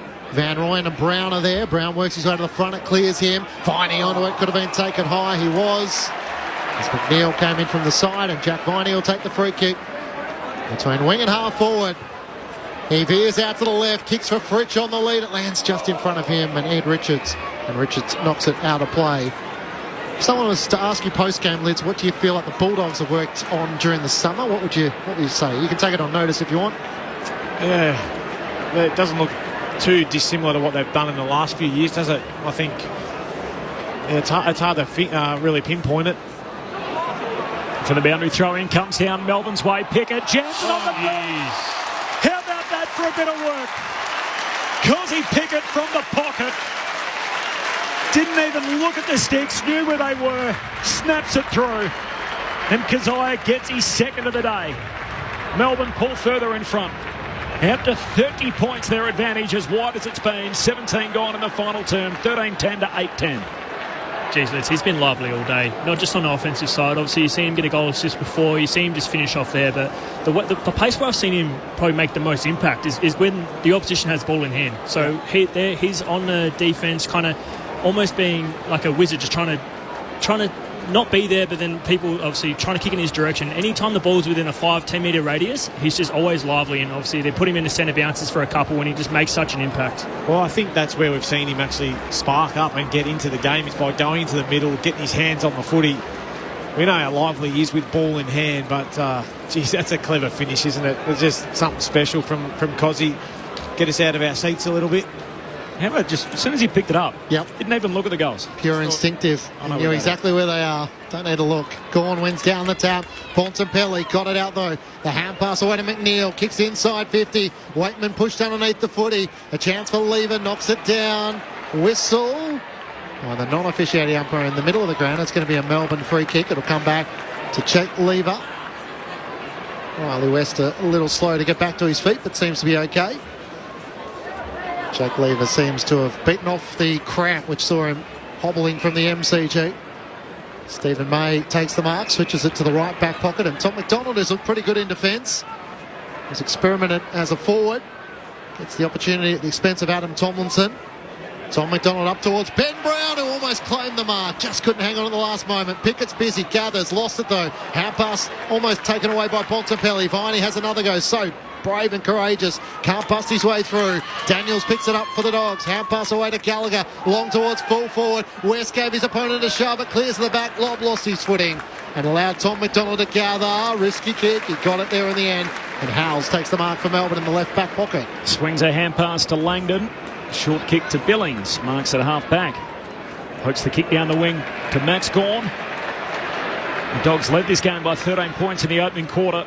Melbourne have really taken over thereafter, led by 1 at quarter time, 12 at half time, 19 at three-quarter time, and now it's as wide as it's been at 30 points as we tick into time on in the final term. Crowd, by the way, posted at 44,100. I mentioned that season opener, which was a Wednesday night in 2022. They were hoping for a big crowd there. They only got 58. So 44 in the G today. That was an untidy kick from Billings. Made it tough for his teammate who had to bang it downfield, Marty Hoare, and that's a turnover. Richards with the intercept mark goes short to Bramble. Kicked a nice goal already in this final term. Down to the Rat next week for the Western Bulldogs. Ballarat on Sunday. They'll play the Gold Coast Suns, who are on a heater to start the new season. Kick finds Treloar. Back edge of the centre square. There's nothing up in front. Melbourne getting back defensively. Goes wide to Caulfield. Takes the contact in the tackle from Woden. Hand pass out to McNeil as his leg's taken out from Gawn as he kicks it downfield and finds Wakeman, who takes the mark 70 out half forward. Kicks up towards Law, who crashes into Rivers. Beautifully rowed by Riley West. Swings on his right, opens up the angle and puts it through. Some textbook roving there from a son of a great. And Riley West kicks his first goal of the match just to keep a little pulse in this contest. A 24-point lead Melbourne's way, despite just ticking into time on in the final term. 13-10-88 to the Bulldogs, 9-10-64. 21 minutes gone. Final term on ABC Sport. Yeah, you couldn't have drummed that any better. Obviously in stride, jumps over almost a Melbourne player. Look for the handball, then obviously just finished off his work. But that's textbook, getting into the, like you said, textbook crumb, getting into the 10-2. So if you picture a clock, 10 being obviously where it is, and a 2, and the contest being right in the middle of a dial, you've got to make sure that you're in front of the contest to make sure you give yourself the best opportunity to be in this, I suppose, the best spot to try and get that crumb. So he timed that perfectly and finished off very well. The sweet spot. The sweet spot. Shout out to Kevin in Myrtleford, really enjoying the call and glad of a better performance from Melbourne after their first up loss. Restart back in the middle. Liberatore jams it on the boot inside the 4. Oh! Leap West Gee, went so far north. Couldn't come down with it. Howes, hand pass away towards Hoare, who kicks out of the defensive 50. Chandler hands to it, no mark. Falls down to Johannesen. The Bulldogs back onto it. Latham Vandermeer, hand pass to Liberatore. Kicks to the hot spot again. Hands on it from Norton, no mark. Hits the deck. The Demons trying to get it out of there. McDonald hands it to Hawes. He's bowled over. Norton's tackled with the footy. Comes out to West. He's tackled out of bounds. He upsays. Spin it in. Boundary throw in left forward pocket. How about the leap from Riley West? It looked like Gary Moorcroft a few years ago. Jeez, that was high. It came back in too. I thought he was going to have another crack. Not sure his old man had that either in his game, so that would have been one for bragging rights, but he did put the hands right on the back of Howes to get that little bit of elevation. Thrown back in. Gordon, like a volleyball spike, just punches it into the back of an opponent. It ricochets out to Chandler. Kicks Melbourne up the wing. Lace out to Bailey Fritsch. He's sliding in down low, takes the mark. Releases the hand pass away. Woden the sub into the action for Melbourne. Around the boundary line. Sparrow gathers. He couldn't keep it in play. And a boundary throw in. Second touch for Taj Woden. Subbed in for Caleb Windsor. Now, there was a few responses on the Bulldogs social media when word came through that Riley Sanders was subbed out for Caleb Daniel. Melbourne by 24 points. Gawn works his way to the front, wins down the tap against English. Petrarca front and centre. Hand pass to Woden. Driving kick inside 50. Van Rooyen's there. Brown as well. It gets to the back of the pack. Fritsch kept his feet. Swings onto his left and misses across the face of goal. For the left-hand side, a minor score. 3 behinds for Bailey Fritsch this afternoon in Melbourne's 25-point lead. Just got to look that up. He doesn't go goalless too often, particularly when they win the Demons. Bailey Fritsch without one today, as Clinchy notes there. So 25 points Melbourne's lead, 23.5 gone final term. Dogs work it up to half back. Bontempelli, hand pass away to Karmas, kicks one with the lot down the wing. Tapped away by West, gets it to Vandermeer, goes off the left boot, sends it down to half forward. McDonald in the end just lays a shepherd. Marty Hoare runs onto it. He too miskicks one. Gets it down to half forward though in the end. Gawn got his arms free. Hand pass to Oliver. Unselfish, chips it short. And Van Rooyen takes the mark right forward pocket. I thought for a moment he may have gone for home. He's had 35 today, Clayton Oliver, after a troubled off-season. But as I mentioned earlier, pure footballer, and we've seen it again today. You know what that reminded me of? Matt Clinch streaming through the midfield in the AFL 9s and having to drop it off to his big forwards. That's what that reminded me of. You should see him. I thought he made a pretty good 5-year recruiting pitch to Chad Wingard earlier today. I felt like you were trying to talk Chad into maybe joining your team when he's old enough. We don't have a lot of money. Have to be loved, Chad. Right forward pocket. Van Rooyen moves in. He's got 3. And the Demons are going to be winning at the G. The Hearts have beaten true this afternoon. The D's about to chalk their first win of the young season. 25 gone final term. Melbourne 14-11-95. The Western Bulldogs 9-10-64. 31-point advantage for the D's. As Van Rooyen hits the bench, he has cult figure status. There's no doubt about that. That's us, this bloke. Clayton Oliver follows him to the pine. 35 disposals. No doubt the Demons faithful happy he wasn't given his marching orders at the end of last season. Yeah. How's that for a reception? Well, he's earned it today, hasn't he? You know, the game sort of changed when he came into the midfield, started to use his clean hands, his ability to get it and get it to the outside. Very good. Even then, Maxi Gawn just at half forward. His ability to get his hands free to drop it off to Clayton Oliver allowed him just to chip that little ball into Van Rooyen. Class finish. 3 goals to Van Rooyen, 3 goals to Chandler, 2 to Brown, 2 to Pickett. It's been a more complete effort by Melbourne. And Gawn gets the clearance himself out of the middle. Kicks up towards Pickett. Couldn't take the footy. Spills to Richards. Unable to get a hand pass cleanly forward was Caulfield. Sparrow gathers from Melbourne. They might not be done with. Hand pass to Salem. Kicks into the pocket. And the mark is taken. Charging back by Jack Billings. Speaking of Gordy, he's had 25 touches. Yeah. He's had some of his tap work's been unbelievable. And when he feels like he can't win it to a teammate, he obviously smacks it forward and just getting that metre gainage, getting those clearances, grabbing out of the ruck. He's been huge. And I think the game, as more the game gone on, he's gotten even better. So big response from him this week again. Only Libbers had more clearances than Max Gawn with 7. Libbers got 9. Jack Billings, the new Demon, looking for his first goal in new colours. He comes in, left forward pocket, and he joins the growing list of goal kickers. They come from everywhere in the forward 50 to celebrate with him. His first goal as a Demon. enjoying, celebrating the moment with him. Hang on. We might just have to check this with the arc. Of course. Just to take away the the joy in the moment. Did it clip the post on the way through? We're looking at the left goal post as we zoom right in. Snicko out. Big screen here at the MCG is broken into 4 different sections. Yeah, looks clear from here, but yeah. I guess we need to get all these things right, but it does just take a little bit of the momentum out of the contest at times. Melbourne leading by 31 points, but it could be flat line. So the celebrations still stand. Jack Billings gets to have his moment. The former Saint back in 2013 picked 3. Having played 3 games last season. And he's on the board here, and Melbourne lead by 37 points. 15-11, 101 to the Western Bulldogs, 9-10, 64. 28 minutes gone, final turn. Well, it's important for the Dogs here to finish this game right off, not just pack up and then have another couple quick goals banged on the board as well. Really need to make sure they're doing their work and finishing the game off the way they want to start next week. That's what our old coach, where we were down by 50 points at 3-quarter time. It's like, right, well, this is how we're going to start the next week, by starting this quarter and finishing this quarter off really well. I'm sure that'll be the message, hopefully, from their leaders. Hawthorn next week for the D's, Saturday twilight, back here at the MCG.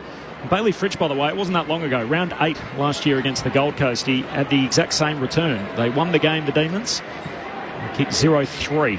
That's what he's got this afternoon, despite the fact the D's have kicked 100 points. Here's English, middle of the ground, gets the centre clearance for the Bulldogs. Marty Hoare attacks the footy, comes out to meet it. What a story this is. Gets a hurried kick out wide. Billings, the goal kicker from moments ago, competes in the air, but no mark. Johannisen wins the footy, keeps his feet, sends it back down to half forward. Lever takes the juggled mark, comes across to intercept. Melbourne by 37. 29 gone, final term. And for the Dogs, it started so promisingly. They kicked the first 2, 3 of the first 4, 4 of the first 6. Completely dried up thereafter. Viney the target in the middle of the ground. No mark. Bontempelli wins it on his knees. Hand pass to Libba. He gives it to McNeil. His kick's a turnover. Salem back the other way. Short to Petrarca. Some tired players now with a bit of the sting out of the game. Petrarca's going to chip it back to Lever. Stretches to Gather. Just testing out that cramp. Pickle juice, have you given that a crack chat? Have you ever suffered from the cramp in the opening rounds? Yeah, it's a miracle worker, honestly. I remember the first time I had it, I thought you had to swallow it. So you're actually supposed to spit it back out. So you're supposed to just have the lining of your mouth having the pickle juice. But I swallowed it, and I reckon I had the biggest mouth of Gatorade straight away after. Demons have worked it forward. Chandler trying to add a 4th to his name. He misses to the right-hand side. And a minor score. So Demons out by 38. It's not a good kick out. Karmas trying to hit his teammate. It's a turnover. Petrarca, hand pass away, ends up in the goal square. Salem got it from Billings and bangs it through from point-blank range. And this has got worse and worse the further it's gone for the Western Bulldogs. It's now 38, in fact 44 points. Melbourne's lead. It keeps on climbing. 31 minutes gone in the final term. 16-12, 108. The Western Bulldogs 9-10, 64. Yeah, there was no arc needed with that one. Being 2 metres out, pumping it straight up to the third stand. Obviously, you don't want that. A kick out, obviously, turning it over to get a handball goal in the goal square. It's not ideal. I think the Bulldogs, like you said, just really got to knuckle down for the next minute and just make sure, obviously, no more bleeding these goals, because obviously if they're trying to get top 4 or top 8, percentage matters later in the season. That reeked to me of just a younger player going towards his senior, to his skipper, to his best player. So I'm going to kick it to you no matter what. It's Tristan Salem. He read that book before, hadn't he? He snuck in there, hand in, and then unselfish play for that little handball off. 10 individual goal kickers for Melbourne as Max Gorn can't get the clearance, having done his own roving work, and the umpire will ball it up. Still in the middle of the MCG, dying stages here. 31 minutes gone in the final term. Gorn and English. Gorn once more. Cut copy. Takes the clearance out of the middle. Kicks. It bounces off the chest of Sparrow. Racing back is Dale for the Bulldogs. Hand pass away to Bramble. Links up with Liberatore across half back. He looks up towards half forward. Waitman's the target. The kick is over his head. And Lever takes the mark. Turns and comes inboard. Salem takes the mark despite the late effort of Daniel. He turns and comes inboard to McVie. Can chip it over the top to Viney. Is there time for one more? He looks into the pocket. Ben Brown's the target and he takes the mark. Using his height to advantage over Buku Kamas. He marks deep in the left forward pocket and will line up to try and kick his third goal of the afternoon. He'd want to do it quickly. He's going to run out of time. He'll get called play on. I actually don't remember what he looks like taking a snap, to be honest. This is interesting. Let's put the ball on the ground. Harry Mackay style to try and take the maximum amount of time possible. He started last season on a good note. He's looking to try and do so here. He's hit the fat part of the footy and missed to the left-hand side. 45 points is the Demons' lead as the siren sounds. And after an off-season of turmoil, Melbourne are on the winners list. A 45-point win over the Western Bulldogs in their grudge match with the Dogs, with plenty of work to be done. It's a grand old flag, it's a high-flying flag. It's the emblem for me and for you. It's the emblem of the team we love, the team of the red and the blue. Every heart beats true for the red and the blue, and we sing this song to you. Should old acquaintance be forgot, keep your eye on the red and the blue.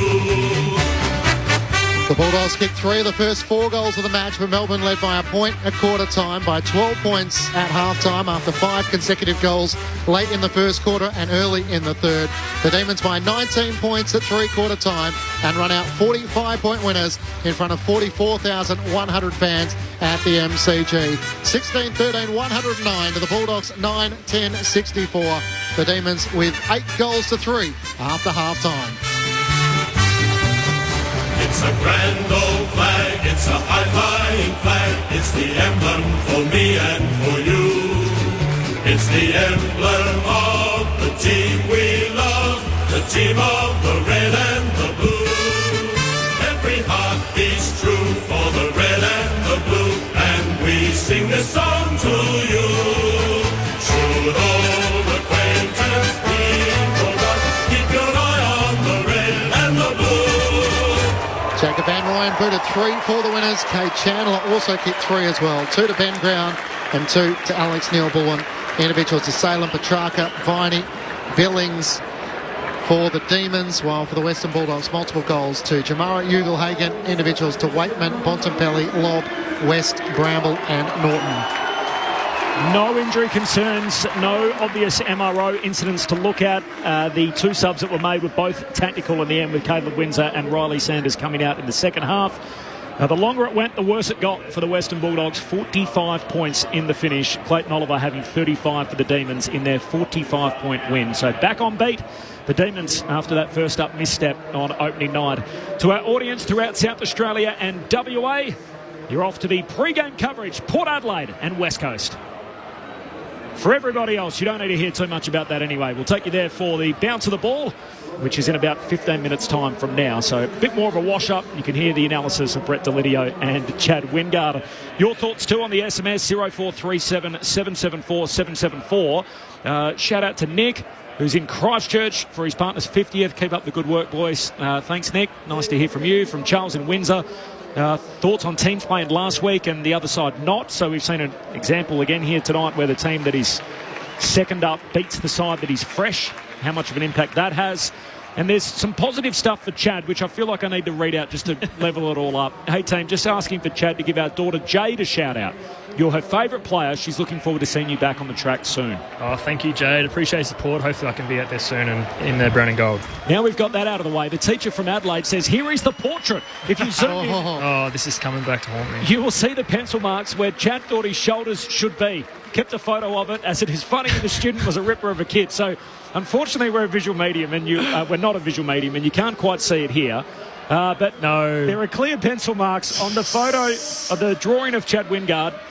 There's similarities of Chad. He's got his name and his number on the front, but they are skinny arms, and there's a little bit of pencil work. Hey, these are skinny arms. Why do you think I wear long sleeves? You know, I've got to cover these little puppies up.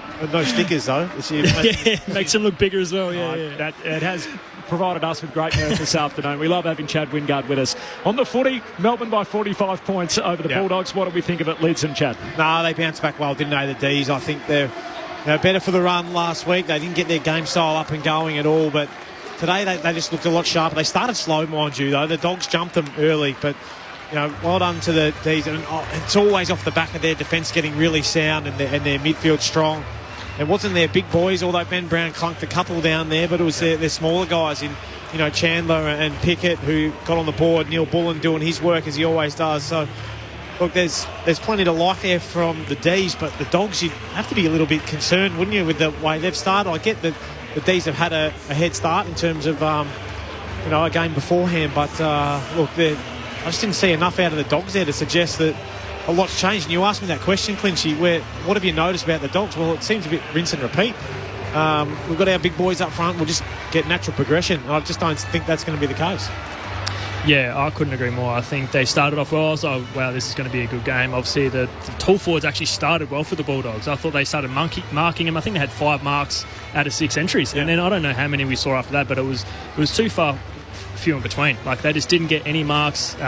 Didn't look like they were even going to get their hands to it. I think besides Hugo Hagen, who had some special moments, took some really big marks, the other 2 big fellas didn't quite do enough for me. And I think obviously the midfield of the Demons boys, they were just unbelievable. Gorney, I think, really set a trend. I think there was a moment though that Stephen May really had that tackle, laid that tackle, and it really sparked the whole team. And I think ever since that moment of this game, it completely changed. It was almost they just became the hunters, and every single person on that Demons team just lifted their shoulders, lifted their head, lifted, and ever since then they didn't look back. I don't think Bulldogs kicked more than 2 in a row. It didn't feel like they did anyway. They didn't have any momentum, and like I said, I feel like they were in control the whole time, led by their back line, and obviously Clayton Oliver. Those 2 guys, they're just unbelievable. They're a good 1-2 punch, aren't they? And then, you could almost, I think Christian Petrarca would be putting his hand up for that. Jack Viney probably be saying, well, I think I belong in that 1-2 as well. Yeah, 100%. When you got silver service like that from your big ruck, it just gives you so much confidence as a mid. There's not any wonder they get on the fly and burst through stoppage and they open the game up. But yeah, they were impressive. I think they'll still find some room for improvement. Tommy McDonald looked okay down back, I thought. May and Lever had some moments. Rivers gives them a bit of drive off half back. I don't mind his game, but yeah, it's more about the D's than the Dogs, I think, if we're looking for positivity. Yep. 45 points, the final margin, which was a game-high margin. The D's led by a point at quarter time, 12 at the half, 19 at three-quarter time, and 45 points in the finish. Clayton Oliver finished with 35 disposals, 10 contested, 6 clearances, 7 inside 50s, 19 handball receives, 8 score involvements, and a behind. Interviewed by television with his captain Max Gawn alongside him, so a new AFL media deal to try and get the players to speak to the media a little bit more. So we'll see how much we hear from Clayton in the post-match. Well, can't wait for Dusty's efforts when he's not there. Have you guys been briefed on that? We have, and I think it's because obviously the sporting nature of things in Australia is that we don't try to pump ourselves up too much. We're obviously very tall poppy syndrome here. We don't like to pump ourselves up compared to the Americans, I would say. So if you're interviewing an American athlete, they're very much I did this, I did that. Obviously having 2 players, it comes across a lot better. You pump each other up, and it's a little bit not as forced as what it would be as an athlete trying to talk about the game. It's easy to talk about someone else and pumping them up than it is to pump yourself up, or vice versa. Yeah, it's interesting, isn't it, the cultural differences between 2 countries where you think there are a lot of similarities, but there's also plenty of differences as well in the way that people go about it on this side of the world compared to in North America. A 45-point win for the Demons. We'll hopefully get some reaction from downstairs as well. We've got about 10 minutes or so before we're out of here to join the next game on the slate. It is Port Adelaide and the West Coast Eagles, and then later tonight, Fremantle up against the Brisbane Lions. So 3 of those 4 teams we haven't seen so far in 2024. The Demons winners today by 45 points. They level themselves or square themselves off at 1-1, while for the Western Bulldogs, they're 0-1 to start the new season. It looks like there's plenty of people in the Demons' rooms. One of them is Ben Cameron. What can you say, Ben? A lot of people, Corb. They're all here backslapping and yahooing, but the D's just rolling in at the moment. Pretty happy with themselves, back on the winners list. Lots of little kids getting carried in. Jack Viney's got a little one. I'm not sure it's his, but certainly a young fella that he's carrying in. And just the stragglers, Maxi Gawn, I think, has his young fella, number 11, on his back. Carrying him in, Clayton Oliver, pretty happy with it. Gives me a wink on the way by. And Jakey Lever wheeling in his 2 young kids as well. So they'll huddle up in a moment. All of the phones come out and they'll be singing this song. It's a grand old flag. See how close we can get here and take it all in. The coaches, there's an outer ring forming with the coaches and supporters and the players on the inside.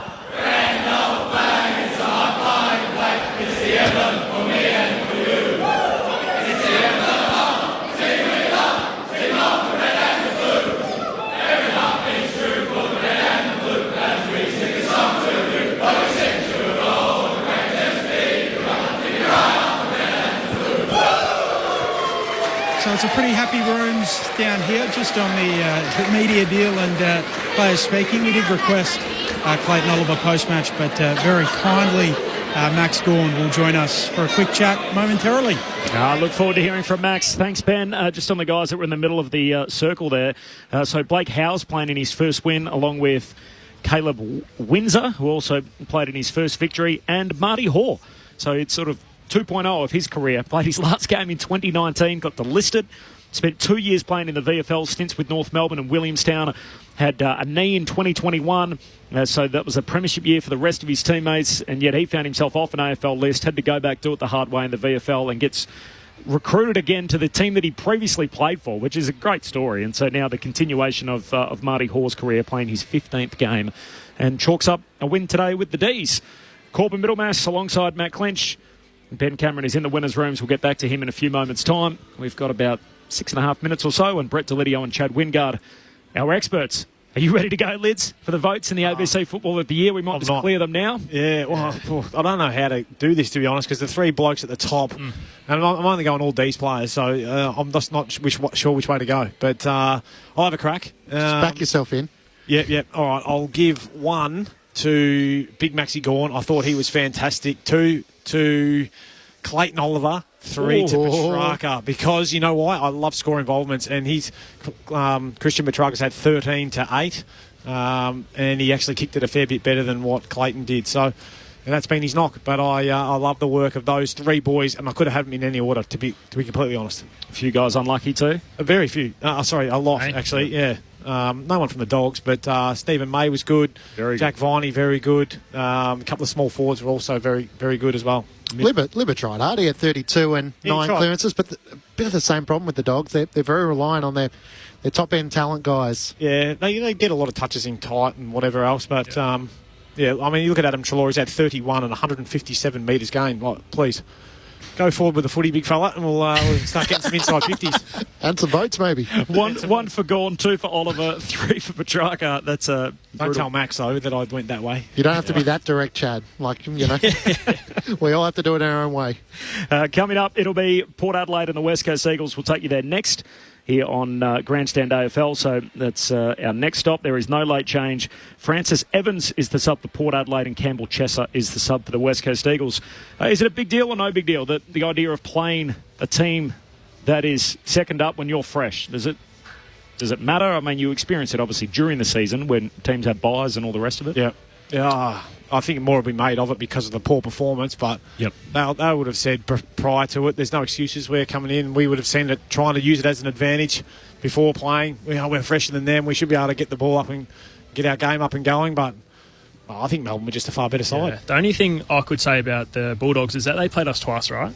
The first game they played us, they actually mixed their teams. So they didn't have a team 1 and a team 2. They mixed their starters over 2 teams. Yep. So I wonder if just only having 1 game as their full 22. Yeah. I wonder if that didn't prepare them the best they could to obviously play Melbourne today, obviously round 1, and not having a round 0. So that's probably the only knock, or maybe criticism, or maybe question about whether they played 2 full games, so they get obviously some continuity into their team. Yeah, we had 4 examples of it this weekend, so there's 1 still to come. Fremantle playing fresh up against the Brisbane Lions, who are second up. The other 3, the second up teams won all of them. So we saw Melbourne obviously winning here today. The Gold Coast were victorious in their match. But the Pies and the Swans was 0-0 draw anyway, wasn't it? And then GWS, they were both second up. and then GWS and North Melbourne, GWS winning. The other thing is, the teams that played in the opening round, a lot of them were really good teams from the year before. Yes. Yeah. So they would ordinarily start favourite anyway against a lot of the teams that they played. Many people would have picked Melbourne against the Bulldogs if they were both starting their season. The same way GWS would have started a favourite against North Melbourne, and the Gold Coast and Adelaide was decided by 6 points in the finish. Where are you in the pressure index on Luke Beveridge, Lids? Oh, yeah, I think it might be coming. What are we rating it out of? Out of 100, I suppose. I was going to say 10, but 100 will do. Yeah, I'm starting to lean towards 60, 70. With as the losses, if they mount up, if they do, and I'm not saying they will, but yeah, I'd say there's a bit of pressure coming. What's his contract status? He's got another one after this, but it's more the way they looked today, wasn't it? And you sort of asked the question, Clinchy, in the call, that it's just a bit of a sameness about them, wasn't it? It was, that they didn't have there was nothing that you thought, oh, wow, that's different from last season or over summer. And sure, they played a really good team in the heat, and that showed. But I think, if you look at who's to come in, or who missed out, Sam Darcy's one, but he's another big tool that can go either end of the ground. I don't think Lobb or Norton were either of them shot the lights out today, but do you bring in another tall, or do you try and change things up a little bit? I mean, they like to play a handball game where they run and gun a little bit. Do you play a bit smaller? I don't know. We can over-analyse round one as well, but they've made some changes in the off-season. Chris Grant's moved to the left. Matthew Egan's come in. Assistant coaches have been changed around Luke Beveridge with Rowan Smith, very publicised the fact that he was keen for him to stay. So it'd just be interesting to see in the first sort of 4 or 5 weeks, and we do look for little indicators as to whether a club's heading in the right direction, but the expectation is the Bulldogs have enough talent on their list to be featuring in finals.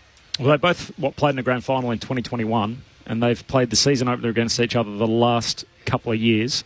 Last year, Melbourne won by 50 points. This year, they won by 45. So the D's went on and finished top 4, played finals, albeit they didn't win either of those games, and the Western Bulldogs finished 9th, narrowly missing out. So, different directions since they played each other in that decider. We might just get a quick scene setter from Ben. We've only got about 90 seconds before we're off to the next game. What do you got for us, Ben? Yeah, we're just waiting for the D's. They've been in a meeting with Simon Goodwin. They're just dispersing now, so I might have a chat with Max Gawn, and you can hear that at halftime in the next game. Cool? That's beautiful crafting. That's exactly what we'll do. We'll slot it in a little later in the day. The Melbourne Demons victorious here at the G, 45-point win over the Western Bulldogs. They led by 1 at quarter time, 12 at the half, 19 at three-quarter time, and 45 in the finish. In the ABC Footballer of the Year, Brett Delidio gave Max Gawn 1 vote, Clayton Oliver 2, and voted Christian Petrarca as best afield. Yeah, we're back into it, Lids. Sunday afternoon footy. How good. Love it. Good to be back. 3 votes, see Wingard. Yes. I think Chaddy gets the top votes. There's no doubt about that. It's great to see you, Chad. Mate, it's great to be here. Good to see you guys. We'll catch you throughout the year right here on ABC Sport. Thanks to Chad Wingard and Brett Delidio. Thanks to Matt Clench, to Ben Cameron downstairs, to Lauren Borden back in the studio, to Stu Hollywood Baker for all his work as well. But the footy is not finished. We have 2 full games to come to close out round 1 of the AFL Premiership season. Later tonight, Fremantle and the Brisbane Lions. But before that, let's see how the number 1 pick goes. Harley Reid making his AFL debut for the West Coast Eagles in Adelaide against the Power from Port. It's on the way. The D's winners at the G today by 45.